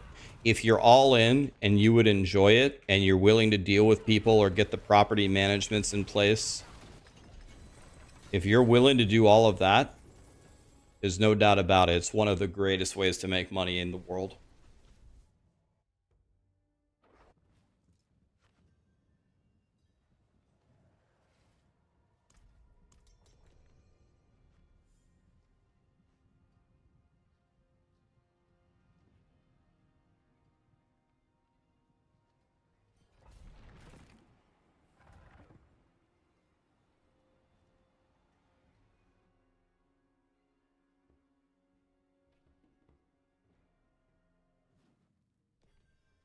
You have to have Rax level money. I don't think I have as much money as you guys think I do. I feel I'm kind of like my portfolio is probably the same as like Warren Buffett's or Elon Musk's. Like Elon Musk's net worth is like whatever $100 trillion, but how much liquid money does he actually have to do anything? Like a very, very tiny fraction of that, right? If you have a bunch of cash, if you have a bunch of liquid cash lying around that you aren't doing anything with, you are certainly doing it wrong. I try to make it a huge point to not have cash lying around. Now, in the last year and a half, I've had more cash lying around doing nothing than I ever have in my life, because I knew that I wanted to purchase a home. Now I'm furnishing the home, and now I'm going to make my fourth quarter tax payments from being self-employed. The moment that that's over, the moment that I hit whatever January and I know that I've paid all of my debts, I'm going to look at my spending accounts and I'm going to liquidate them down. I'm going to take my liquid cash and invest it down to the bare minimum of what I need to have to survive. Because having liquid cash lying around doing nothing is a great way to make no money.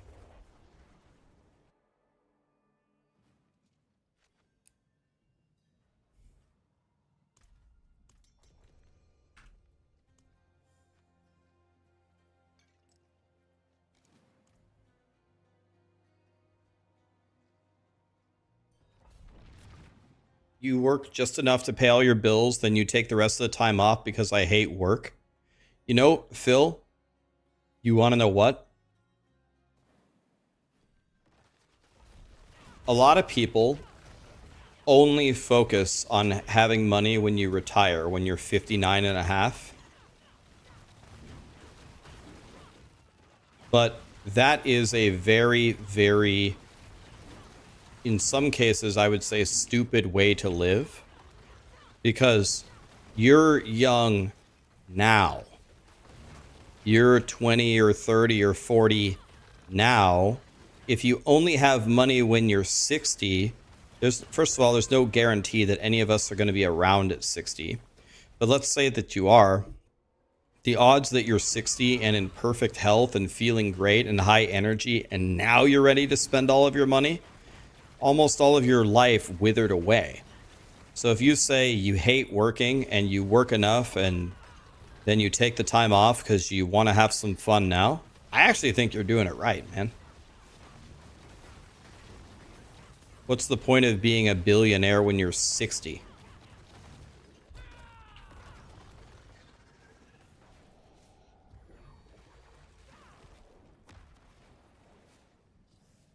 Yeah, Rax, just take some time off, KEKW.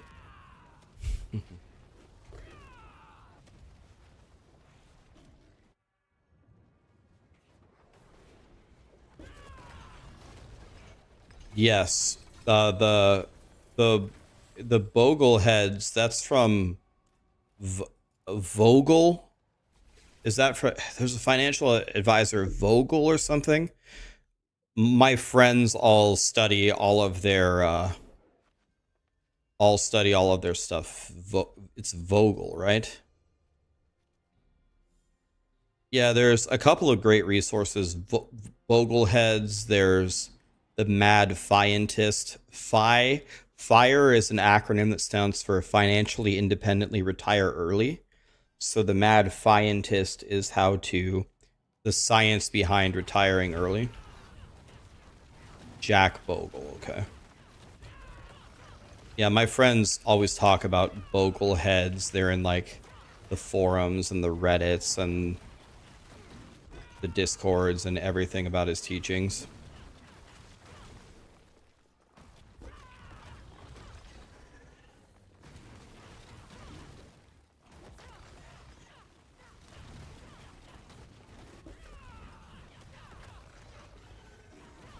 The males in your family all die at 45.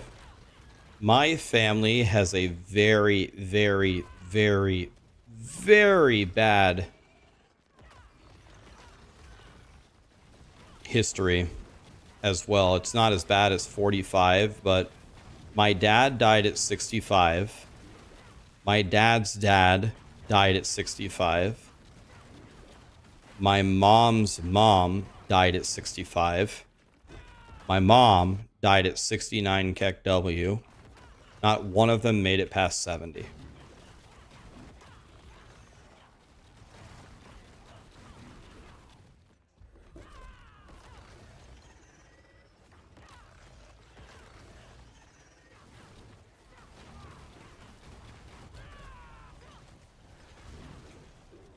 So if I make it to 70, it's a new record. My mom just died, Prophetic, yeah. My mom died she died the day before the Diablo 4 expansion. I was driving with Sarah. We were going to McDonald's to get a snack. My brother called me on the phone, and my brother never calls me. If I pick up the phone and it says Lee is calling me, that is... I saw Lee was calling me. And I'm like, oh, great. This can't be fucking good. And then pick up the phone, and he said, Ryan. I said, yes. He goes, you already know why I'm calling you.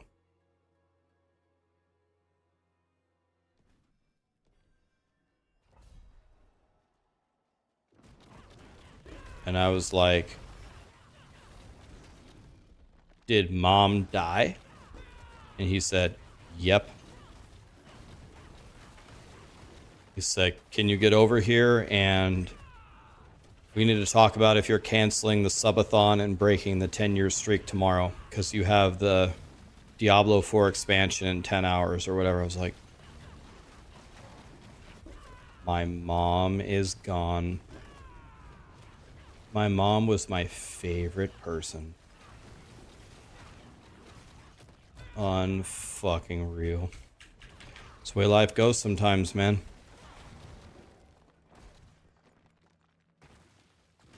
Was my mom sick for a long time? Well, ironically, my mom almost died right before the launch of Diablo 4. My mom really hates Diablo 4, is what I'm learning here. Right before Diablo 4 came out, my brother found my mom collapsed in her house. He went over to check on her. She was collapsed, called the ambulance, and she didn't have any... She was in the ICU for a month. She actually didn't have anything wrong with her. She doesn't have anything. She doesn't have cancer. She didn't have a stroke. She didn't have a heart attack. She was just so badly malnourished that she almost died from malnourishment, which my brother and I have tried 1,000 million billion times for my mom to eat food and drink like insurers or take vitamins or anything we can do to get her healthier, but she just didn't really want to. Anyway, so she had IVs and medicine, or IVs and vitamins pumped into her for a month, brought all her levels normal, and my mom was fine. She went home. Again, there's nothing chronically wrong with her. She doesn't have cancer. She doesn't have a brain tumor. Nothing. She's fine. But then my mom was kind of very sad toward the end of her life. My mom didn't have the best end to her life. Everything that she really liked or that she really wanted to do was actually kind of taken away from her at the end of her life. So she worked very hard. She finally retired, but then her best friend died. Then her mom died. Then her dad died. Then her favorite sister that she was going to travel the world with died. And my mom was out of travel buddies to spend her retirement on. So my mom asked me, she said, Ryan, you don't like traveling, but will you travel with me? Because I don't have anyone to travel with. I said, fuck yeah, I will, Mom. I'll do anything for you. Let's travel. We planned. She always wanted to go on an Alaskan cruise. We booked it. We're going. We're flying. I took my mom to Jamaica. She loved it. I didn't want to go, but I pretended like I wanted to go just to do something nice for my mom. Booked the Alaskan cruise. We're going. Then COVID hit.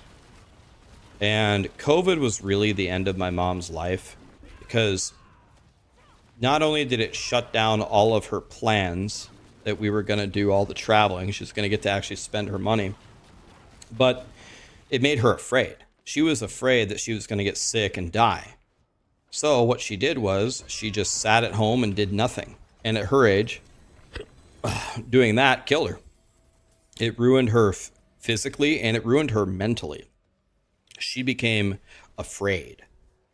She actually became afraid of getting sick and the world and going places. And I was very, very heavily trying to reverse that psychology. It's like, Mom, it's okay.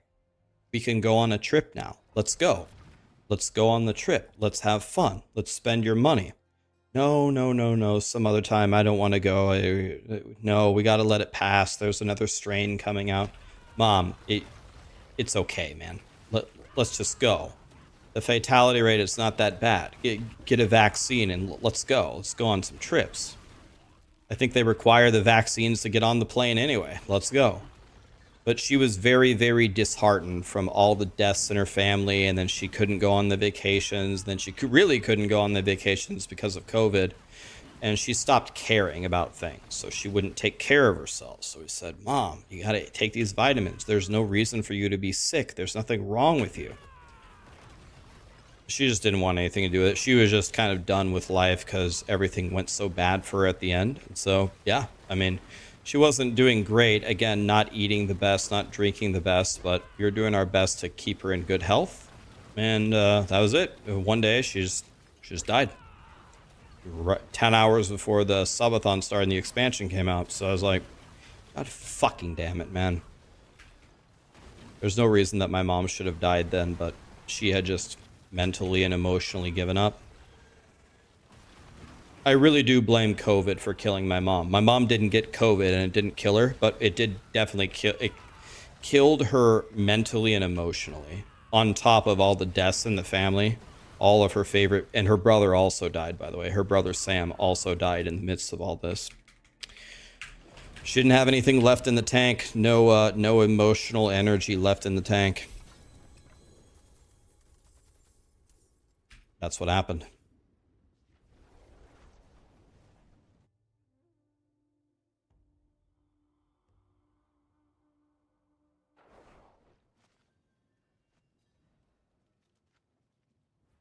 Yeah, there was a guy on CNN, right? There was a guy on CNN that got fired or he quit.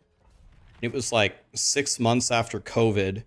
And he got in huge trouble because he had like an NDA or something.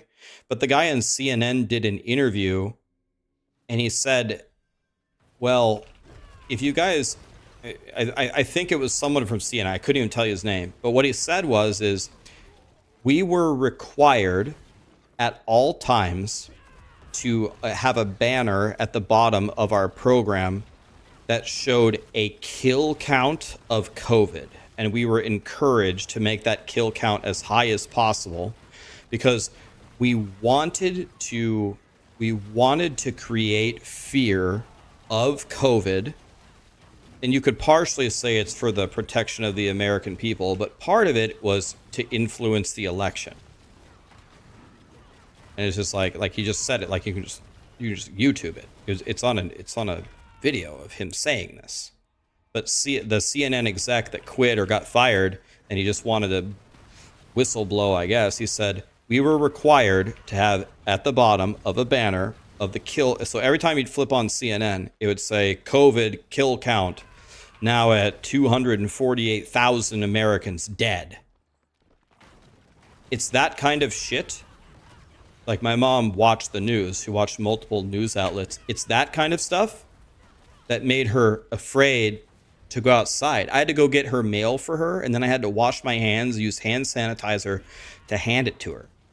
My mom was afraid, actually. And my mom was a very, very smart person. Like, I'm actually kind of surprised that she was, like, susceptible to this, but she was genuinely afraid of this stuff. I was like, Mom, come on, man. Did my mom ever pressure me for grandchildren? Not at all. I had the godliest mom ever. My mom was so nice to me always. She would have loved grandchildren. I know that, but no. I don't pressure me for anything. I had the godliest mom ever, man. It's very hard to beat my mom. The easiest way I can put it is there are a lot of people in life that did not have a good upbringing, right? You had very tough times. Maybe you had bad parents. Maybe you lived in a bad neighborhood. Maybe you had bad teachers. Whatever, right? a lot of people say you are a product of your environment. I bet you a lot of these people, a very large percentage of these people that grew up, that became unsuccessful, whatever, however you define unsuccessful, you would have succeeded with flying colors if you had my mom as your mom. My mom did everything for me. She taught me things. She didn't just blindly hand me things. She taught me how to earn stuff and how to save. She taught me to be nice to people. She taught me to work hard. And man, if anybody ever gave me any sass, my mom would defend me to the death for anything. It's pretty hard to fail with a mom like mine. I had such a good mom. The highest caliber of a mom you could have. I'm glad I got to know her for 38 years. That's pretty good, I guess.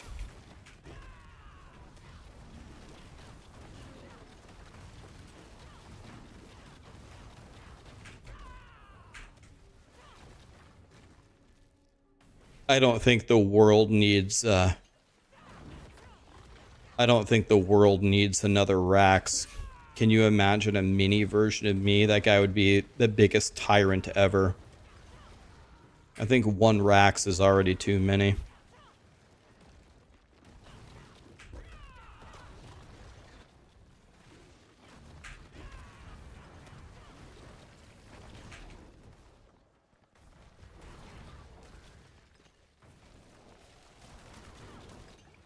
Yeah, the Chipotles, they'd either be out of stock or they'd be. If I ever have a child, you guys better buy stock in Chipotle, because their earnings are going to go way up.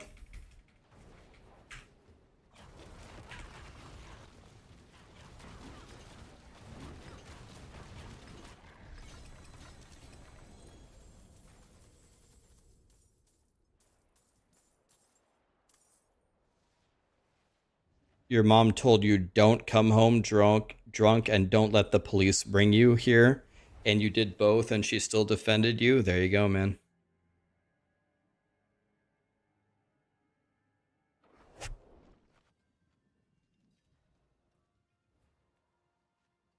Am I friends with Elon? Never spoken to him. So I would say no.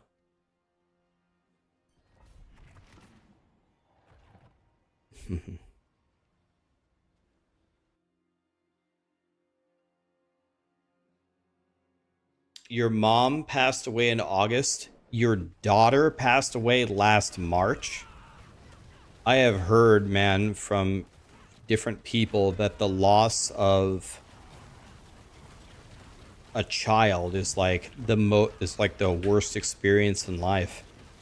I haven't experienced losing a child, but I have lost my mom, my dad, and all 4 grandparents, and my favorite aunt, and one of my favorite uncles. So I feel like I'm pretty much a black belt in death at this point.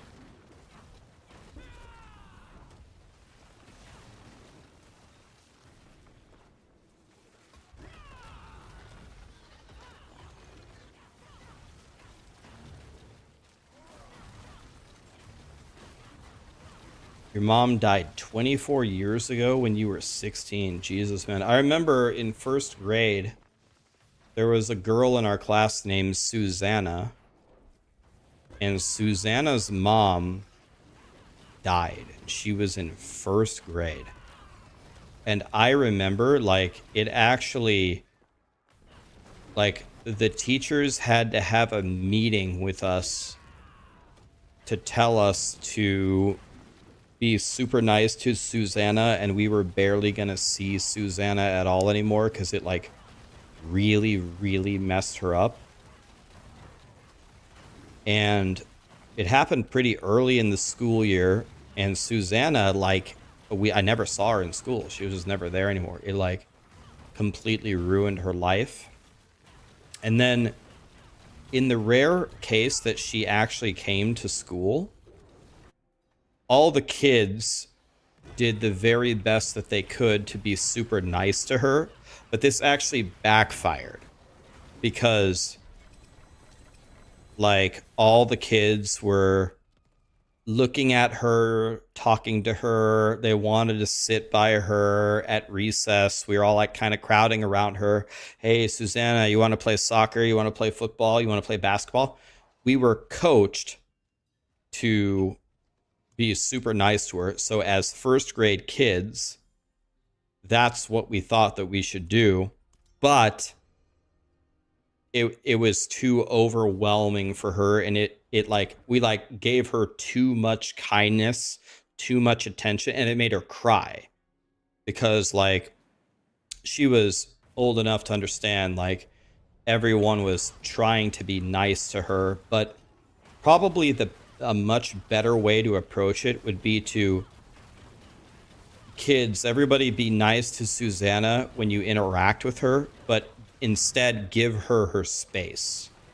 It would have been better if she could sit by herself next to one person. Maybe like the teacher puts her best friend was Allison, put Allison by Susanna. But instead, all of us were like, oh, Susanna's here. Let's go hang out with her. The teacher said be really nice to her. Hey, Susanna.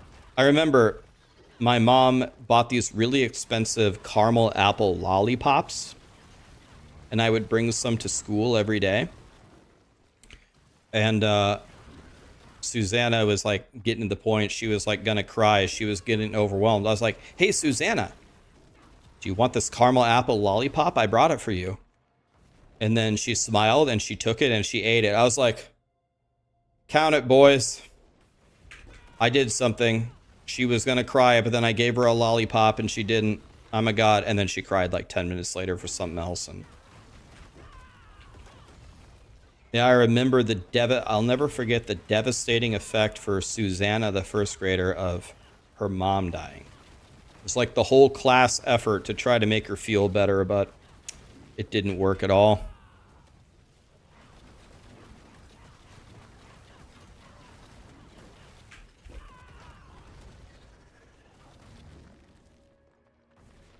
You for the life of me can't remember how I remember names of people from first grade.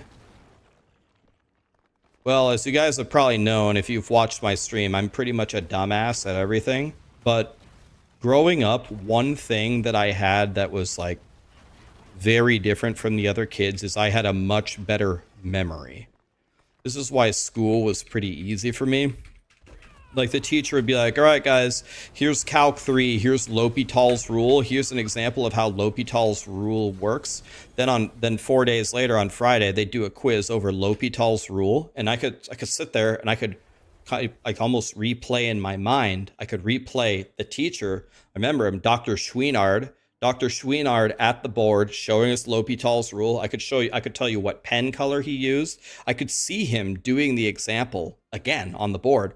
So even if I forgot, I could just sit there and look up at the sky and remember him doing it. It's like, oh, okay. But then everybody else like fails, and some of them even studied. And I was just like, guys, this only happened 4 days ago. Don't you remember him drawing it on the board? It just happened. Like, you don't remember that? But I don't think that's how, like, that's not how most people's memories work, I guess. So that's the one strength, at least when I was younger. Now I'm an old piece of shit. Now I can't remember anything. But when I was younger, I could replay the event in my mind, provided that I was paying attention. And that really helped on like all the tests and all the quizzes.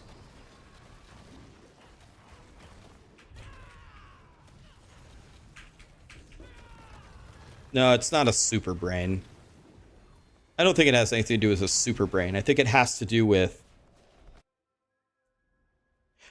I honestly think part of it was I was one of the only kids in school that was actually paying attention. Like, I was listening. I was watching. I was engaged in my learning.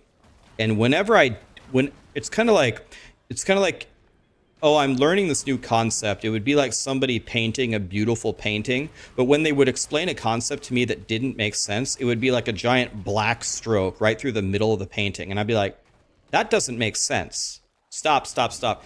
I'll tell you another advantage about me as a student over other kids. Whenever I didn't understand something, I was the kid that would raise my hand and be like, I'm sorry to interrupt. I don't understand what you just said. You're trying to explain this concept to me. I'm following along, but I don't get it. Can you explain it again? The other kids were scared. They either scared or they don't care. I'm not scared, and I do care. You explain something to me, and I don't get it. Will you please explain it to me again? Because I'm trying to learn. I did that all the time. But the advantage that I had is I never had any questions at the end, because I asked all the questions in the class. So I don't think it has anything to do with a super brain. It has to do with I'm paying attention. And if I don't get it, my hand's going up immediately. All my classmates know it. Like when we're in the halls after the class, the kids are like, oh, thank you for asking.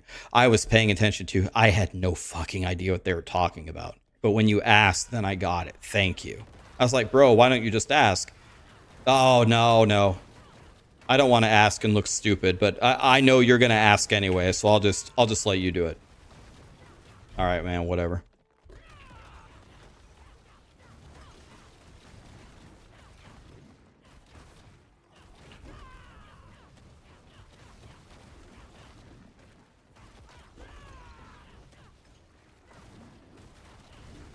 First time you saw my videos back in D3 in November. Wario, what's up, man? Thanks for the raid. What's up, dude? Well, were you playing D4 again? Yeah, social anxiety, yeah, something like that. You're playing YouTube videos D3 in November before the new season. You thinking there was something dropping from the sky as an event? I'm not sure I'm following Secula. There was an event a million years ago. Oh, I see. You're recalling like a specific memory that you had or something?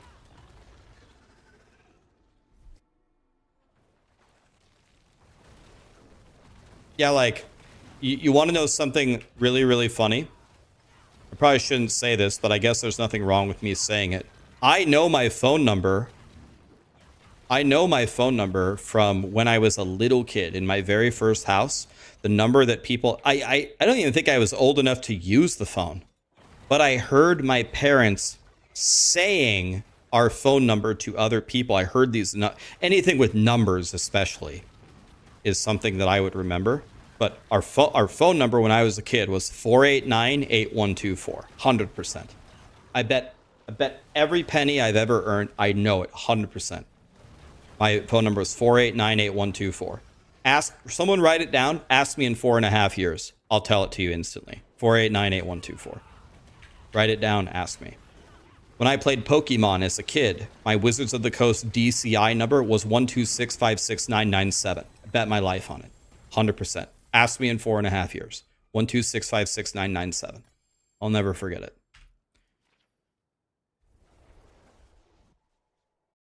What was my ICQ number? I didn't have ICQ. My dad used ICQ. I used AIM. Didn't have one. Didn't have one. Bet my life on it.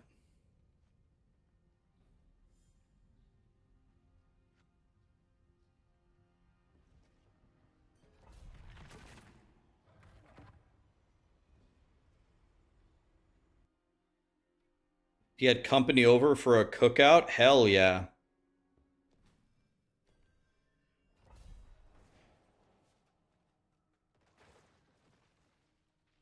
$489-8124. My DCI number is 126569997. 126569997. 489-8124.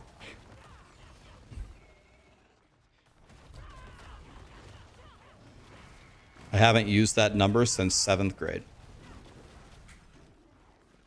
7th grade is, let's see, 10th grade is 16.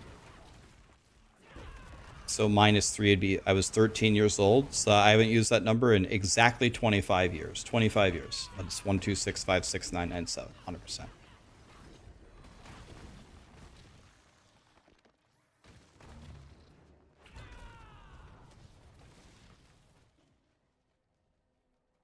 Yeah, I could not tell you for... I don't know, maybe if I sat here and thought about it for an hour, but I don't think there is any chance that I could tell you even what I don't know Sarah's phone number. I don't know Lee's phone number. I don't know Marshall's phone number. I don't know Kirk's phone number. I've only seen them like once ever in my life when I put them in my phone.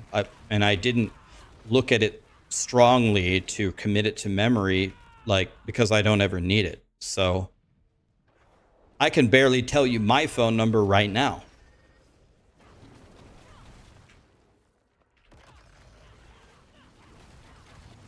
But I can remember my phone number from when I was a little kid.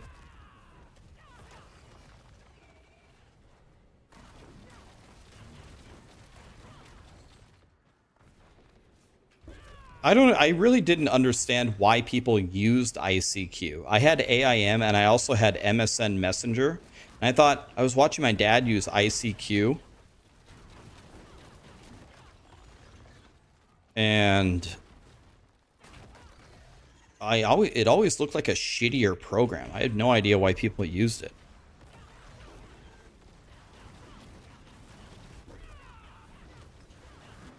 ICQ was before MSN and we didn't have that in Canada. I went from AIM to MSN. I went from AIM to MSN to TeamSpeak to Vent to Discord.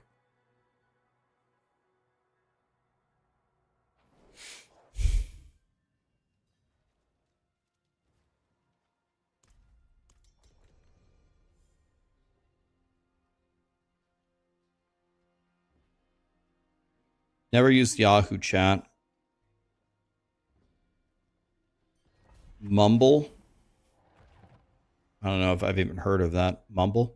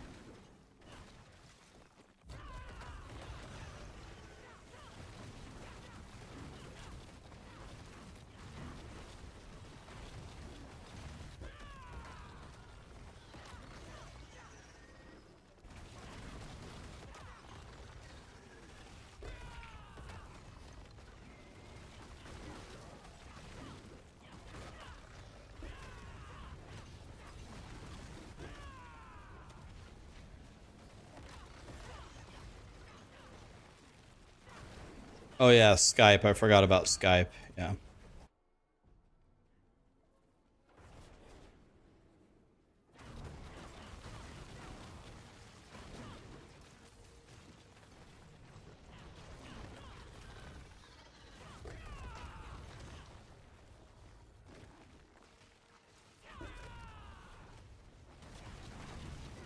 Skype was for business. Ugh. Imagine going to work, guys.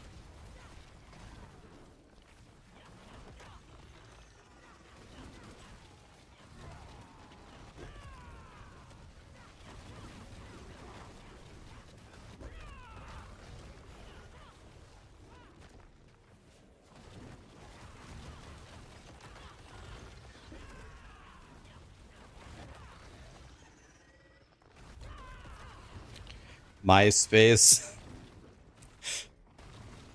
Dude. My MySpace was so godly, man.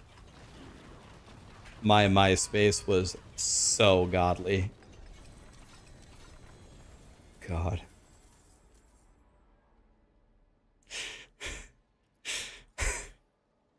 Dude, I was such a troll, man. What was my profile song for MySpace? I actually know what it was. It's on this playlist. Sec. I'll tell you what it was. I know what it was. Yeah.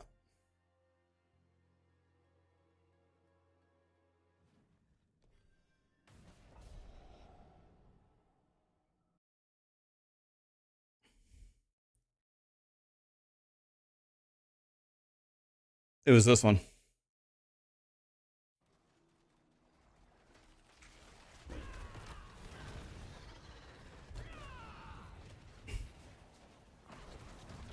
This was my MySpace song.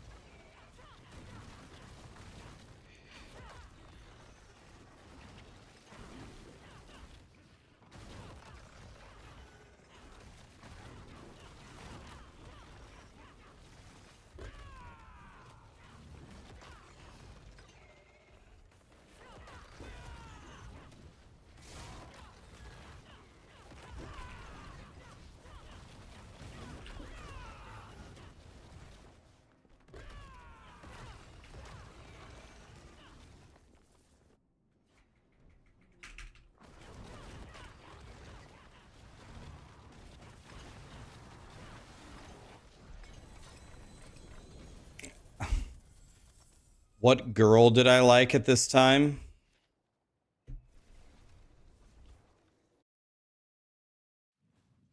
I remember actually there was a girl that I played Halo with all the time. I actually never met her. Her name was Femme Fatale. That was her gamer tag. She was really good. We played Halo all the time. We just dominated people. I liked her a lot when I made this MySpace. But then she just kind of stopped playing and just lost contact with her. Who knows? Who knows where she is now? It was me. Yep, there she is after all these years.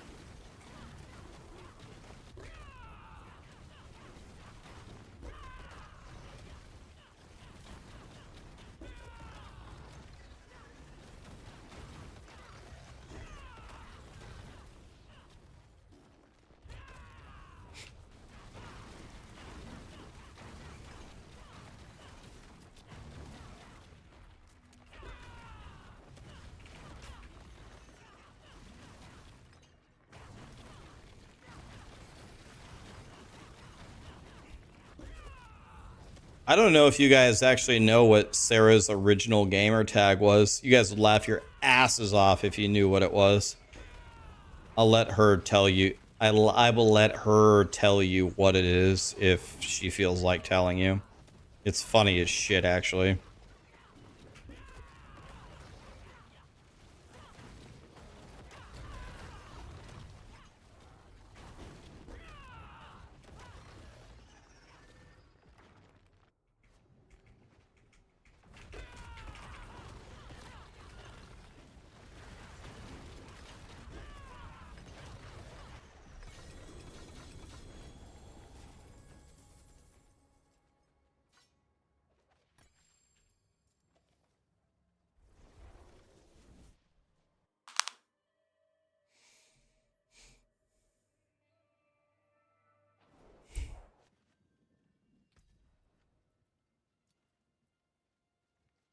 John Denver, that guy is full of shit. I thought the Rocky Mountains would be a little rockier than this.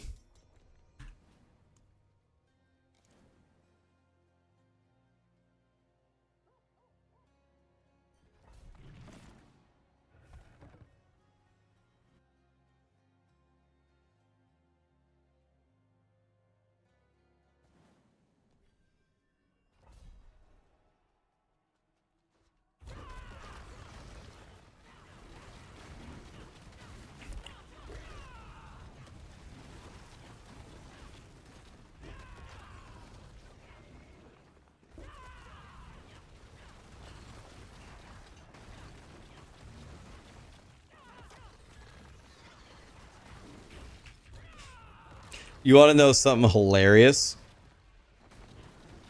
We were, Sarah and I were playing some game about a year ago. We were on Steam or something. I don't know what it was. And Sarah's like, hey, my old boss wants to game with us. Are you down? I was like, yeah, let's go. And she said, wait until you see his gamer tag. He has probably gonna be your favorite gamer tag of all time. And I was like, okay, let's see if this guy can have a better name than Oprah Winfrey, the Tauren Black Shaman. Here we go.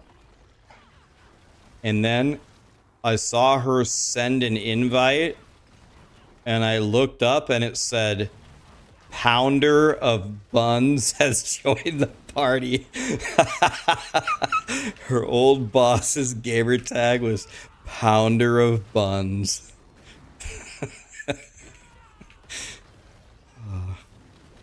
Fucking unreal. How very professional of you, sir.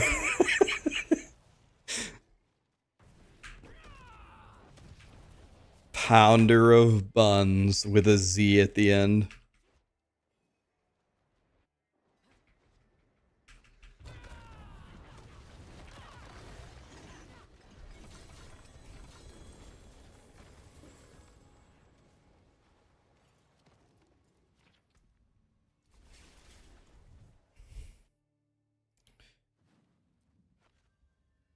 You just reached Paragon 300. Denity. All I have to tell you is only losers are Paragon 300. I would never be 300 and waste my life away. That's why I'm going to stop at 299 so no one makes fun of me. Nah, I'm just kidding, man. Congratulations. Oh, no! Yeah, you done messed up, Aaron. No, I'm just kidding. Congratulations, man. Hey, you beat me. Yeah, Honor Seeker, you're a mega loser.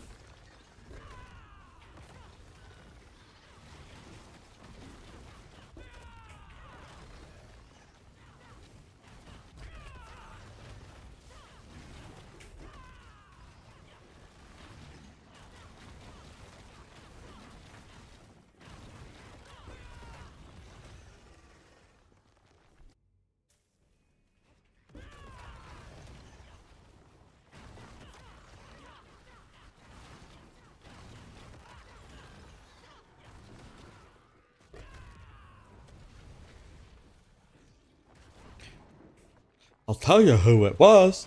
It was that goddamn Sasquatch.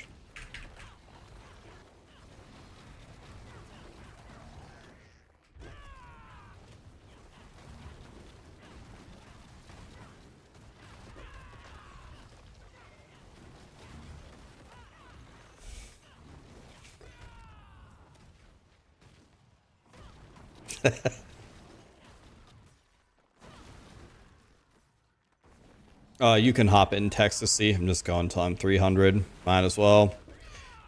Finish her off here, boys. Give her all she's got. It's coming right for us.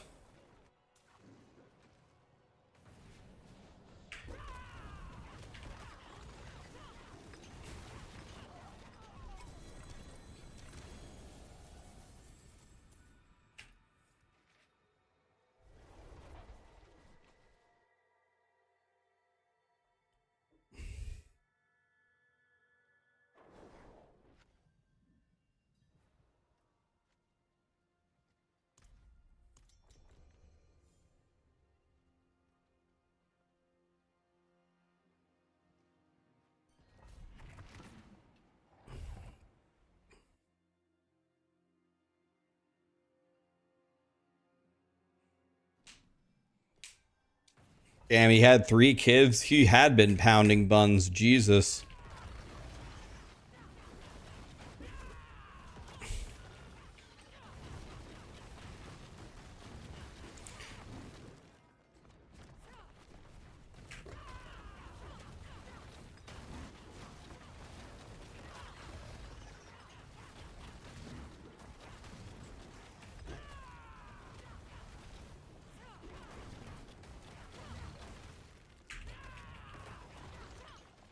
3 was the warm-up. You want to know the easiest way to not be rich? Have twins.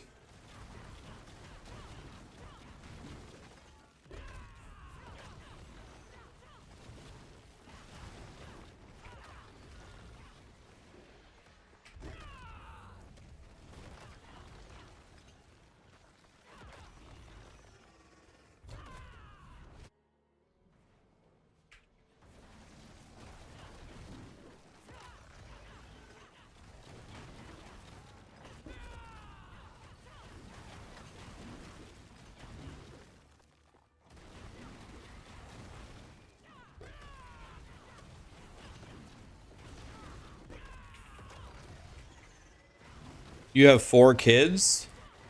Jesus, man. Rip money.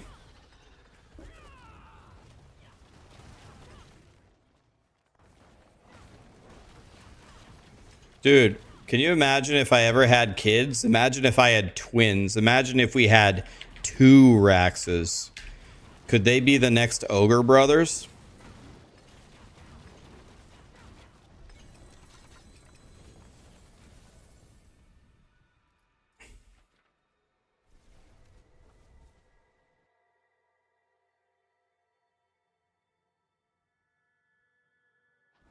Yeah, we'd have to call them T-Raxes.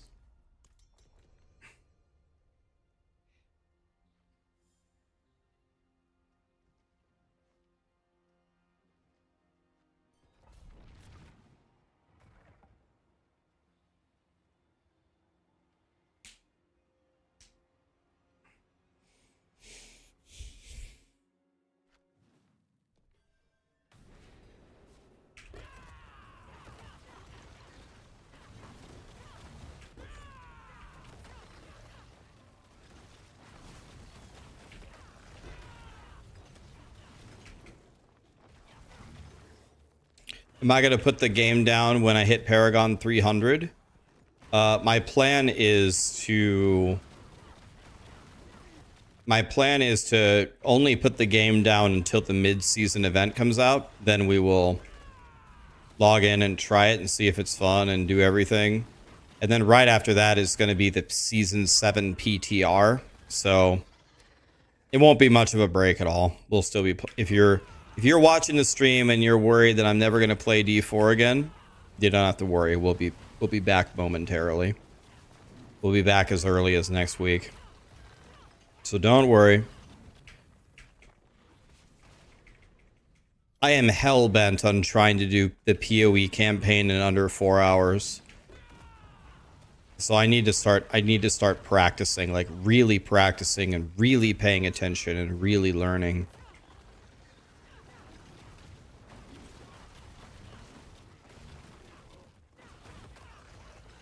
There is a non-zero chance that PoE 2 releases and it's so fun that it becomes my new main game. It's possible. It is possible that my main game will shift out of Diablo 4. It just depends on how good of a game it is. I won't ever... I don't have any plans to abandon Diablo 4. I will still be around for the season launches, for the events. I'll still make the guides and the patch notes, cover the news. I almost 99% chance I will still do that. But as far as extended playing for more than a month, if PoE 2 is really fun, that's probably not going to happen anymore.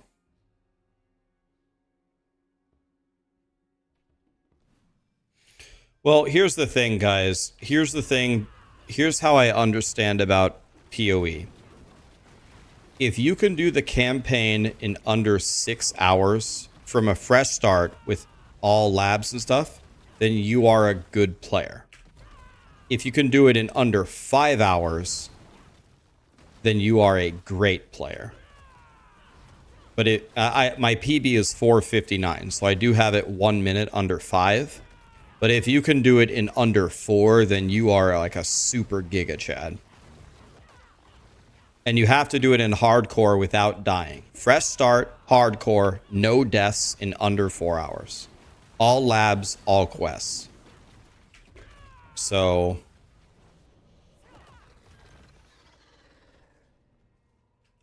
in order, I have a 459 already, which is nice since I'm like really new to POE.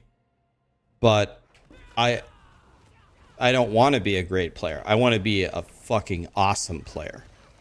So in order to do that, I feel like I have to do it in under 4 hours. But in order to get it in under 4 hours, I need to really learn the game. Really learn all, like, I need to know Path of Exile on a level that I know Diablo 3. And so I'm learning. And the beginning is way harder than the rest of the run. So I keep resetting in the first act because it's way harder in the beginning when you don't have your build made and you don't have any items, and you don't have any currency. I don't have anything. I have to learn to beat it very quickly with nothing. It's very difficult.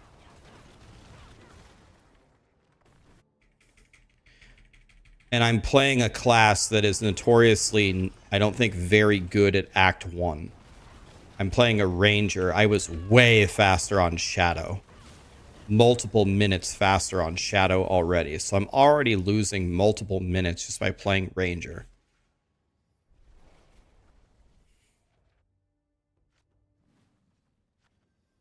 Why are people so afraid to say Diablo 4 is terrible?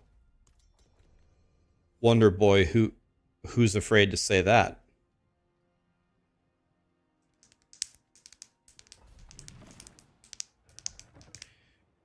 Yeah, but there's a spot, Darius, you can.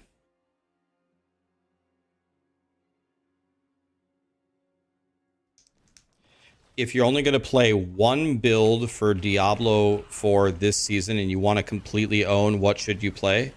Spiritborn, and then you got the two choices that are the super giga chads for everything are Quill Volley or Crushing Hands. They're both godly, whichever one you want to play. You see me right here. I'm running forward and I smash the ground. This is Crushing Hands. You can play that, or you can play Quill Volley. Both of them are godly. Those are your choices.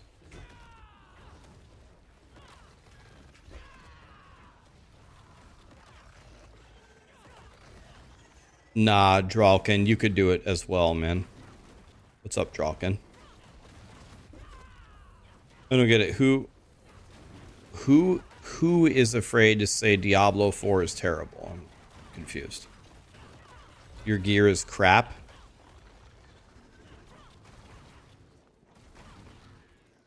Dralkin, are you online right now?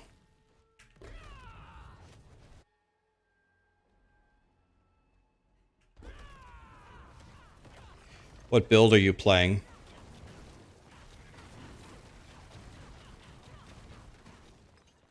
I actually don't think that Diablo 4 is terrible. I think that Diablo 4 is not a game made for gaming blasters. I think the people with very low playtime think that Diablo 4 is super fun.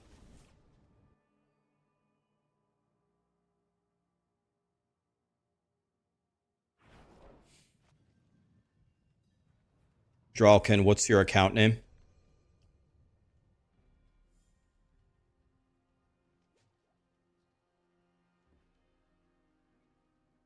Picnic Como, thank you so much for the raid. What's up, my dude?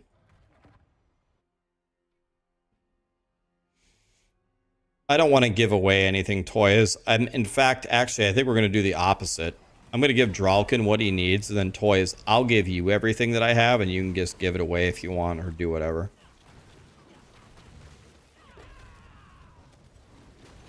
I'm giving away everything that I have. I'll give it to Dralkin.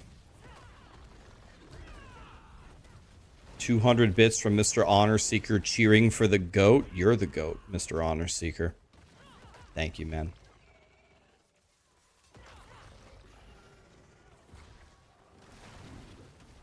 I don't think Diablo 4 is a terrible game. I think Diablo 4 can be a terrible game if you are an absolute blaster. if you really, really enjoy sinking your teeth into a game, there is not much substance to get out of Diablo 4, man. It's probably very, very fun if you're just a gamer dad. You play for 2 hours a week and just fire up your PlayStation and play some Diablo. It's probably a lot of fun. You don't look up any builds. You don't watch any campfires. You don't read any patch notes. You just get on and slay some demons. I could see people thinking that that's like the godliest game ever. Good night, Grant. If you I feel like the more that you know about the game, the less fun Diablo 4 becomes. I feel like Path of Exile is the opposite. When you first start out, the graphics suck. You have no idea. You have no idea what the hell you're doing.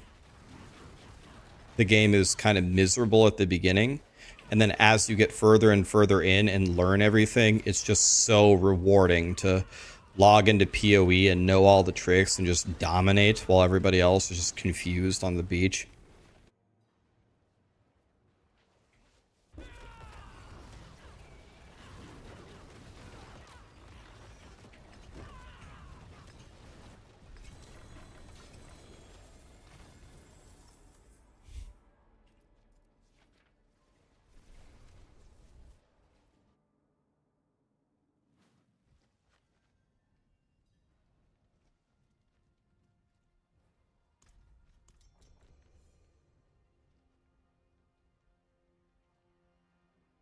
Will there ever be a Paragon cap change from 300? I don't think they need to change the Paragon cap. I think the cap is fine. If I had to point to one problem with the Paragon system, it's the reward for hitting 300 is garbage. I don't think they need to change the grind. I don't think they need to change the cap. I think you need to make the grind worthwhile.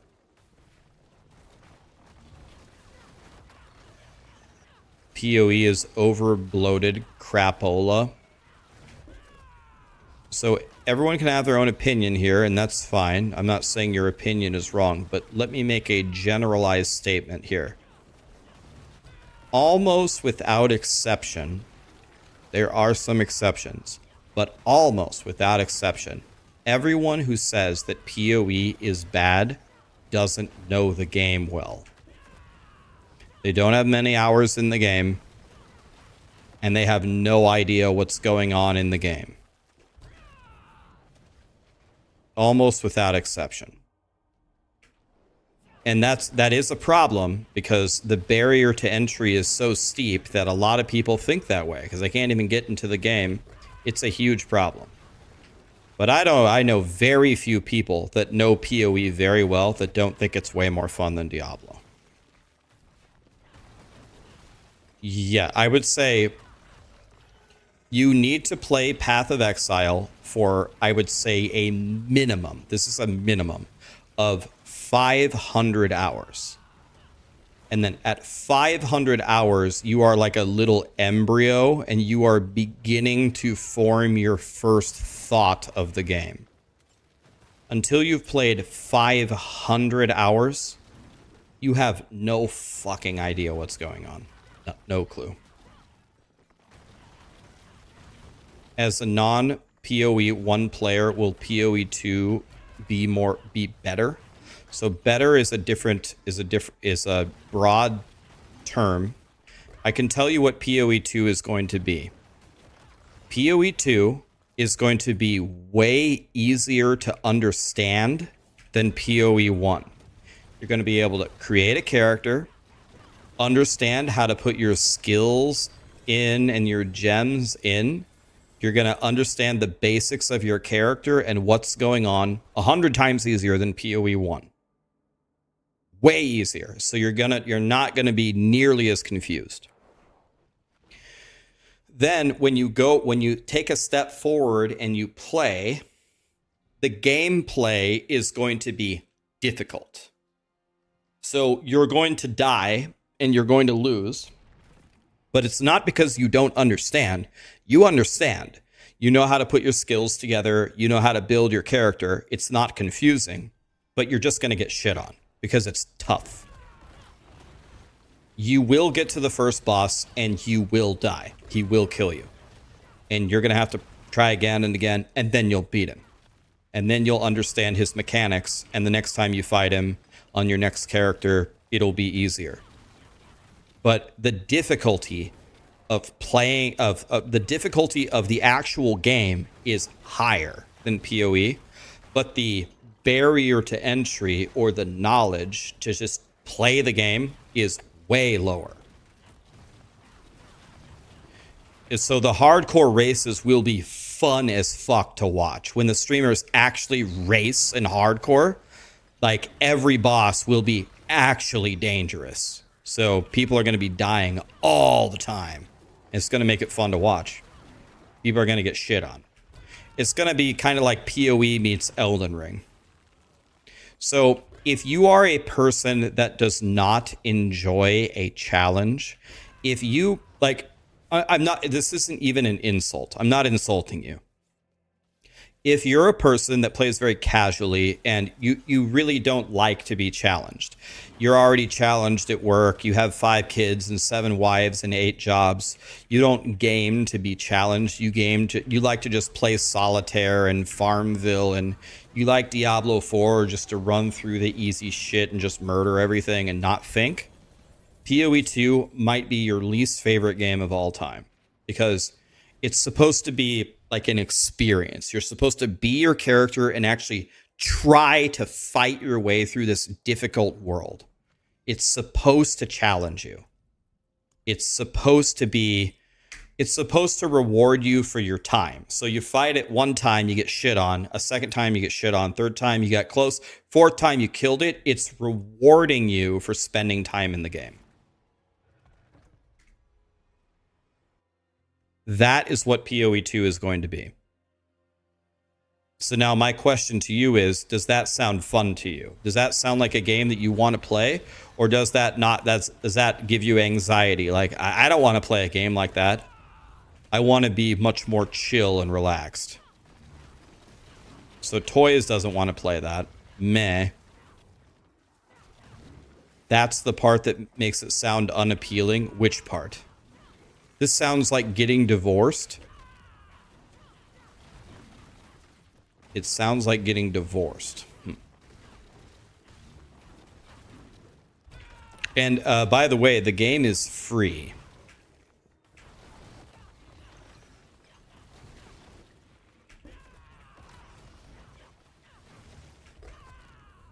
Pulling teeth isn't fun. Yeah, so if you did not like No Rest for the Wicked, if you did not like Elden Ring, if you did not like Dark Souls, there is a decent chance that you will not like PoE 2. Now, granted, what is my job? You want to know what my job is? I'm going to find the most OP shit every season and show you exactly how to build it and how to win. So you just are so strong and you're so tanky that you could just beat the bosses anyway. That's literally my job. So PoE 2 will probably be hard for all the people that don't follow any guides and don't know what Maxroll is and have no clue. But guys, we have Maxroll and you guys are watching my stream. I'm just going to tell you how to fucking shit on it. And by the way, if we can team up, I'll just kill the boss for you. I'm going to have every single god tier item you could ever imagine in the game. So I can just kill the damn boss for you. Now, Grinding Gear Games has a policy that I like very much, where streamers cannot just do shit for you for free or give away items for free, because it's like a shitty way to build their community. And it's like very toxic. Like, hey, Rax is giving away 10 Mage Bloods today, so of course I'll just watch Rax because I want to win a Mage Blood. Like that's a shitty, toxic way to build your community. So if I'm giving something away, or if I'm doing boss runs, I'm gonna have to charge you for it. Now, I will charge you the absolute minimum price possible that makes some sense. Rob can't win in PoE 2. I will charge you. But you're never going to get a better price than from me. I will charge you the market minimum to kill the boss for you.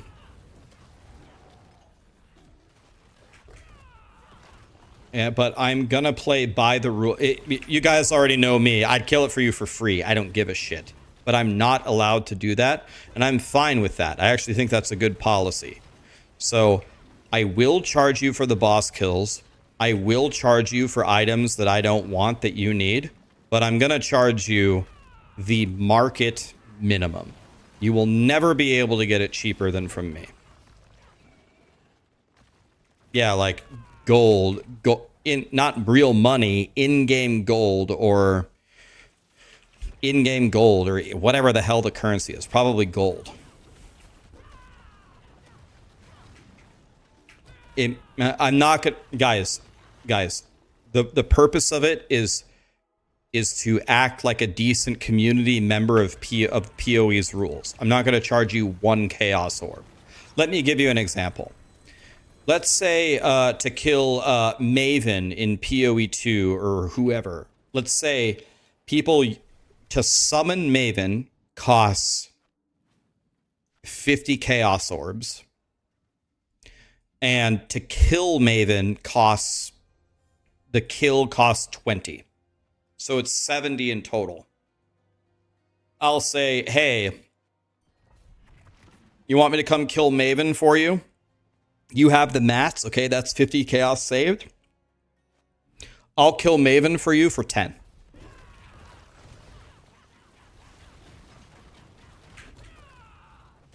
But I'm just warning you ahead of time. Grinding Gear Games doesn't want you doing shit for free. I'll ask them. If Grinding Gear Games will let me do it for free, I'll do it for free. But I don't want to be a piece of shit to Grinding Gear Games, and I also don't want to be a piece of shit to the other PoE streamers. So I don't know whoever would know the most. Maybe Zizarin. I might send Zizarin a message and ask him, hey, I want to follow the appropriate etiquette here. Can you tell me what Grinding Gear Games policies are on what is okay to do with my community and what isn't? If they have the mats, can I kill Maven for them for free for no problem? If I find an item that's valuable that I truly do not need, am I allowed to give it away to a viewer? Where is the line in the sand drawn? And I'm not even trying to play like, I'm not even trying to do shady shit. I'm not even trying to like step over the line and see if I get caught. I'm just trying to actually be a good member of the community. So tell me what I can and can't do, and then I will go from there.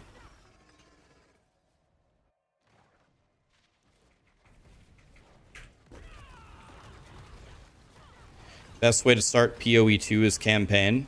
I feel like you're going to be Grinding Gear Games forces you to do the campaign in their games. You have to do the campaign, as far as I know. Yeah, we're finishing it off here, Boiler. Drawlkin, can you send me your account name again? Sorry, one more time. Wait, maybe I can find it. Wait. Maybe I have it here. Ah, shit. Can you just send it to me again, Drawlkin? My bad. What should you start this current league? There it is. New room? Yeah, I moved, buddy. I moved.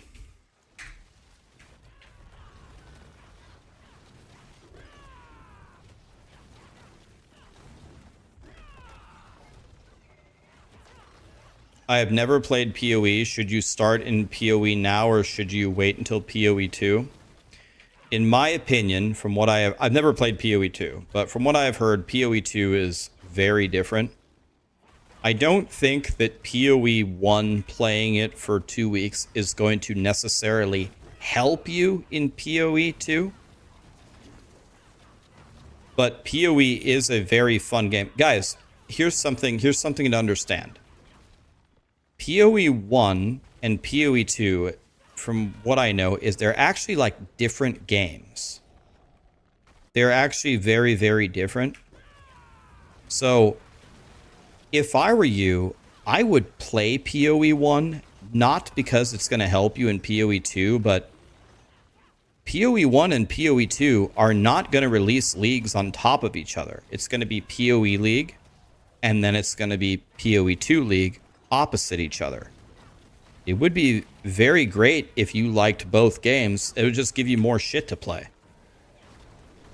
So I would play PoE 1 for the sake of finding out if you like PoE 1. I would strongly, strongly advise you, if you're starting PoE and you've never played before, to follow the video that I put out that takes a build guide and follows it step by step and tells you exactly what to do. I will literally look it up for you right now.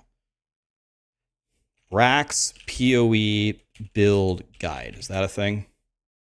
Path of Exile step-by-step build guide for beginners. When you this, look at this.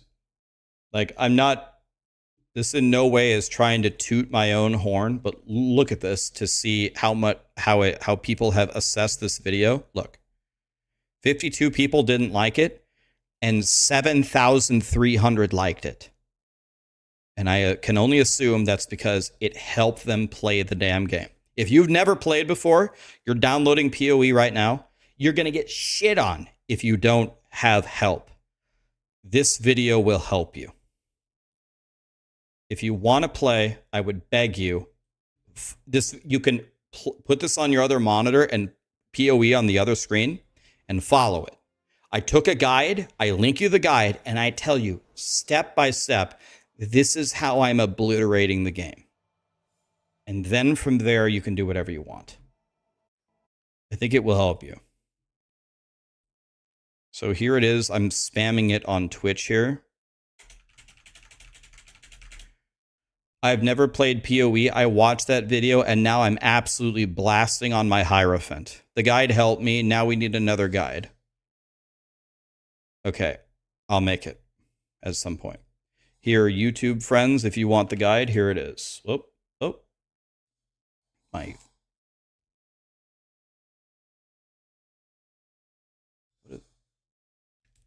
Tally. God, that was a weird noise. Is Callie okay? Jesus.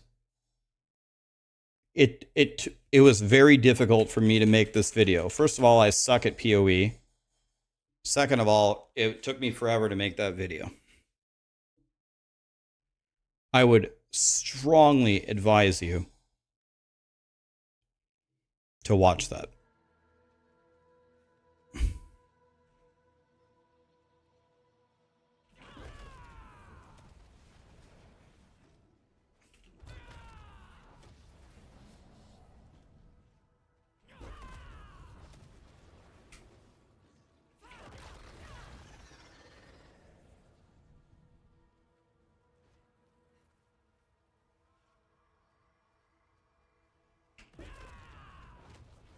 It's an hour and a half. It's like a movie. It's very long, but that's what she said. But I think the hour and a half spent watching that video will save you at a minimum 5x the hours that it will spend you trying to figure it out yourself. And by the way, that video is not even close to enough to actually teach you the game, but it should be enough for you to make a pretty strong build. For you to make a pretty strong build and get through the campaign. Did anybody watch that video, follow the guide, and do the campaign? Like maybe somebody that had very low PoE experience. Were you able to put together the build? Were you able to get through the campaign without a tidal wave of confusion?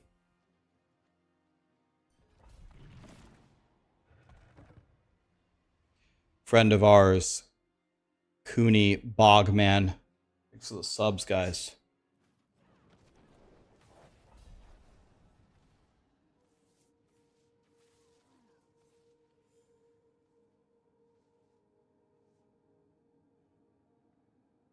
Hi, Candy.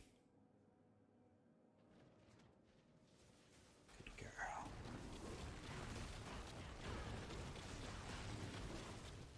Two people tried it. You didn't fully complete it. You were kind of confused about the gearing process, but you did finish the campaign. I mean, if you killed Act 10 Kitava, that's pretty fucking good, man. Probably not, Boiler. All I've been doing is restarting on standard SSF to try to get the campaign done in under 4 hours. On a fresh start, I migrate all the currency, so I have none. Under 4 hours on hardcore. Sub 4 hour campaign. Hardcore, fresh start, no league mechanics. That's what I've been trying to work on.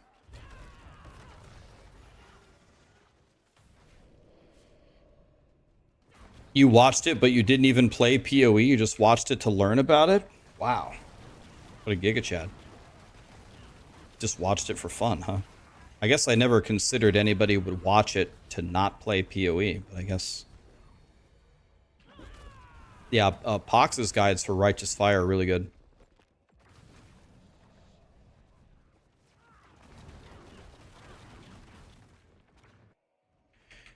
Okay, it is possible on the next run we'll hit 300.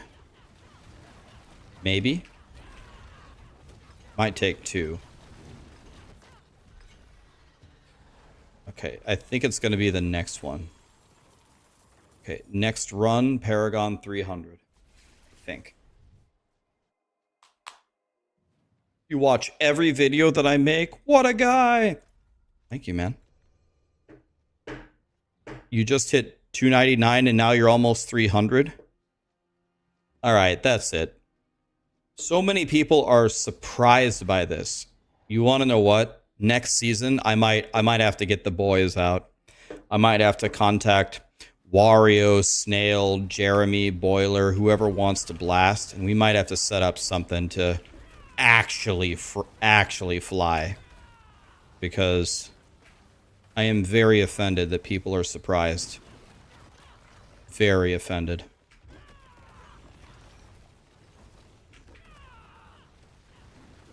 Get Ben? I would play with Ben.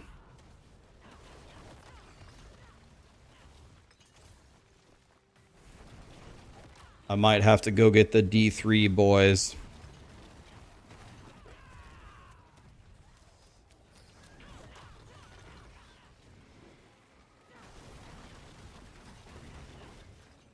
We were almost, without exception, always ahead of everybody until the botters kicked in.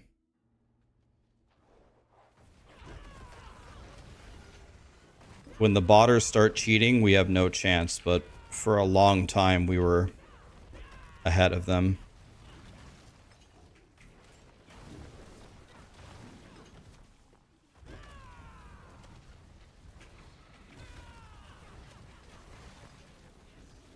Wah.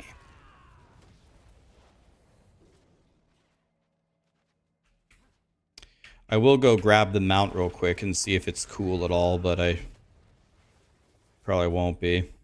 Here we go, boys. Is this it? Is this the moment? Maybe. Oh.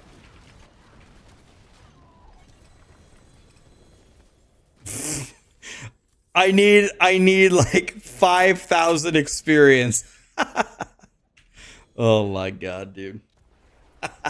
I'm literally like a rat away from 300.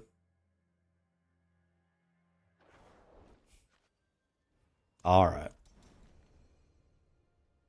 This one's for Tomb Lord. Yeah, I need 3 million experience. Let's go, guys. Let's go. Let's get it. You had one job, Rax. All right, one more. You had one job.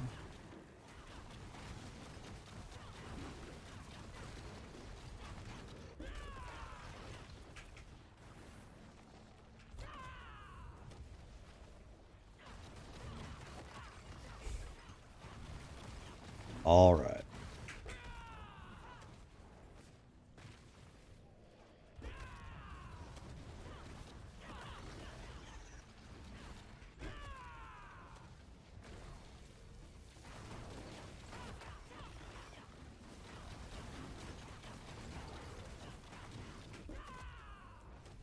Okay, next floor.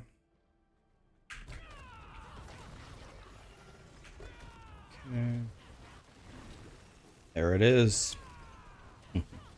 Finally got it done. Supreme Paragon. Reach Paragon 300. Thanks, guys. Should have happened. Okay, the color changed. I like this new color on the bar. I didn't notice that. I got a new mount. Okay. Masterful and Veteran. You get the title Masterful Veteran if you are Paragon 300. I would have preferred Kicker of all asses.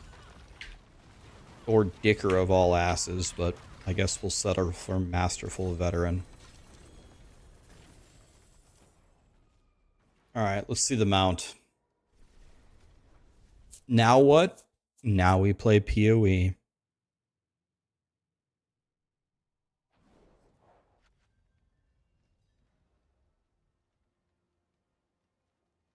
Is when to not level your gems. Yeah, that's a huge problem with POE, man. It happens to me all the time. Where you accidentally level a gem too high and then you like have to de-level it. They're getting away. I'm pretty sure they're completely getting away with that mechanic in POE 2. But yeah, I guess that's something I could have considered. Oh, here's a triple. Ah, it's garbage. Okay, let's hook up Dralkin real quick. Dralkin, I'm going to give you a small, thank you guys, GG's. Appreciate you guys. All right, let's get Dralkin in here.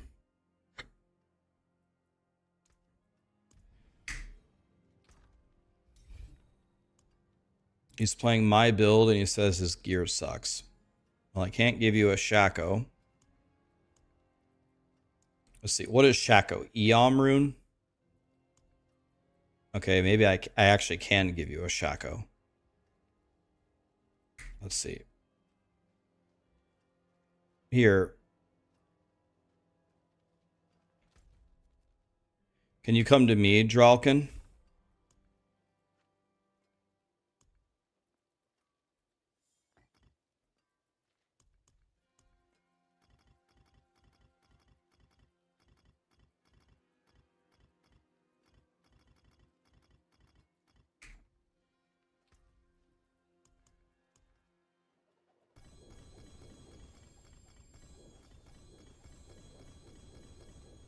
Dralkin's been my friend for a long time.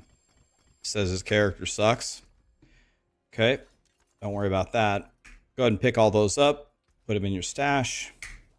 You're rich now.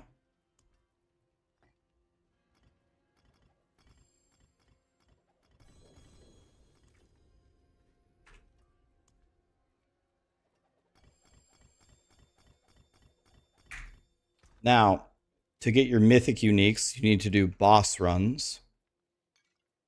Right? But I'm guessing you don't have any mats to do runs. I got you.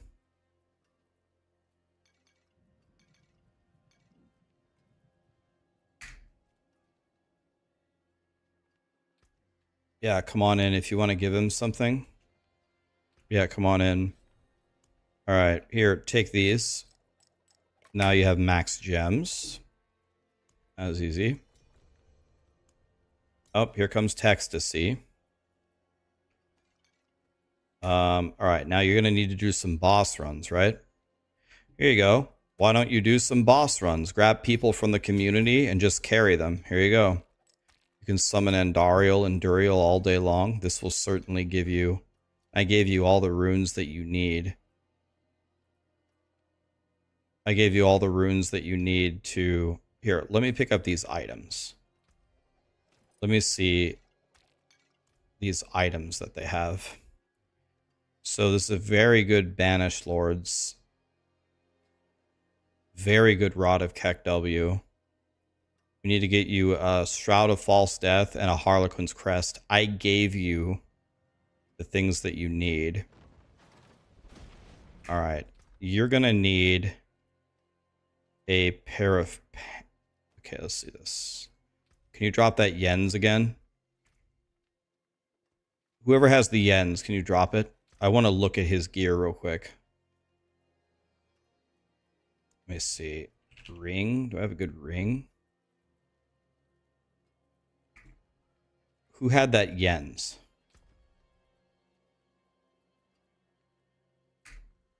All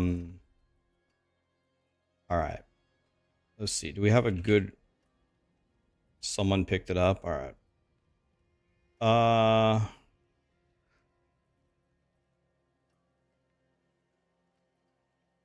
This ring is super good.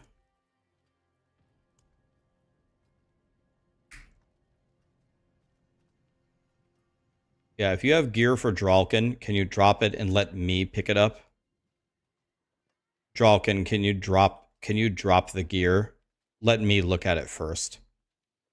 Can you drop it on the ground, the gear? I want to make sure you have a full set. Yeah, I'll take all of this. All right, let me look here. This is okay. So first of all, we need to start with helmets.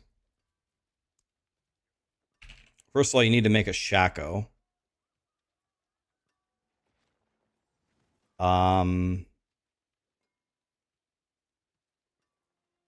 Harmony would be good.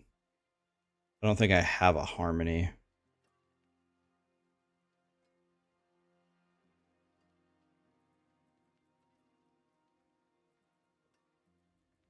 All right. I'm just going to give you this one for now. So here's your helmet. You're going to use to get your Shaco. You have a Shaco. Excellent. Yes, let me look at your gear real quick. You already have a Shaco. Okay, you need to make a Shroud of False Death. Okay, so you have a Shaco. That solves a lot. You need to make a Shroud of False Death.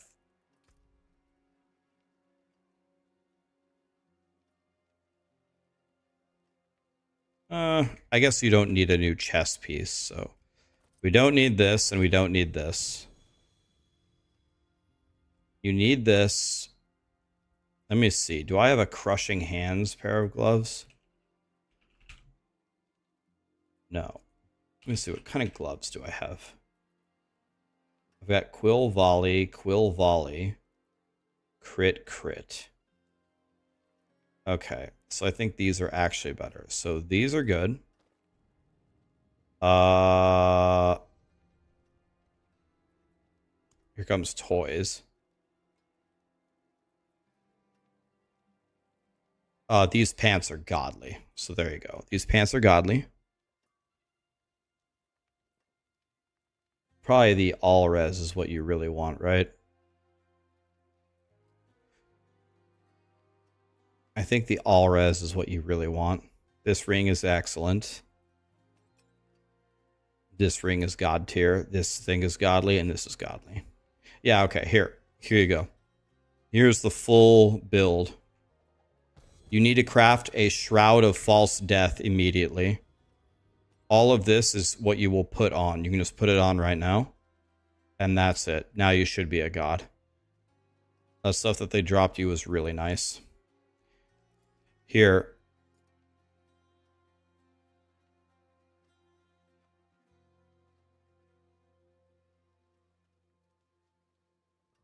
I'm trading you, Dralkin.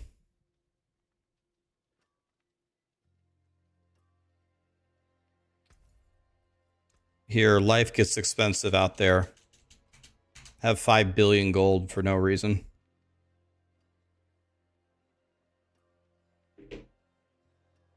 This will let you masterwork all of your gear to full. Probably, unless you get super unlucky. Yep. There you go, dude. You went from weak as shit to super god character. Thanks to Textasy and Rogue Leader. Now you're rich. Just share those mats with other people. Just take other people through runs. Spread the wealth, and then... Yeah, that's it, man. Oh, here. Oh, shit. I got more. Wait, we're just getting started. Wait. Here's a million more runs. Here, take this. There you go.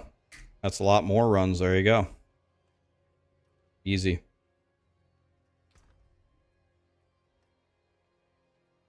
Alright. You don't need any of this anymore. Am I quitting Diablo 4? No. I'm just waiting for the mid-season event. Which is coming in a few days. $3 for 300. Thank you, my dude.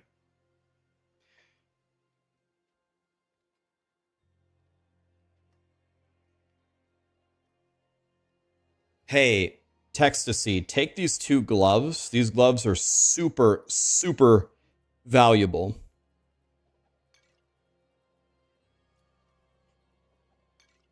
These are Quill Volley Greater Affix gloves. Whenever you're playing people through runs, ask them if they're playing Quill Volley, ask them if they need them, and if they need them, take them. Or whoever. Anybody take those and give them away to people.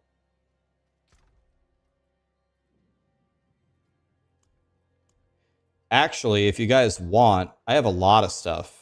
A lot of pretty good stuff. If someone wants to take all of this, you can look through it and give it away. I've been saving this to give it away to everybody. If someone wants to take this, if you're going to be on, just give it away to people. All of these should be really good. You're good at that? All right, Texasy, take the stuff. Give it all away to the community. A lot of this stuff should be really good.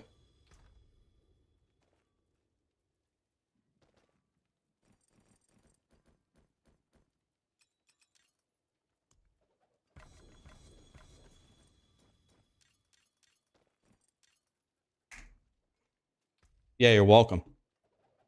Don't worry. If you want anything for yourself, Texasy, keep it. Give everything else away. Stuff should be really good. I haven't been keeping garbage. I've only been keeping the good stuff. All right. Toys, take it. Texasy, take it. Anybody, take this stuff. I'll stay in the party till it's gone. He has better gear than me. Everybody has better gear than me. I didn't even masterwork this character to full. It doesn't even matter. There's no point to make a good character in this game, or I would have made him... I would have had a perfect character weeks ago if it had mattered. By the way, I didn't go look at the mount. I just have no motivation to make my character actually really good. My guy can do speed 100s. Nothing else matters. Alright. Where's the mount guy, though? Alright, where's my mount at? What's it called, guys? Pale Bald Panther? Is this it? Dude, this is it? This is the mount for getting to Paragon 300? This thing? No, seriously, are you fucking kidding me? Is that actually it? This thing?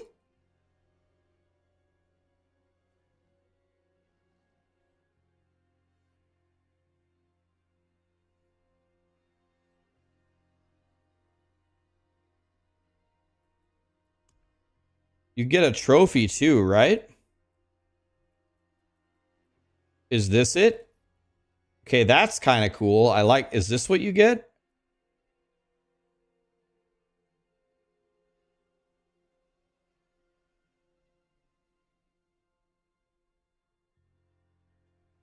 Okay, I don't mind the soul stone, but gee, this looks like shit, man.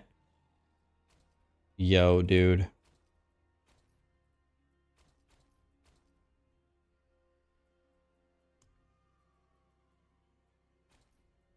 I'm just gonna go with my green saber-tooth tiger. Man, dude, that is the... are you fucking kidding me?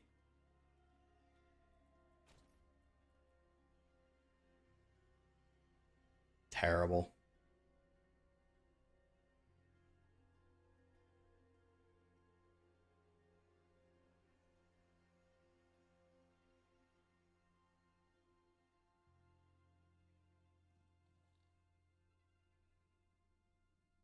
You gave him 600 billion gold worth of gear.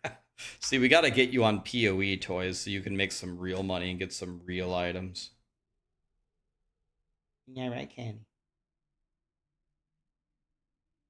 Candy, can I have a hug? Come here. Yeah. Good girl. You want to hang on my arm? Okay. Yeah, it's disappointing to say the least. All right, guys, I'm out of here for today.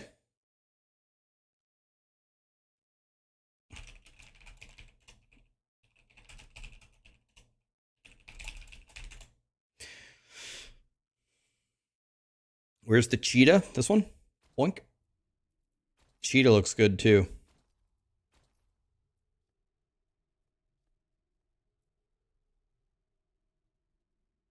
No hybrid. I will check it out though. That sounds good. All right. DM's playing Witcher 3. Let's go watch that. Thanks for being here, guys. Tomorrow we'll work on POE. If you only watch me for Diablo 4 and you're worried I'm never gonna play Diablo 4 again, no, I'll play Diablo 4 again. We're gonna play Diablo 4 in a few days when the mid-season pat event comes out next week. We will play. Until then, I'm probably gonna play Path of Exile and maybe some Cyberpunk. It'll only be for a few days. Then we'll be back. All right? Don't worry, we're gonna be back. That's right, DM. Thank you, guys. Gonna go eat something and admire the greatest mount ever. This thing that I don't even want. Like if you had me pick which of these mounts is the ugliest, I would have picked this one. I truly have no idea what Blizzard is thinking here. First, Uber Lilith gave me the ugliest horse. And then the Paragon 300 gave me the ugliest cat. I no words. What could I even say? Have a great night, guys. Thank you for being here.